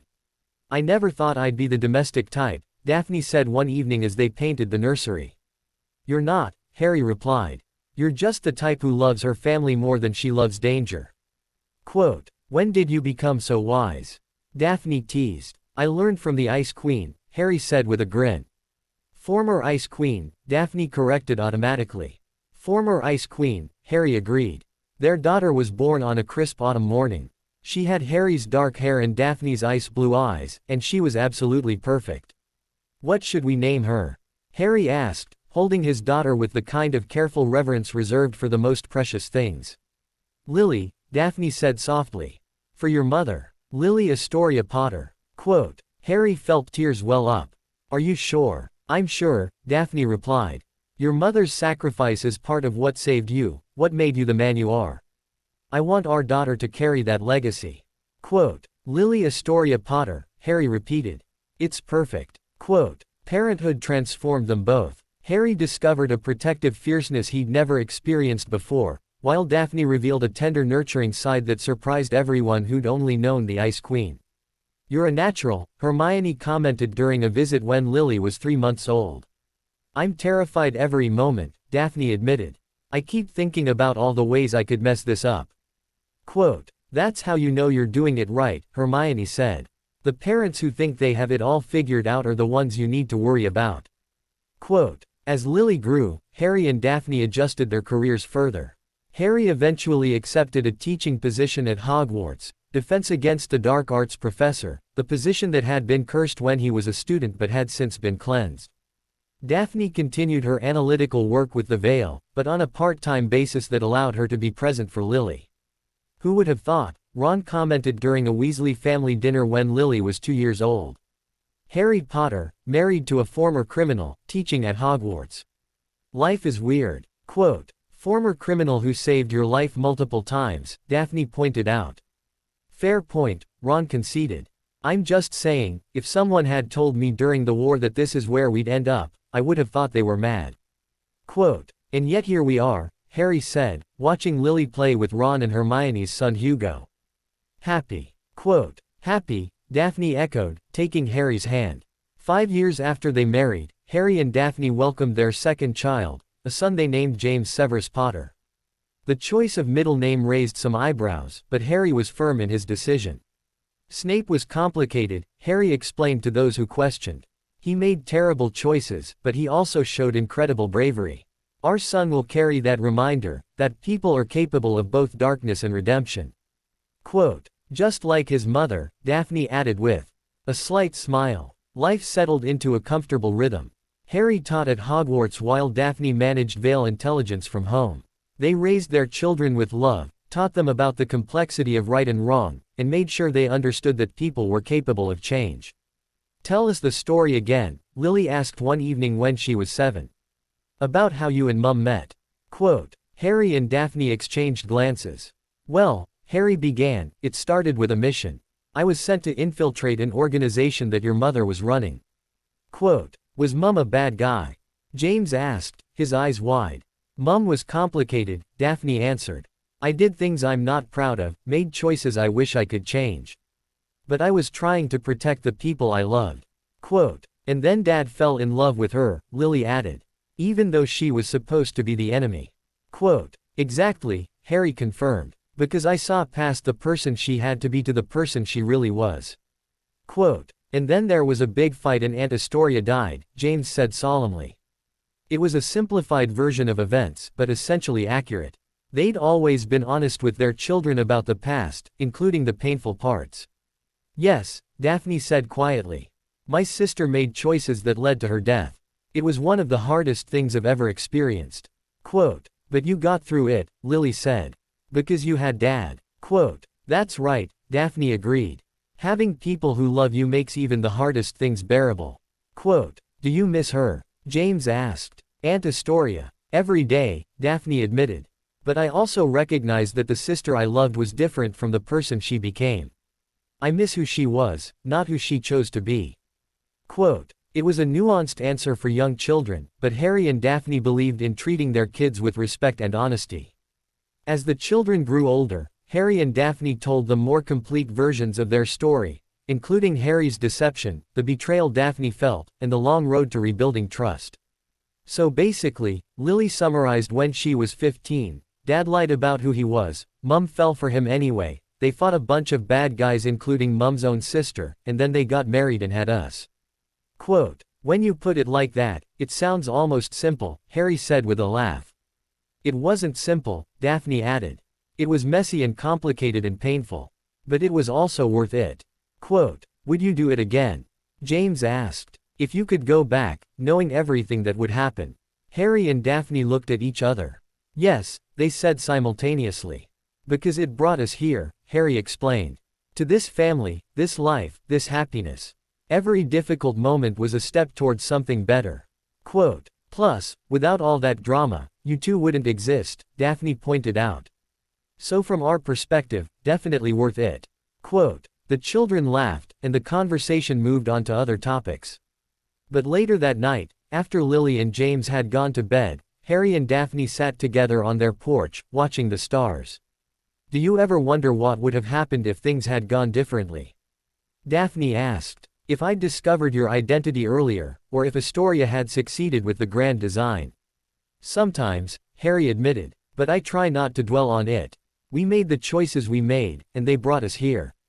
That's what matters." Quote, "Here is pretty good," Daphne agreed, resting her head on his shoulder. "Here is perfect," Harry corrected. They sat in comfortable silence, two people who had found each other in the darkness and built a life filled with light. The Ice Queen was long gone, melted away by love and time and the choice to be vulnerable. In her place was a woman who understood. That true strength came from connection, not isolation. And Harry, the secret agent who had fallen for his target, had learned that the best missions were the ones that changed you. That challenged everything you thought you knew and forced you to become something better. Their story had been unconventional, filled with deception and danger and tragedy. But it had also been real.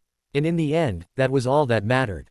Chapter 20. 20 years after Harry first infiltrated the Serpent's Den, he stood in his office at Hogwarts, now serving as headmaster. The school had changed under his leadership, more inclusive, more focused on teaching students to think critically rather than just follow rules. Daphne had taken a position as the school's strategic defense consultant, teaching advanced courses on recognizing and countering dark magic threats. Together, they'd created an environment where students learned not just spells, but wisdom. "Professor Potter," a knock came at his door. "Come in," Harry called. Lily entered, now 22 and working as an Auror, following in her father's footsteps. "I need to talk to you about something," she said. "What is it?" Harry asked. "I've been offered a position," Lily explained. "With the Veil. They want me to go undercover, infiltrate a dark organization that's been operating in Eastern Europe." Quote, Harry felt a chill run down his spine. "That's dangerous work, Lily." Quote, "I know," she replied. "You and Mum have told me the stories. But I also know it's important work. Work that saves lives." Quote, "Have you discussed this with your mother?" Harry asked. "Not yet," Lily admitted. "I wanted to talk to you first. Get your perspective as someone who's done this kind of work." Quote, Harry was quiet for a long moment, thinking about his own undercover mission all those years ago. How it had changed him, challenged him, and ultimately led him to the love of his life. "It will be difficult," he said finally. "You'll have to lie to people you come to care about. You'll question your own identity. You'll make choices that haunt you." Quote, "But it's worth it?" Lily asked. "That depends on what you find," Harry replied. "For me, it was worth it. I found your mother, helped stop a dangerous organization, and became a better person in the process. But it could have gone very differently." Quote, Lily nodded thoughtfully. "I want to do it," she said. "I want to make a difference, like you and Mum did." Quote, "Then you have my support," Harry said. "But please, be careful. And remember, the people you meet undercover, they're not just targets or mission objectives. They're human beings, complicated and capable of both good and evil." Quote, "Like Mum was," Lily said. "Like your mother was," Harry agreed. "Try to see people the way I tried to see her.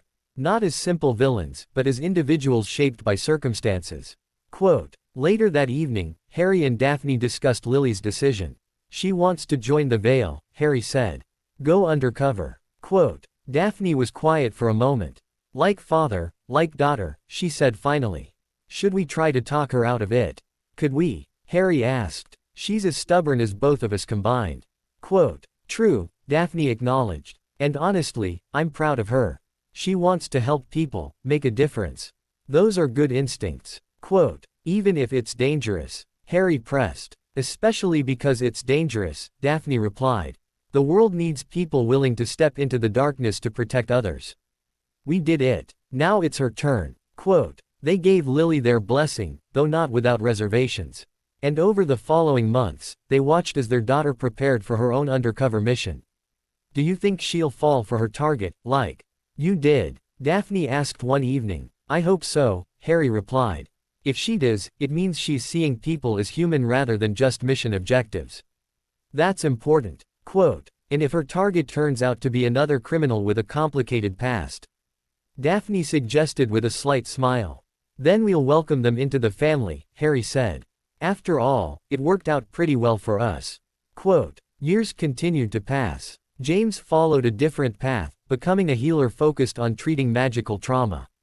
He married a former Ravenclaw who shared his passion for helping people recover from dark magic exposure.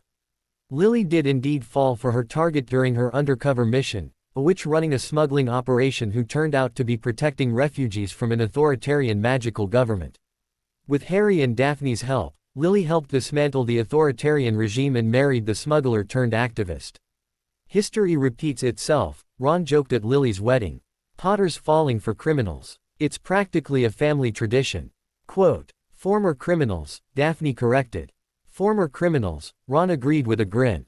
As Harry grew older, he often reflected on the mission that had changed his life. He'd been sent to infiltrate an organization, to gather intelligence and bring down criminals. Instead, he'd found love, discovered complexity where he'd expected simple villainy, and learned that redemption was possible for anyone willing to choose it. Do you ever regret it? Daphne asked on their 30th anniversary. They were back at the spot where Harry had first revealed his true identity to her, the ruins of the Serpent's Den, now just an empty valley in Romania. Not for a single moment, Harry replied. Every choice I made, every risk I took, it all led to you. To us. To the life we built. Quote, even the lies. Daphne pressed. Especially the lies, Harry said. Because they taught us both that truth is more valuable than any deception. That real connection requires vulnerability. Quote, Daphne kissed him, and it felt exactly the same as it had all those years ago, filled with love, promise, and the knowledge that they'd chosen each other despite every reason not to. I love you, Harry Potter, she said. I love you, Daphne Potter, he replied. They stood together in the ruins of where their story began, two people who had traveled an impossible journey from enemy to lovers, from lies to truth, from isolation to connection. The Ice Queen was a distant memory now. In her place stood a woman who had learned that the strongest walls were the ones you chose to break down. And beside her stood the secret agent who had fallen for his target and never looked back. Their story had been unconventional, dangerous, complicated, but it had also been real. And in the end, love, messy, complicated, hard-won love, was always worth the journey. The end. Epilogue. 20 years later. The letter arrived via owl on a crisp autumn morning. Harry, now in his 60s but still fit and active, opened it with curiosity. Dear Professor Potter, my name is Scorpius Malfoy, and I'm currently a 7th-year student at Hogwarts. I'm writing to you because I'm considering a career in magical law enforcement, specifically with the Veil. Professor Greengrass Potter suggested I speak with you about your experiences working undercover. Would you be willing to meet with me to discuss this? I understand from Professor Greengrass Potter that you have unique insights into the moral complexities of undercover work. Respectfully, Scorpius Malfoy. Harry smiled. Scorpius was the grandson of Draco Malfoy, who had spent years atoning for his family's dark past. The boy was brilliant, principled, and exactly the kind of person the magical world needed in law enforcement. He wrote back immediately, agreeing to meet. A week later, Scorpius sat in Harry's office, listening intently as Harry recounted his undercover mission all those years ago. The hardest part, Harry explained, wasn't the danger or even the deception. It was maintaining my sense of self while pretending to be someone else. And learning to see people as complex individuals rather than simple categories of good or evil. Quote, Professor Greengrass Potter mentioned that she was your target, Scorpius said. That must have been incredibly complicated. Quote, it was, Harry admitted. But it also taught me one of the most important lessons of my life, that people are capable of change. That circumstances shape us, but don't define us. And that redemption is always possible for those willing to choose it. Quote, like my grandfather, Scorpius said quietly. Exactly like your grandfather, Harry confirmed. Draco made terrible choices when he was young. But he spent the rest of his life trying to make amends. That takes courage. Quote, do you think I'd be good at undercover work? Scorpius asked. Harry studied the young man carefully. I think you have the intelligence and the empathy required, he said. But more importantly, you have something even rarer, the ability to see people as they truly are, not as you wish them to be. That's essential for this kind of work. Quote, thank you, Professor, Scorpius said. That means a lot, coming from you. Quote. After Scorpius left, Daphne entered the office. You recommended me as a reference. Harry observed. He needed to hear your story, Daphne replied. To understand that the world isn't simple, that good people make mistakes and bad people can change. Quote. Do you think he'll join the Veil? Harry asked. I think he'll do whatever he believes is right, Daphne said. Just like we did. Quote. Harry pulled her close. We've lived an interesting life, he said. We have, Daphne agreed. And I wouldn't change a single moment. Quote. They stood together in Harry's office, looking out over the Hogwarts grounds where generations of students had learned, grown, and discovered who they wanted to become. Their story had begun in deception and danger. But it had transformed into something beautiful, a testament to the power of love, redemption, and the choice to see people as they truly are. The Ice Queen had melted long ago. But the lesson she'd taught remained. That true strength comes not from walls and isolation, but from the courage to be vulnerable. To trust, to love, and to believe that people, no matter their past, can choose to become something better. That was the legacy Harry and Daphne left behind. Not in grand battles or dramatic victories, but in the small, quiet choice to see the humanity in everyone, including themselves. 5 years after Lily's successful undercover mission, a new threat emerged that would test everything the Potter family had learned about justice, redemption, and the complexity of good and evil. Harry received the encrypted message while teaching his advanced defense against the dark arts class. The urgency code indicated a level 1 emergency, the highest priority the Veil used. Class dismissed early today, Harry announced. Please review chapters 12 through 15 for our next session. Quote. The students filed out, and Harry immediately contacted Daphne through their private communication charm. Did you get it? He asked. Just now, Daphne confirmed, her voice tense. Kingsley wants us both at headquarters immediately. It's about Theodore Nott. Quote. Harry's stomach dropped. Theodore Nott, the man who had helped expose Astoria as the architect, who had disappeared after providing that information. They'd assumed he'd gone into permanent hiding. What about him? Harry asked. He's surfaced, Daphne said. And he's building something. Something that makes the grand design look small.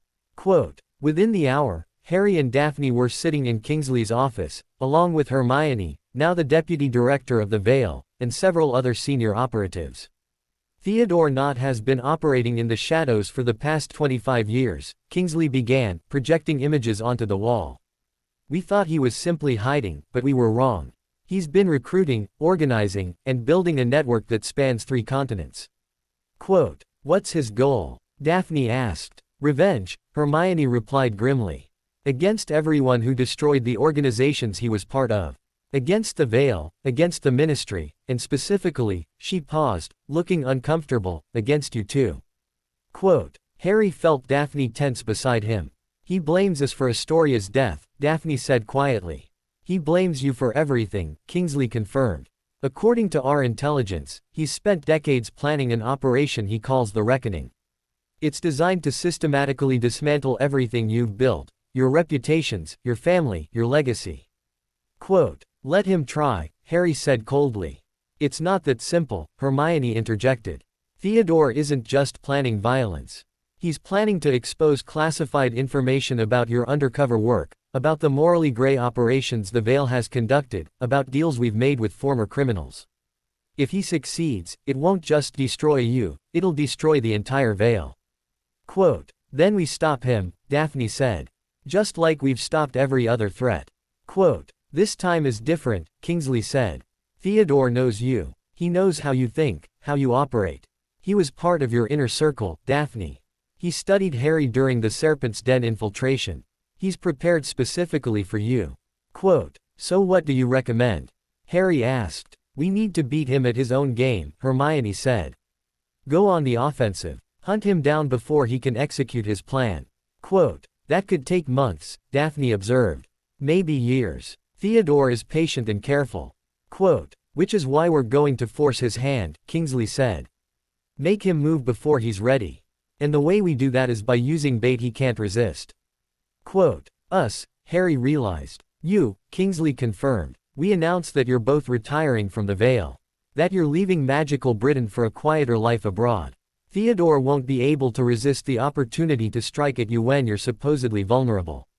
Quote, "You want us to fake our own retirement and wait for him to attack," Daphne summarized. "Yes," Kingsley said. "It's risky, but it's our best option." Quote, Harry and Daphne exchanged glances. After 30 years together, they could communicate volumes without words. "We'll do it," Harry said. "But we have conditions." Quote, "Name them," Kingsley replied. "Our children are off limits," Daphne stated firmly. "Lily, James, and their families, you provide them with full protection. If Theodore goes after them to get to us, I want your best operatives guarding them." Quote, "Done," Kingsley agreed. "What else? We want full operational control," Harry added. "No second guessing, no committee decisions. If we're going to be bait, we do it our way." Quote, Kingsley hesitated, then nodded. "Agreed. But you keep us informed. No going rogue." Quote, "We'll report to Hermione directly," Daphne said. "But only her. The fewer people who know the real plan, the better." Quote, over the following weeks, Harry and Daphne orchestrated their public retirement. They made emotional speeches at Hogwarts, gave interviews to the Daily Prophet about wanting to travel, and spent time with grandchildren, and made a show of selling their home in Britain. "This feels strange," Harry commented one evening as they packed up their cottage. "Pretending to leave everything behind." Quote, "We've pretended before," Daphne reminded him. "This is just another mission." Quote, "The last one," Harry said. "The last one," Daphne agreed. "After this, we really do retire. For real. No more missions, no more danger. Just us and our family."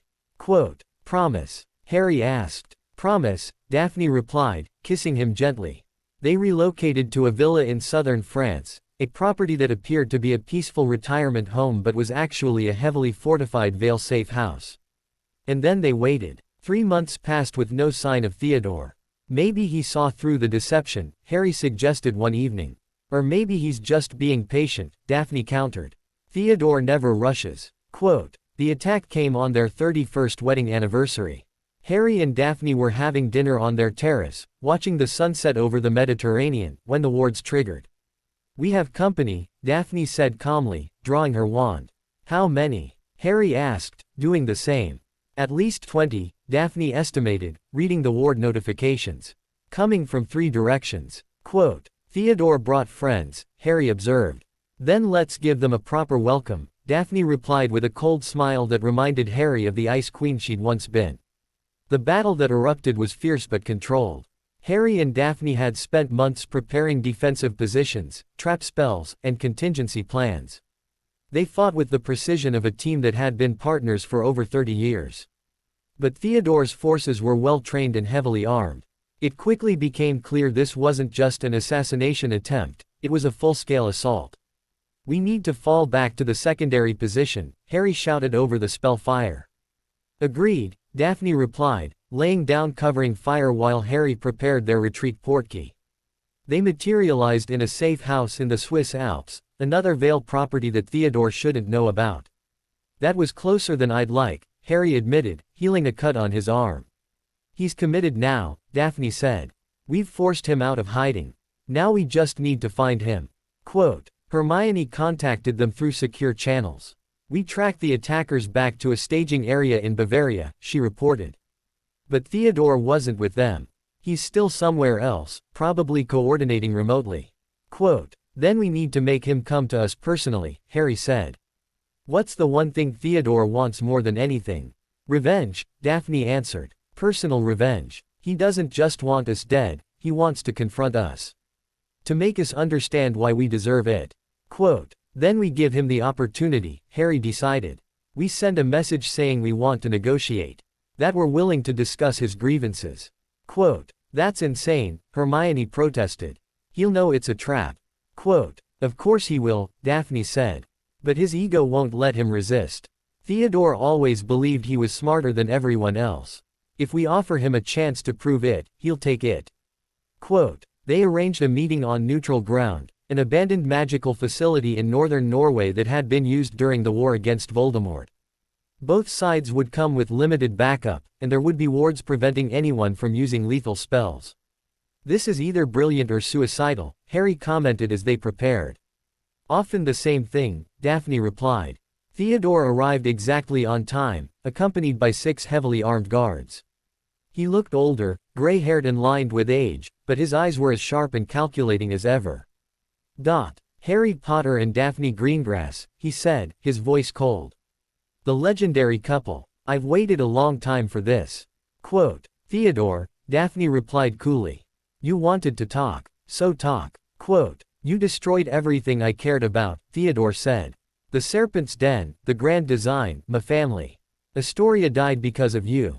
Quote, Astoria died because of her own choices, Daphne shot back. I loved my sister, Theodore. But she chose to murder thousands of innocent people. I couldn't let that happen. Quote, noble words, Theodore sneered. But you're both hypocrites. You pretend to be heroes while doing the same dark deeds you condemn in others. Harry infiltrated my organization through lies and deception. You ran a criminal empire for years. And yet you judge others for their crimes. We don't claim to be perfect, Harry said. We've made mistakes, done things we regret, but we've also tried to make amends. To use our experience to help others avoid the same mistakes. Quote, pretty speech, Theodore replied. But it doesn't change the fact that you destroyed my life. And now I'm going to destroy yours. Quote, he pulled out a device Harry didn't recognize, some sort of magical artifact that pulsed with dark energy. This is a memory extractor, Theodore explained. It doesn't just reveal secrets, it broadcasts them to every magical person within 1,000 kilometers. Everyone will see your darkest moments, your worst deeds, your deepest secrets. By the time it's done, your reputations will be destroyed. Quote, you'll destroy yourself too, Daphne pointed out. Your own secrets will be revealed. Quote, I don't care, Theodore said. I have nothing left to lose. But you have family, legacy, reputation. This will take all of that away. Quote, Harry realized Theodore was serious. This wasn't about justice or even revenge in the traditional sense. This was about mutual destruction. There has to be another way, Harry said. Theodore, I understand you're angry. But this won't bring Astoria back. It won't undo what happened. Quote, no, Theodore agreed. But it will make you suffer. And that's enough. Quote, he activated the device. What happened next occurred in seconds. Daphne threw up a shield charm trying to block the artifact's energy. Harry cast a disarming spell at Theodore. Theodore's guards attacked, and chaos erupted. But something unexpected happened. The memory extractor, when it activated, didn't just extract Harry and Daphne's memories, it extracted Theodore's as well. And what those memories revealed shocked everyone present. Theodore hadn't been manipulated by Astoria. He'd been the one manipulating her. The grand design hadn't been Astoria's plan, it had been Theodore's all along. He'd used her ambition, her desire to matter, to execute a plan that he could then blame on her if it failed. You used her, Daphne breathed, watching the memories play out in magical projection. You used my sister as a weapon and then let her die for your plan. Quote, Theodore's face had gone pale. That's not how it was. Quote, that's exactly how it was, Harry said, also watching the memories. You groomed her for years. Planted ideas. Made her think the grand design was her own creation. And when it failed, you disappeared and let her take all the blame. Quote, she was willing, Theodore protested weakly. She was your victim, Daphne replied, her voice shaking with rage. Just like I was. Just like everyone in the Serpent's Den was. You're not seeking revenge, Theodore. You're trying to cover up your guilt. Quote, the memory extractor continued broadcasting, and soon everyone within range, including Vale operatives who were monitoring the situation, saw the truth. Theodore wasn't a grief-stricken colleague seeking justice for Astoria. He was the real architect. The mastermind behind everything. You have nowhere left to hide, Harry said quietly. Everyone knows now. Quote, Theodore looked around wildly, realizing his guards had lowered their wands. Even they were disgusted by what they'd learned. This wasn't supposed to happen, Theodore whispered. It never is, Daphne replied. Within minutes, Vale operatives swarmed the location. Theodore was arrested, his organization dismantled, and his decades-long deception finally exposed. As Harry and Daphne watched him being taken away, Daphne leaned against Harry, exhausted. He used her, she said softly. All those years, I thought Astoria had chosen that path. But Theodore manipulated her into it. Quote, "Does that change anything?" Harry asked gently. "Yes and no," Daphne admitted. Astoria still made choices, still hurt people, but knowing she was being manipulated, it makes her death even more tragic. Quote, "I'm sorry," Harry said. "Me too," Daphne replied. They stood together in the Norwegian wilderness, processing the revelation that had turned their understanding of the past upside down. "Is it finally over?" Daphne asked. "Yes," Harry said. "It's finally over." Quote, "Then let's go home," Daphne said. "The real one. Not a safe house or a decoy. Home to our family." Quote, "Home," Harry agreed. And for the first time in 30 years, they walked away from a mission knowing it was truly the last one. Chapter 22. True retirement proved more difficult to adjust to than either Harry or Daphne had anticipated. After decades of constant danger and high-stakes operations, peaceful domestic life felt almost surreal.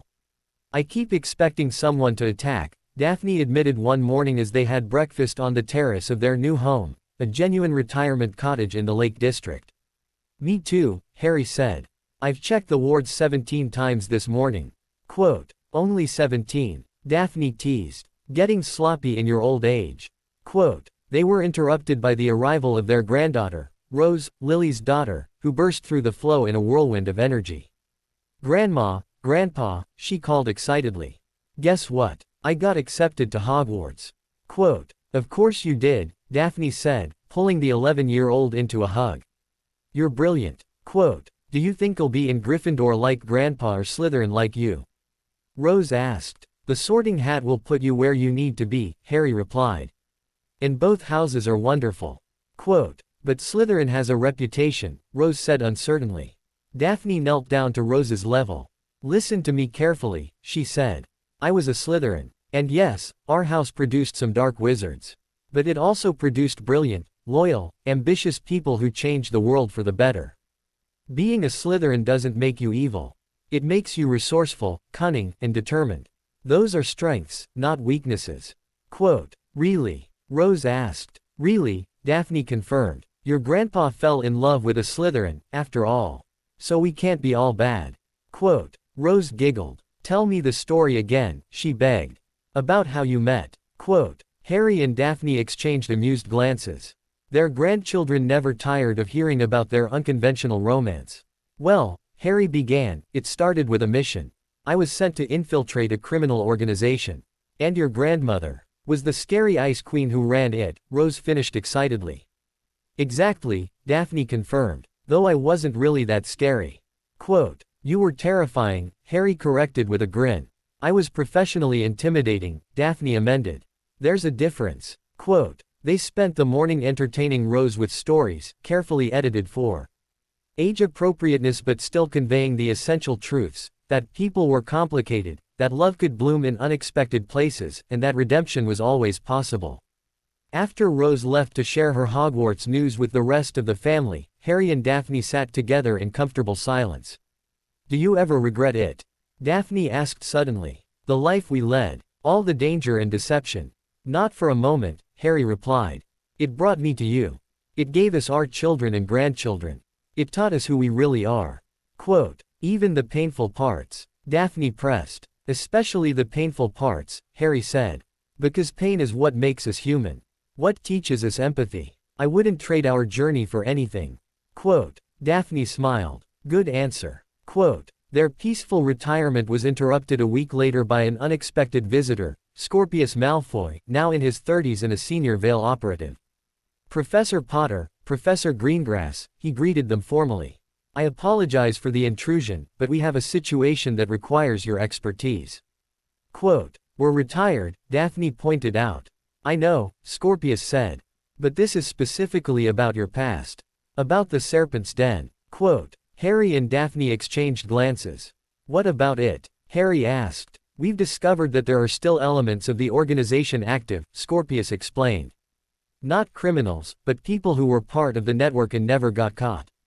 They're not doing anything illegal now, but we want to offer them the same deal you had, Professor Greengrass, immunity and a chance to rebuild their lives legitimately." Quote, "And you need us because?" Daphne prompted. "Because many of them only trust you," Scorpius said. They remember that you ran a principled organization, that you protected your people.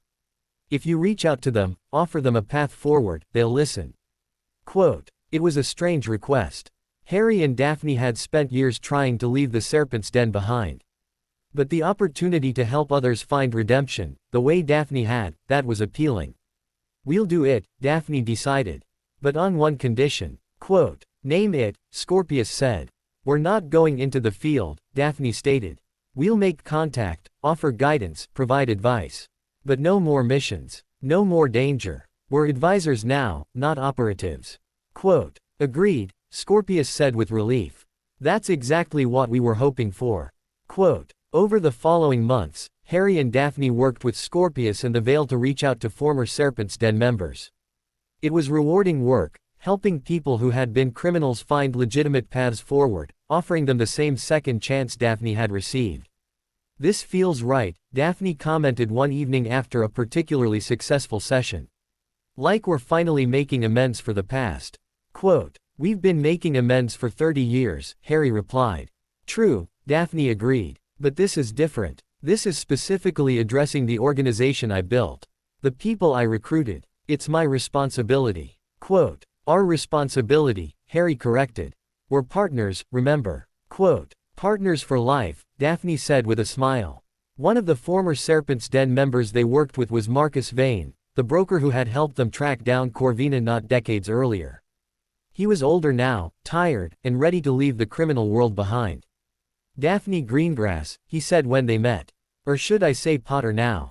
Quote, either works, Daphne replied. I hear you want out. Quote, I'm 73 years old, Marcus said. I've spent my entire adult life facilitating illegal transactions. I'm tired. And I'm ready to do something better with whatever time I have left.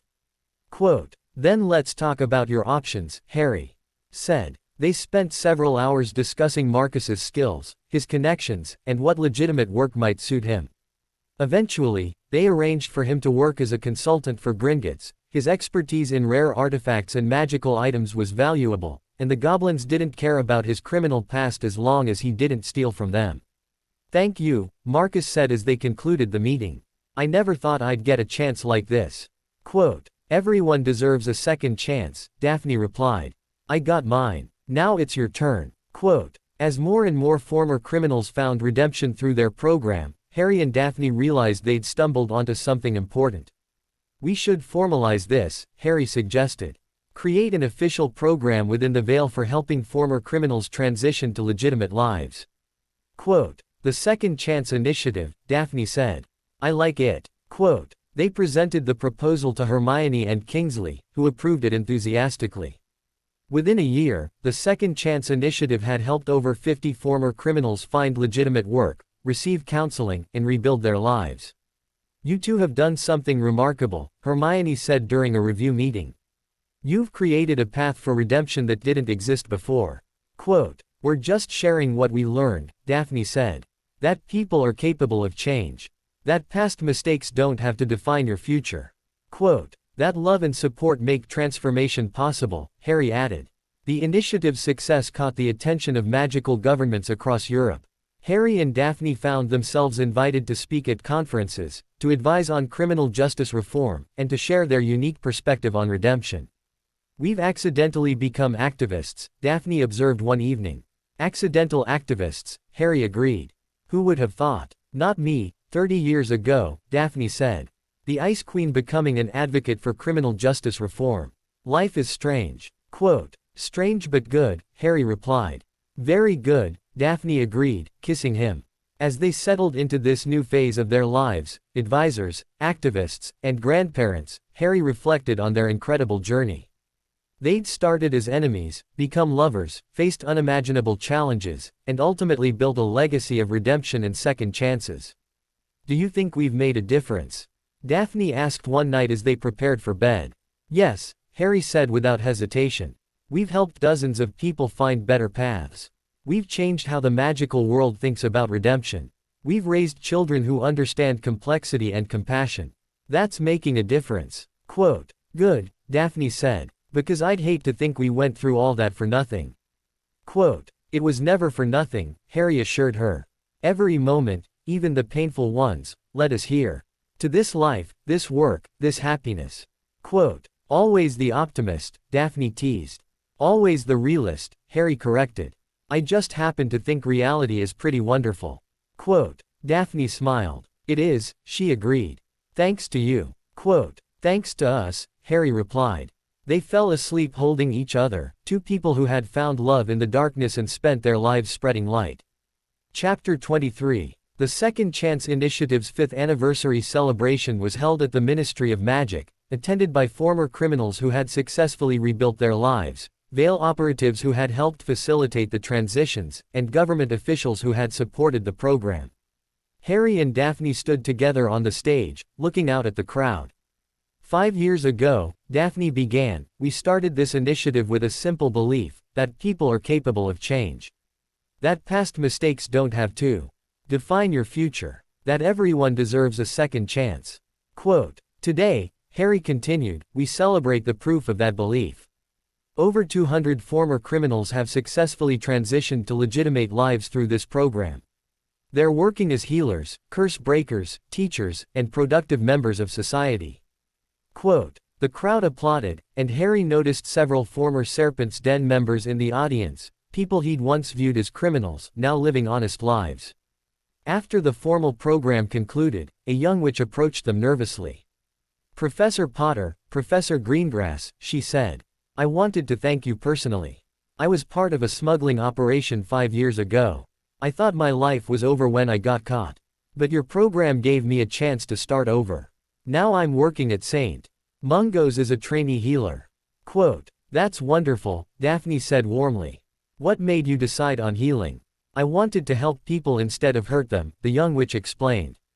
To use my skills for good instead of just profit. Your example showed me that was possible. Quote, after she left, Harry squeezed Daphne's hand. Moments like that, he said, make everything worth it. Quote, they do, Daphne agreed.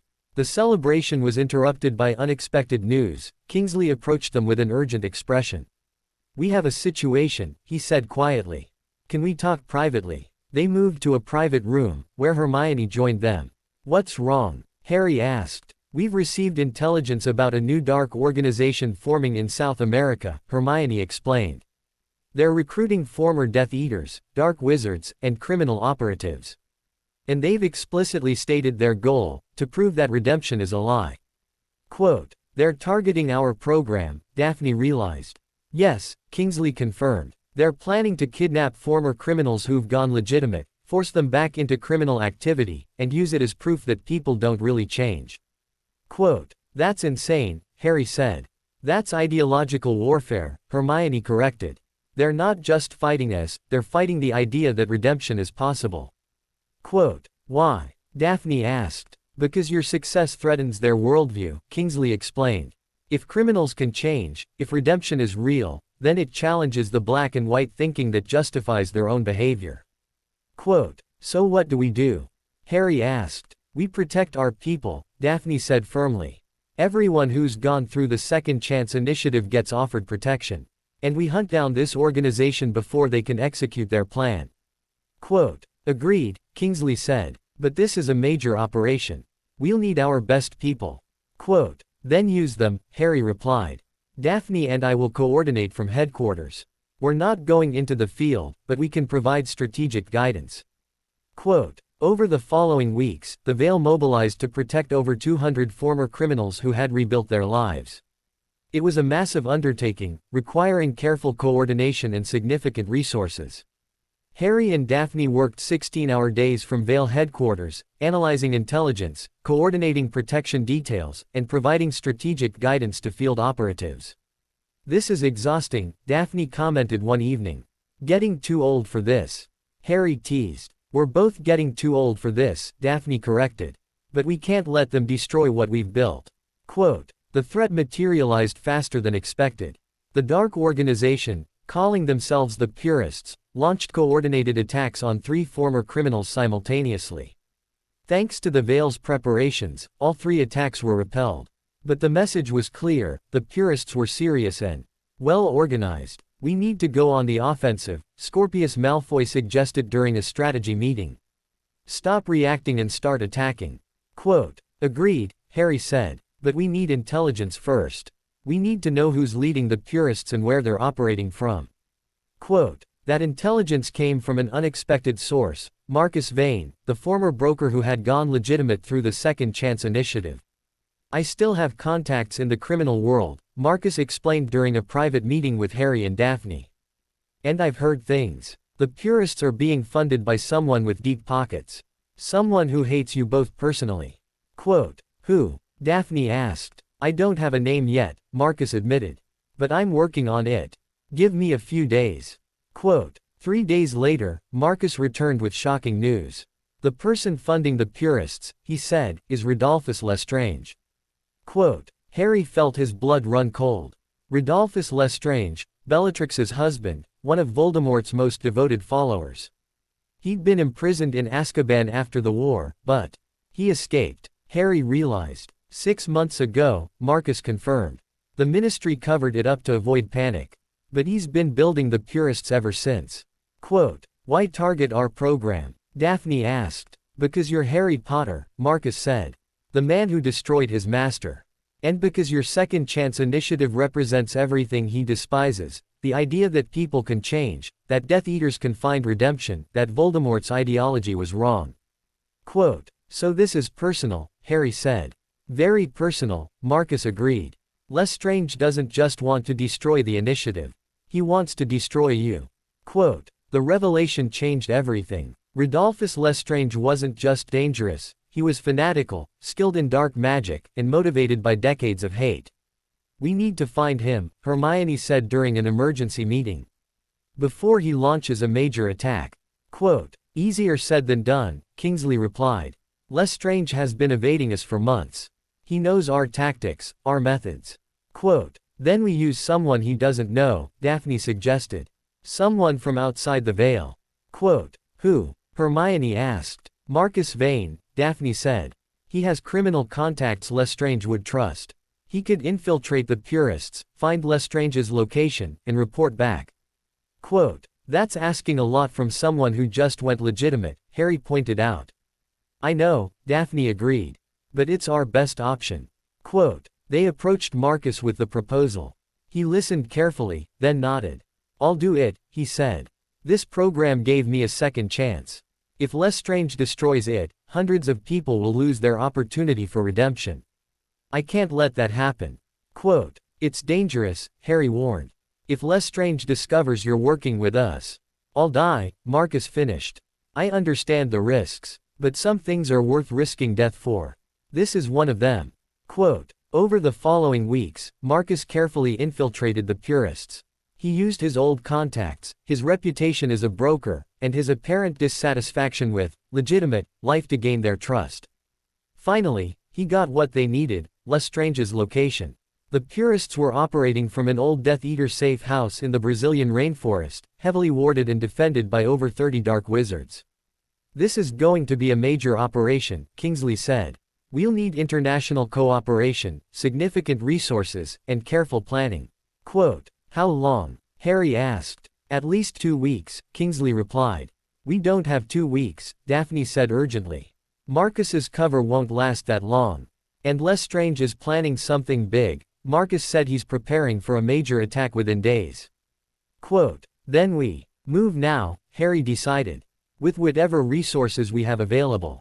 Quote, Harry, that's suicide, Hermione protested. Lestrange has 30 trained dark wizards. We'd be outnumbered. Quote, not if we're smart about it, Daphne said. We don't need to fight all 30. We just need to neutralize Lestrange. If he's gone, the purists will collapse. Quote, a surgical strike, Harry said. Small team, specific target. Quote, you're talking about an assassination, Hermione said carefully. I'm talking about stopping a terrorist before he can kill hundreds of people, Harry corrected. Call it what you want. Quote, Kingsley was quiet for a long moment. If we do this, he said finally, it needs to be legal. We need authorization from the international magical courts. Quote, then get it, Daphne said. Because we're running out of time. Quote, The authorization came through within 24 hours. The international courts agreed that Rodolphus Lestrange represented a clear and present danger that justified lethal force. Harry assembled a small team, himself, Daphne, Scorpius Malfoy, and 3 other experienced Veil operatives. "You're both coming?" Hermione asked, clearly unhappy. "We're both coming," Harry confirmed. "This is personal. Lestrange made it personal when he targeted our program." Quote. "Plus," Daphne added, "we're still the best team the Veil has." Quote. "You're also both in your 60s, Hermione pointed out. "Age and treachery beat youth and skill every time," Daphne replied with a slight smile. They departed for Brazil that evening. The Brazilian rainforest was oppressively humid, even with cooling charms. Harry and Daphne moved through the dense vegetation with their team, approaching the Death Eater safe house with practiced stealth. Marcus Vane had provided detailed intelligence on the compound's layout, a central building surrounded by defensive wards, with guard posts at strategic locations. 30 dark wizards, including Rodolphus Lestrange himself. "Remember," Harry whispered to the team, "we're here for Lestrange. If we can neutralize him quickly, the rest will likely surrender." Quote. "And if they don't?" Scorpius Malfoy asked. "Then we fight our way out," Daphne replied coolly. "But let's try to avoid that if possible." Quote. They reached the outer perimeter of the compound as darkness fell. Harry used his curse-breaking skills to create a temporary gap in the wards, just large enough for their team to slip through undetected. Inside the compound, they split into 2 teams. Scorpius and the other operatives would create diversions to draw guards away from the central building. Harry and Daphne would go directly for Lestrange.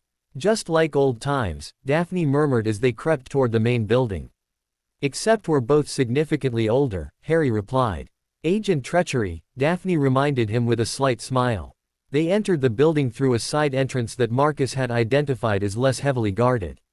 Inside, the compound was surprisingly well appointed. Clearly the Purists had significant funding. Following Marcus's intelligence, they made their way to Lestrange's private quarters on the 2nd floor. As they approached, Harry heard voices. "The attack is scheduled for tomorrow," Lestrange was saying. "We'll strike simultaneously at all the second chance initiative sites. The casualties will prove that criminals can never be trusted." Quote. "And Potter?" another voice asked. "Potter will watch as everything he built is destroyed," Lestrange replied with vicious satisfaction. "Then we'll kill him slowly. Make him suffer the way my Bella suffered." Quote. Harry and Daphne exchanged grim glances. Tomorrow was too soon, they had to act now. Harry kicked open the door. Rodolphus Lestrange was older than Harry remembered, his hair white, his face gaunt. But his eyes held the same fanatical gleam they'd had during the war. "Potter," he snarled, reaching for his wand. Harry was faster. His stunning spell caught Lestrange in the chest, sending him flying backward. But Lestrange's companion, a young dark wizard Harry didn't recognize, was already casting. Daphne deflected the curse and returned fire.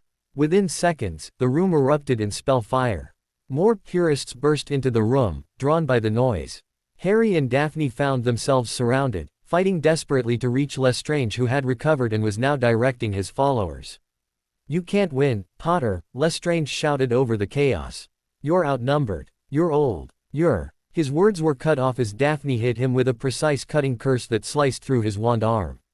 Lestrange screamed, and his wand clattered to the floor. But more Purists were arriving. Harry realized they couldn't hold this position much longer. "Scorpius, we need that diversion now," Harry shouted into his communication device. On it, Scorpius's voice crackled back. Explosions rocked the compound as Scorpius's team activated pre-positioned charges. Half the Purists in the room ran to investigate, leaving Harry and Daphne with more manageable odds. Harry fought his way to Lestrange, who was trying to retrieve his wand with his uninjured hand. Harry kicked the wand away and pointed his own wand directly at Lestrange's heart. "It's over," Harry said. Lestrange looked up at him with pure hatred. "You took everything from me," he spat. "My wife, my master, my purpose. I should have killed you years ago." Quote. "You tried," Harry replied. "You failed. Just like Voldemort failed. Just like you're failing now." Quote. "I'm not the one surrounded by 30 dark wizards," Lestrange said with a nasty smile.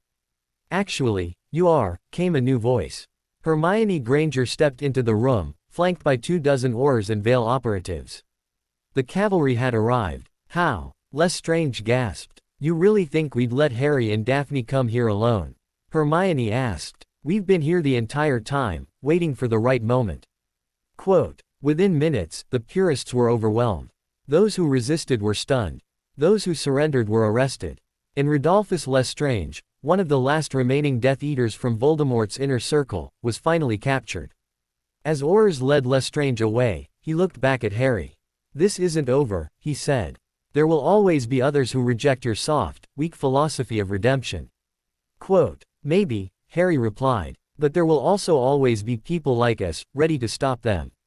Quote, Lestrange was taken away, and Harry finally allowed himself to relax. That was closer than I'd like, Daphne commented, healing the minor injuries they'd both sustained. Much closer, Harry agreed. I'm getting too old for this. Quote, we're both getting too old for this, Daphne said. Which is why this really was the last field mission. Quote, agreed, Harry said. From now on, we stick to advisory roles. Quote, they returned to Britain as heroes, the operatives who had stopped the purists and protected the Second Chance Initiative. But Harry and Daphne were quick to deflect credit. It wasn't just us, Harry said during a press conference. It was Marcus Vane who infiltrated the purists and provided the intelligence we needed. It was Scorpius Malfoy and his team who created the diversion that saved our lives. It was Hermione Granger who coordinated the Auror response. This was a team effort. Quote, and it proves something important, Daphne added. That former criminals can be heroes. That redemption is real. That people are capable of extraordinary courage when given the chance to prove themselves. Quote, Marcus Vane received the Order of Merlin, 3rd class, for his role in stopping the purists. It was the first time a former criminal had received such an honor. This means everything, Marcus said during the ceremony. Not just for me, but for everyone in the Second Chance Initiative. It proves that society can forgive. That we're not defined by our worst mistakes. Quote, after the ceremony, Harry and Daphne finally, truly retired. No more field missions. No more dangerous operations. Just advisory work, family time, and the quiet satisfaction of having made a difference. Chapter 25. True retirement, this time, lasted longer. Harry and Daphne spent their days consulting on the Second Chance Initiative, spending time with their grandchildren, and finally relaxing into the peaceful domestic life they'd always deserved. This is nice, Daphne said one morning as they had breakfast on their terrace. Boring, but nice. Quote, I'll take boring any day, Harry replied. Their peaceful retirement was enriched by watching their grandchildren grow. Rose Potter Weasley was sorted into Slytherin, just as she'd hoped, and quickly proved herself brilliant and ambitious. Hugo, Ron and Hermione's son, went to Gryffindor and became a Quidditch star. Lily and her wife had 2 children of their own, twins named Sirius and Remus, who showed early signs of powerful magic. James and his husband adopted a young witch orphaned by dark wizards, giving her the loving home she deserved. We have quite the family, Harry observed during a large family gathering at their cottage. We do, Daphne agreed, watching their children and grandchildren interact with obvious joy. And the best part is, they're all choosing their own paths. No one's forcing them to be anything they're not. Quote, unlike us, Harry said. Unlike us, Daphne confirmed. But our struggles gave them freedom. That's worth something. Quote, as they aged, Harry and Daphne began thinking about their legacy. We've lived interesting lives, Harry said one evening. Do you ever think about how it will all be remembered? Sometimes, Daphne admitted. I worry that people will only remember the Ice Queen. The criminal I was, not the person I became. Quote, they'll remember both, Harry said. And that's good. Because your transformation is the whole point. You went from criminal to hero. That journey is what makes your story meaningful. Quote, our story, Daphne corrected. It's always been our story, Harry. Quote, they decided to write a book, not an autobiography exactly, but a reflection on redemption, love, and the complexity of human nature. We'll be honest, Daphne insisted. About the bad parts. About my crimes, your deceptions, Astoria's betrayal. No sanitizing. Quote, agreed, Harry said. If we're going to tell our story, it has to be the truth. Quote, the book, titled, From Ice to Fire, A Story of Redemption and Love, was published when Harry was 75 and Daphne was 73. It became an immediate bestseller in the magical world. People were fascinated by the detailed account of Harry's undercover mission, the truth about the Serpent's Den, and the complex relationship that had developed between the secret agent and the Ice Queen. But what resonated most was the message that people could change. That past mistakes didn't define your future. That love and redemption were always possible. "We're getting letters from all over the world," Hermione reported during a visit. "Former criminals who've read your book and want to change their lives. Families who've reconciled after reading about your journey. Even some current criminals who are reconsidering their choices." Quote, "That's incredible," Daphne said. "It's your legacy," Hermione replied. "Both of you. You've proven that redemption is real." Quote, "As they entered their 80s, Harry and Daphne's health began to decline. Nothing dramatic, just the natural process of aging. They moved more slowly, tired more easily, and spent more time resting. We're getting old," Harry observed one morning. "We are," Daphne agreed. "But we've had a good run." Quote, "The best," Harry said. They spent their days surrounded by family, sharing stories with grandchildren and great-grandchildren, and reflecting on their extraordinary lives. "Do you have any regrets?" Daphne asked one evening. "Only one," Harry said. "That we didn't have more time." Quote, "We've had 50 years together," Daphne pointed out. "I know," Harry replied. "But it's not enough. I want another 50. Another 100. Quote, "Greedy," Daphne teased. "Very," Harry agreed, kissing her gently. They celebrated their 50th wedding anniversary surrounded by family, children, grandchildren, great-grandchildren, and close friends. 50 years, Ron said during his toast. "Who would have thought?" Harry Potter and the Ice Queen. Quote, "Former Ice Queen," Daphne corrected automatically, drawing laughter. "Former Ice Queen," Ron agreed. "Seriously though, you two are an inspiration. You've shown us all that love can conquer anything. That people can change. That happy endings are possible, even when they seem impossible." Quote, "Here, here," everyone chorused. As the party wound down and family began leaving, Harry and Daphne sat together on their terrace, watching the stars. 50 years, Harry said. "It went so fast." Quote, "It did," Daphne agreed. "But we made every moment count." Quote, "Do you ever think about what comes next?" Harry asked. "After death," Daphne clarified. "Yes." Quote, Daphne was quiet for a moment. "I like to think we'll be together," she said finally. "Wherever we end up. Because I can't imagine eternity without you." Quote, "Neither can I," Harry replied. "Promise me something," Daphne said. "Anything." Quote, "When one of us goes first," Daphne continued, "the other doesn't give up. Doesn't stop living. Our family needs us. The Second Chance Initiative needs us. Promise you'll keep going." Quote, "I promise," Harry said. "If you promise the same." Quote, "I promise," Daphne replied. They sat together in comfortable silence, two people who had found each other in the darkness and spent 50 years building a life filled with light. Chapter 26. At 82, Harry received devastating news. Daphne had been diagnosed with a rare magical illness, something called magical essence degeneration. The healers said she had perhaps a year, maybe less. "We've had a good life," Daphne said calmly after receiving the diagnosis. "I'm not afraid." Quote, "I am," Harry admitted. "I'm terrified of losing you." Quote, "You won't lose me," Daphne said gently. "I'll always be with you. In your memories, in our children, in everything we built together." Quote, "That's not the same," Harry said, his voice breaking. "No," Daphne agreed. "But it's something." Quote, "The final year was both beautiful and heartbreaking." Harry and Daphne spent every possible moment together, surrounded by family and friends. They told stories to their great-grandchildren. They visited all their favorite places one last time. They made sure everyone knew how much they were loved. "I have one last request," Daphne said one evening, about 3 months before the end.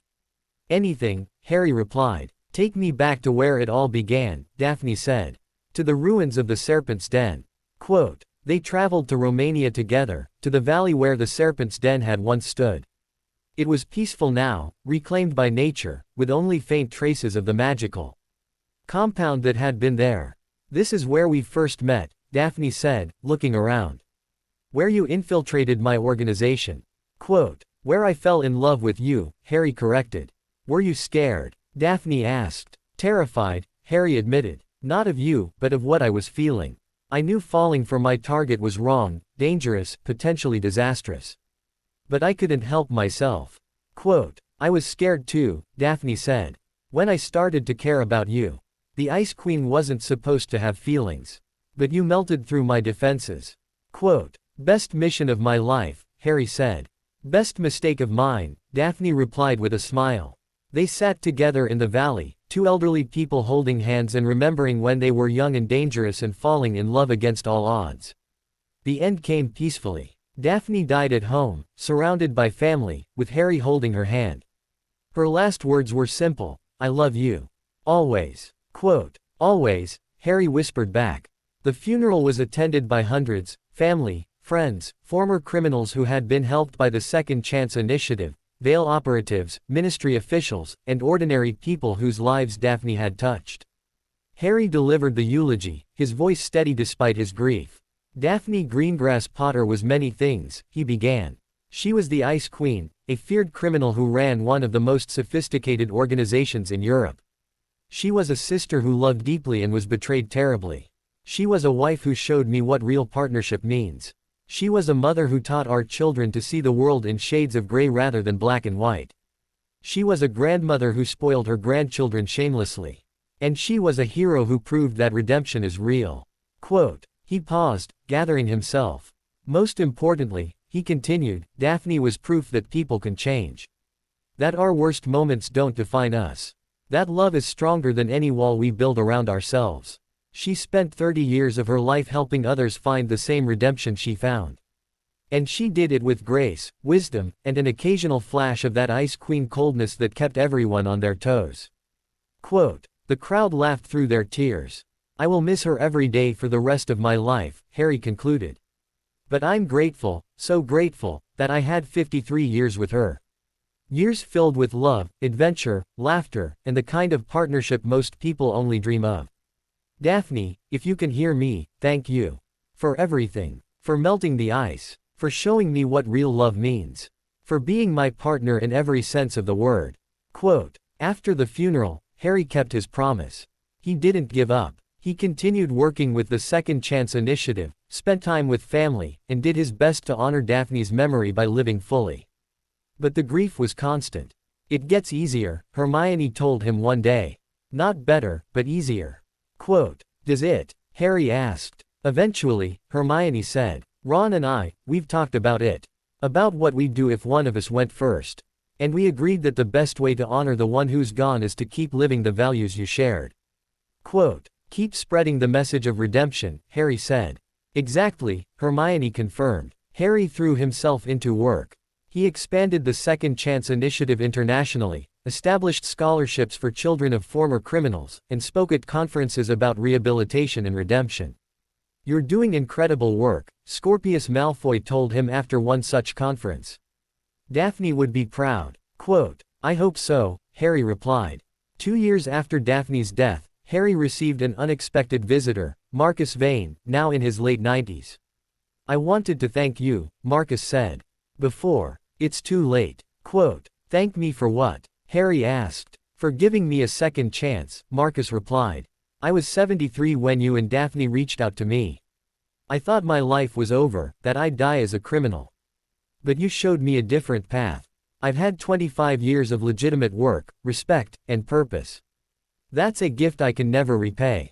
Quote, you already have, Harry said. By living well. By proving that change is possible. That's all the payment Daphne and I ever wanted. Quote, she was remarkable, Marcus said. The Ice Queen who learned to love. Quote, she was, Harry agreed. At 87, Harry began planning his own end. Not morbidly, but practically. He updated his will, made sure all his affairs were in order, and wrote letters to each of his children and grandchildren. I'm not dying yet, he assured Lily when she found him working on the letters. But I want to be prepared. Quote, I understand, Lily said. Do you miss her? Every moment of every day, Harry replied. But I also feel her with me. In the work we did together. In our children and grandchildren. In every person we helped find redemption. Quote, She'd be proud of you, Lily said. For keeping going. For honoring her legacy. Quote, I hope so, Harry said. On his 88th birthday, Harry gathered his entire family together. I have an announcement, he said. I'm stepping down from the Second Chance Initiative. It's time for younger people to take over. Quote, Dad, you don't have to, James began. I know I don't have to, Harry interrupted gently. But I want to. I've spent the last 60 years working, fighting, trying to change the world. It's time to rest. Quote, what will you do? Rose asked. Spend time with family, Harry replied. Read, think, remember, enjoy whatever time I have left. Quote, his final years were peaceful. Harry lived quietly in the cottage he and Daphne had shared, visited regularly by children and grandchildren. He read extensively, wrote poetry about his life with Daphne, and seemed content. Are you happy, Grandpa? One of his great-grandchildren asked during a visit. I'm at peace, Harry replied. Which is better than happiness? Quote, Chapter 27. At 93, Harry Potter died peacefully in his sleep. He was found in his favorite chair, looking out at the garden Daphne had designed decades earlier, a small smile on his face. In his hand was a photograph of him and Daphne on their wedding day, young, happy, and full of hope. The magical world mourned. Harry Potter, the boy who lived, the chosen one, the man who had defeated Voldemort, was gone. But more than that, the world had lost a champion of redemption, a believer in second chances, and a living example of love's transformative power. The funeral was even larger than Daphne's. Thousands attended. Lily Potter Weasley delivered the main eulogy. My father, she began, was many things to many people. To the wizarding world, he was a hero who defeated the darkest wizard of our time. To the Vale, he was one of their most accomplished operatives. To the students at Hogwarts, he was a brilliant teacher and eventually headmaster. To the Second Chance Initiative, he was a founder and inspiration. Quote, she paused, her voice catching. But to me, she continued, he was just Dad. The man who tucked me in at night and told me stories about falling in love with a criminal. The man who taught me that people are complicated, that good and evil aren't simple categories, and that everyone deserves compassion. Quote, she looked out at the crowd. Dad always said that his greatest accomplishment wasn't defeating Voldemort, Lily said. It was falling in love with Mum. He said that infiltrating the Serpent's Den was supposed to be a routine mission, but it became the defining journey of his life. Because Mum showed him that people could change. That redemption was real. And that love could bloom in the most unexpected places. Quote, together, Lily continued, my parents built something beautiful. Not just a family, though they certainly did that. But a legacy of second chances. A belief that people are more than their worst mistakes. A commitment to seeing the humanity in everyone, even those society has written off. Quote, she wiped tears from her eyes. Dad lived for 10 years after Mum died, Lily concluded. And they were good years. He continued the work they'd started together. He spent time with family. He wrote poetry about their love. He found peace. But I know, we all know, that part of him was always with Mum. And now they're together again. The secret agent and the Ice Queen. Partners for life, and apparently, partners for eternity. Quote, Harry was buried next to Daphne in a quiet cemetery in the countryside. Their headstone was simple. Harry James Potter. 1980-2073. The boy who lived, the man who loved. Daphne Astoria Potter née Greengrass. 1980-2070. The Ice Queen who learned to love. Partners for life. Together always. In the weeks following Harry's death, Magical Britain reflected on his legacy. Harry Potter changed the world twice, the Daily Prophet wrote. First by defeating Voldemort. Second by showing us that redemption is possible. The Second Chance Initiative he founded with his wife Daphne has helped over 5,000 former criminals rebuild their lives. That's 5,000 people who might have been lost to darkness if not for the Potters' belief in second chances. Quote, the Second Chance Initiative continued under new leadership. Scorpius Malfoy took over as director, with Rose Potter Weasley as his deputy. They expanded the program internationally, establishing branches in magical communities across the globe. We're honoring their legacy, Rose said during an interview. Grandpa Harry and Grandma Daphne proved that love and redemption can change the world. We're making sure that message continues.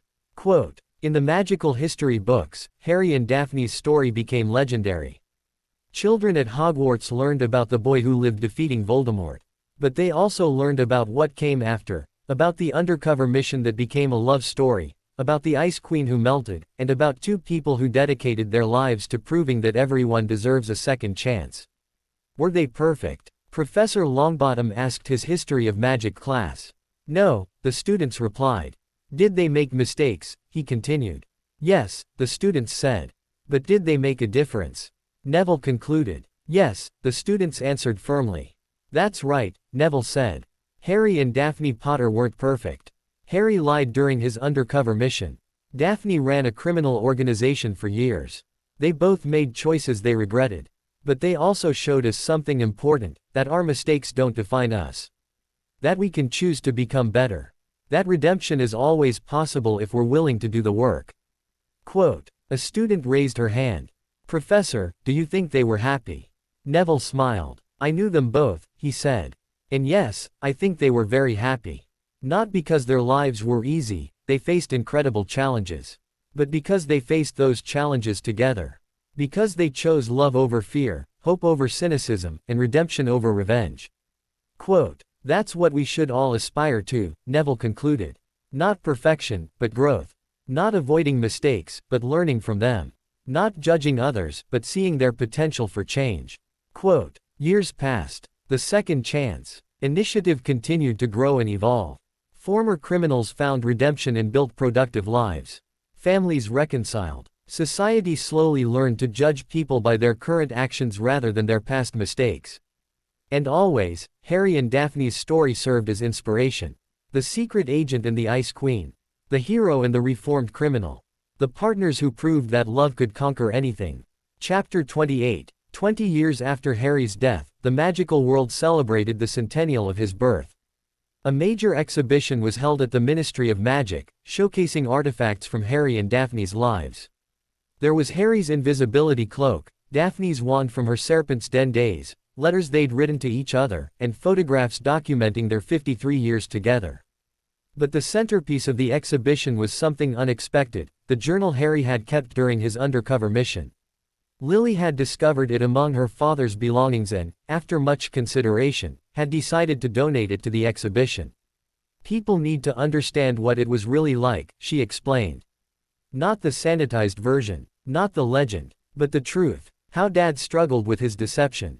How he fell in love despite knowing it was wrong. How he made difficult choices that haunted him. Quote, the journal entries were displayed behind protective glass, allowing visitors to read Harry's actual words from that crucial period. Day 15. Met with Daphne Greengrass again today. She's complicated. Not the simple villain I expected. There's real intelligence there, real pain. I find myself wanting to understand her, which is dangerous. Must maintain professional distance. Asterisk. Day 47. Having dinner with Daphne regularly now. She talks about her mother's death, about the choices she's made.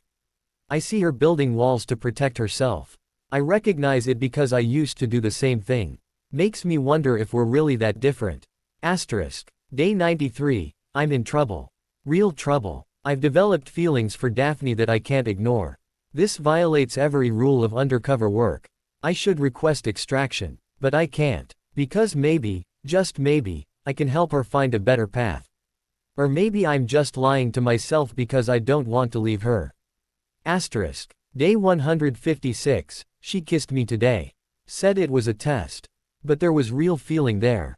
I know there was. I'm completely compromised. Should report this to Hermione. But I won't. Because I'm in love with her. God help me, I'm in love with my target. Asterisk. Visitors to the exhibition were moved by Harry's honesty. He knew it was wrong, one witch commented. But he couldn't help himself. That's so human. Quote, the exhibition also featured Daphne's perspective, letters she'd written but never sent, journal entries from her time running the Serpent's Den, and reflections on her transformation. I don't know who I am anymore. The Ice Queen served a purpose, she protected me, gave me power, kept me safe. But Hadrian, Harry, I still can't get used to calling him. That makes me want to be someone different. Someone warmer. Someone capable of real connection. It's terrifying. Asterisk. He lied to me about who he was. By all rights, I should hate him. But I don't. Because I understand why he did it. And because, despite the deception, his feelings were real. I know they were. I could see it in his eyes, feel it in his touch. Harry Potter loves me. And somehow, impossibly, I love him back. Asterisk. Astoria is dead. My sister, my manipulative, ambitious, ultimately tragic sister, is gone. And I'm the one who killed her. Not directly, but the ritual collapse that consumed her happened because I chose to stop her. I made the right choice. I know I did, but it still feels like betrayal. Like I chose strangers over family. Harry says I chose principle over blind loyalty. I hope he's right. Asterisk. The exhibition ran for 6 months and was visited by over 1 million witches and wizards. It's the most popular exhibition we've ever had, the curator reported. People are fascinated by the complexity. By the fact that Harry and Daphne weren't perfect heroes, but real people who struggled and made mistakes and somehow found redemption. Quote, the centennial also prompted renewed academic interest in the Second Chance Initiative. Scholars studied its methods, its success rates, and its impact on magical society. The consensus was clear: the program had fundamentally changed how the magical world thought about crime and punishment. Before the Potters, one academic paper concluded, the magical world had a simple binary: you were either good or bad, hero or criminal. The Second Chance Initiative challenged that binary. It forced society to recognize that people exist in shades of gray. That circumstances matter. That redemption is possible. This shift in thinking has made our society more just, more compassionate, and ultimately more magical. Quote, the initiative's success had inspired similar programs in the Muggle world. Harry and Daphne Potter proved something that applies to both magical and non-magical communities, a Muggle criminal justice reformer said during a conference. That people can change. That rehabilitation works better than pure punishment. That society benefits when we give people second chances. Quote, during the centennial year, the International Confederation of Wizards established the Potter Prize for Rehabilitation Excellence. It would be awarded annually to individuals or organizations that demonstrated exceptional work in helping former criminals rebuild their lives. This prize honors the legacy of Harry and Daphne Potter, the ICW president announced. Two people who proved that love, compassion, and belief in human potential can change the world. Quote, the first Potter Prize was awarded to Marcus Vane, now 118 years old and still working as a consultant for Gringotts. I'm honored, Marcus said in his acceptance speech. But I'm also just one of thousands of people whose lives were changed by the Potters. I was a criminal for most of my adult life. I facilitated illegal transactions, connected dangerous people, and profited from others' pain. But Harry and Daphne saw potential in me. They offered me a path forward. And I took it. Quote, he paused, his ancient eyes sweeping across the audience. That's the real legacy of the Potters, Marcus continued. Not just what they accomplished, but what they inspired in others. They showed us that change is possible. That we're not defined by our worst moments. That everyone deserves a second chance. Quote, the audience stood and applauded. At Hogwarts, a new stained glass window was installed in the Great Hall. It depicted Harry and Daphne together, Harry in his aura robes, Daphne in elegant dress robes. They were holding hands, looking at each other with obvious love. Above them, the inscription read, Love conquers all. Harry James Potter 1980-2073. Daphne Astoria Potter 1980-2070. Founders of the Second Chance Initiative. Below the image, another inscription. Everyone deserves a second chance. Students passing through the Great Hall would stop and look at the window. That's Harry Potter, younger students would say. The one who defeated Voldemort. Quote, and that's Daphne Potter, older students would add. The Ice Queen who learned to love. Quote, they proved that people can change, professors would explain. That love is stronger than hate. That redemption is real. Quote, the window became one of Hogwarts' most popular features. Students would come to look at it when they felt lost, when they'd made mistakes, when they needed hope. If the Ice Queen could find redemption, they'd think, maybe I can too. Quote, Chapter 29. 50 years after Harry's death, the Second Chance Initiative celebrated its 75th anniversary. The organization had grown beyond anything Harry and Daphne could have imagined. Branches existed in every magical community worldwide. Over 50,000 former criminals had successfully transitioned to legitimate lives. Recidivism rates among program participants were under 5%, compared to over 60% for those who didn't participate. "We've proven it works," Scorpius Malfoy said during the anniversary celebration. He was 105 years old now, still serving as the initiative's director. Rehabilitation, compassion, and second chances, they work. Quote, Rose Potter Weasley, now 83 and serving as deputy director, added, "My grandparents would be proud. They started this with a simple belief, that people deserve second chances. That belief has transformed the entire magical world." Quote, the anniversary celebration included testimonials from people whose lives had been changed by the initiative. A former dark wizard who now worked as a healer. A reformed smuggler who had become a curse breaker. A woman who had been part of a resurrection cult and now taught defense against the dark arts.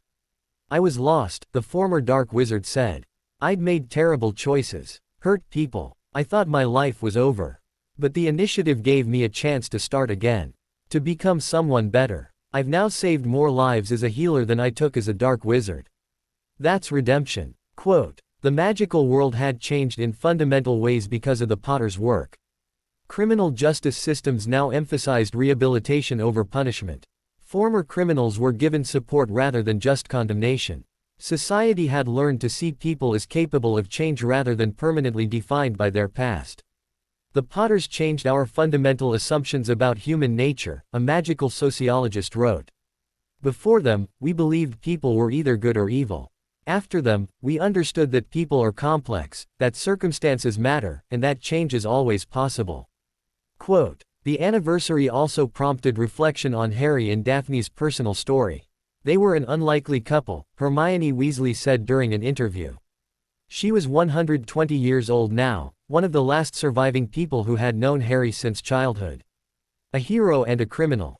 A Gryffindor and a Slytherin. Someone who represented everything good and someone who had done terrible things. Quote, "But that's what made their love so powerful," Hermione continued. "It transcended categories. It proved that love doesn't require perfection. That we can love people despite, or maybe because of, their complexity." Quote, "Did Harry ever regret falling for Daphne?" the interviewer asked. "Never," Hermione said firmly. "Not once in all the years I knew him. He used to say that infiltrating the Serpent's Den was supposed to be a mission. But it became his salvation. Because loving Daphne taught him things he couldn't have learned any other way." Quote, "Like what?" the interviewer prompted. "Like compassion for people who make mistakes," Hermione replied. "Like understanding that people are shaped by circumstances. Like recognizing that anyone can change if given the chance and support." Those lessons made Harry a better person. And they inspired the initiative that's helped 50,000 people rebuild their lives. Quote, at the anniversary celebration, a new statue was unveiled. It showed Harry and Daphne dancing together, a moment captured from their wedding reception. They were young, happy, and clearly in love. The plaque read, "Harry and Daphne Potter, founders of the Second Chance Initiative. Everyone deserves a second chance." Children would climb on the statue. Lovers would kiss beneath it. And former criminals seeking redemption would touch it for luck before entering the initiative's headquarters. The statue became a symbol. Not just of Harry and Daphne's love, but of what that love represented: hope, redemption, and the belief that people could change. Chapter 30. 100 years after Harry's death, magical historians gathered for a major conference titled, "The Potter Legacy, Love, Redemption, and Social Change." Quote, scholars from around the world presented papers analyzing every aspect of Harry and Daphne's lives and work. The Potter Effect, one paper was titled. It analyzed how the Second Chance Initiative had fundamentally transformed magical society's approach to crime and punishment. Before the Potters, the paper concluded, magical society treated criminals as irredeemable. After the Potters, we understood that redemption was possible, even for those who had committed terrible crimes. This shift in perspective has made our society more just, more compassionate, and more effective at preventing crime. Quote, another paper analyzed the romance itself. Love between enemies. The Potter-Greengrass relationship is a model for reconciliation. examined how Harry and Daphne's love story had inspired conflict resolution in both personal and political contexts. The Potters proved something powerful, the paper argued. That love can transcend even the deepest divisions. That enemies can become partners. That forgiveness and understanding are possible even after profound betrayal. Their relationship has served as a model for reconciliation efforts in conflicts worldwide. Quote, "At Hogwarts, Harry and Daphne Potter's story was now part of the core curriculum. Students studied the ethical complexities of Harry's undercover mission. They debated whether Daphne's criminal activities were justified given her circumstances. They analyzed the moment when Daphne chose to stop her sister Astoria, a decision that required choosing principle over family loyalty. The Potters force us to think complexly," Professor Longbottom's great-granddaughter explained to her history of magic class. "They don't give us easy answers. Harry lied, but for good reasons. Daphne committed crimes, but to protect her family. Astoria was evil, but also a victim of manipulation. Nothing is simple." Quote, "So what should we learn from their story?" a student asked. "That people are complicated," the professor replied. "That we shouldn't judge too quickly. That everyone has a story that might explain, though not excuse, their actions. And most importantly, that people can change. That redemption is real." Quote, "The Second Chance Initiative, now in its 100th year, had helped over 100,000 former criminals rebuild their lives. The program's methods had been adopted by governments worldwide, both magical and Muggle. Crime rates had dropped significantly as former criminals were successfully reintegrated into society rather than locked away and forgotten. The Potters saved more lives through the initiative than Harry Potter ever saved fighting dark wizards," a criminal justice expert observed. "That's their real legacy." Quote, "On the 100th anniversary of Harry's death, a special ceremony was held at their gravesite.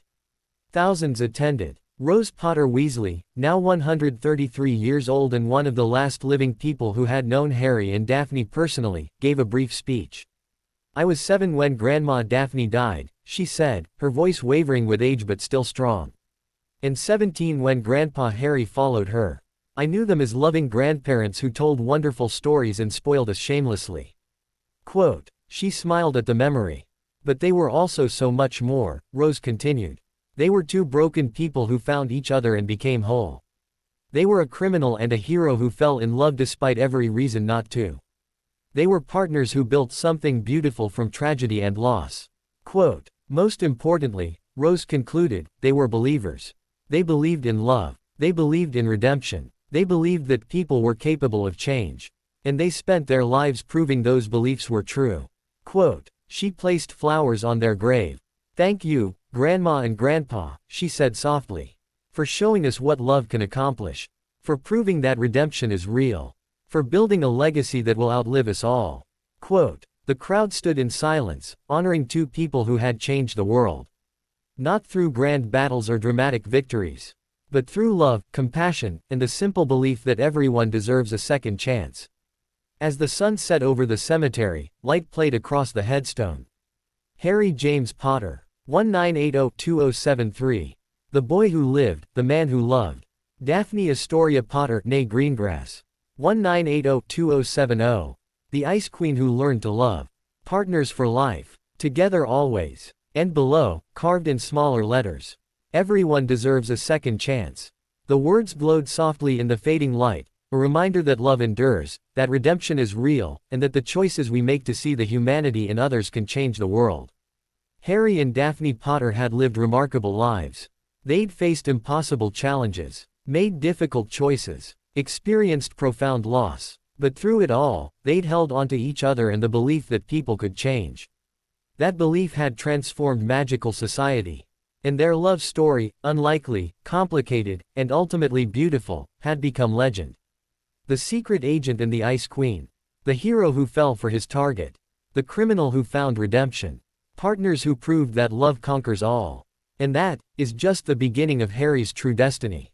If you want to see how far his power rises, or how the wizarding world reacts next, make sure you like this video and comment if you want part 2. And hey, if you're new here, don't forget to subscribe right now.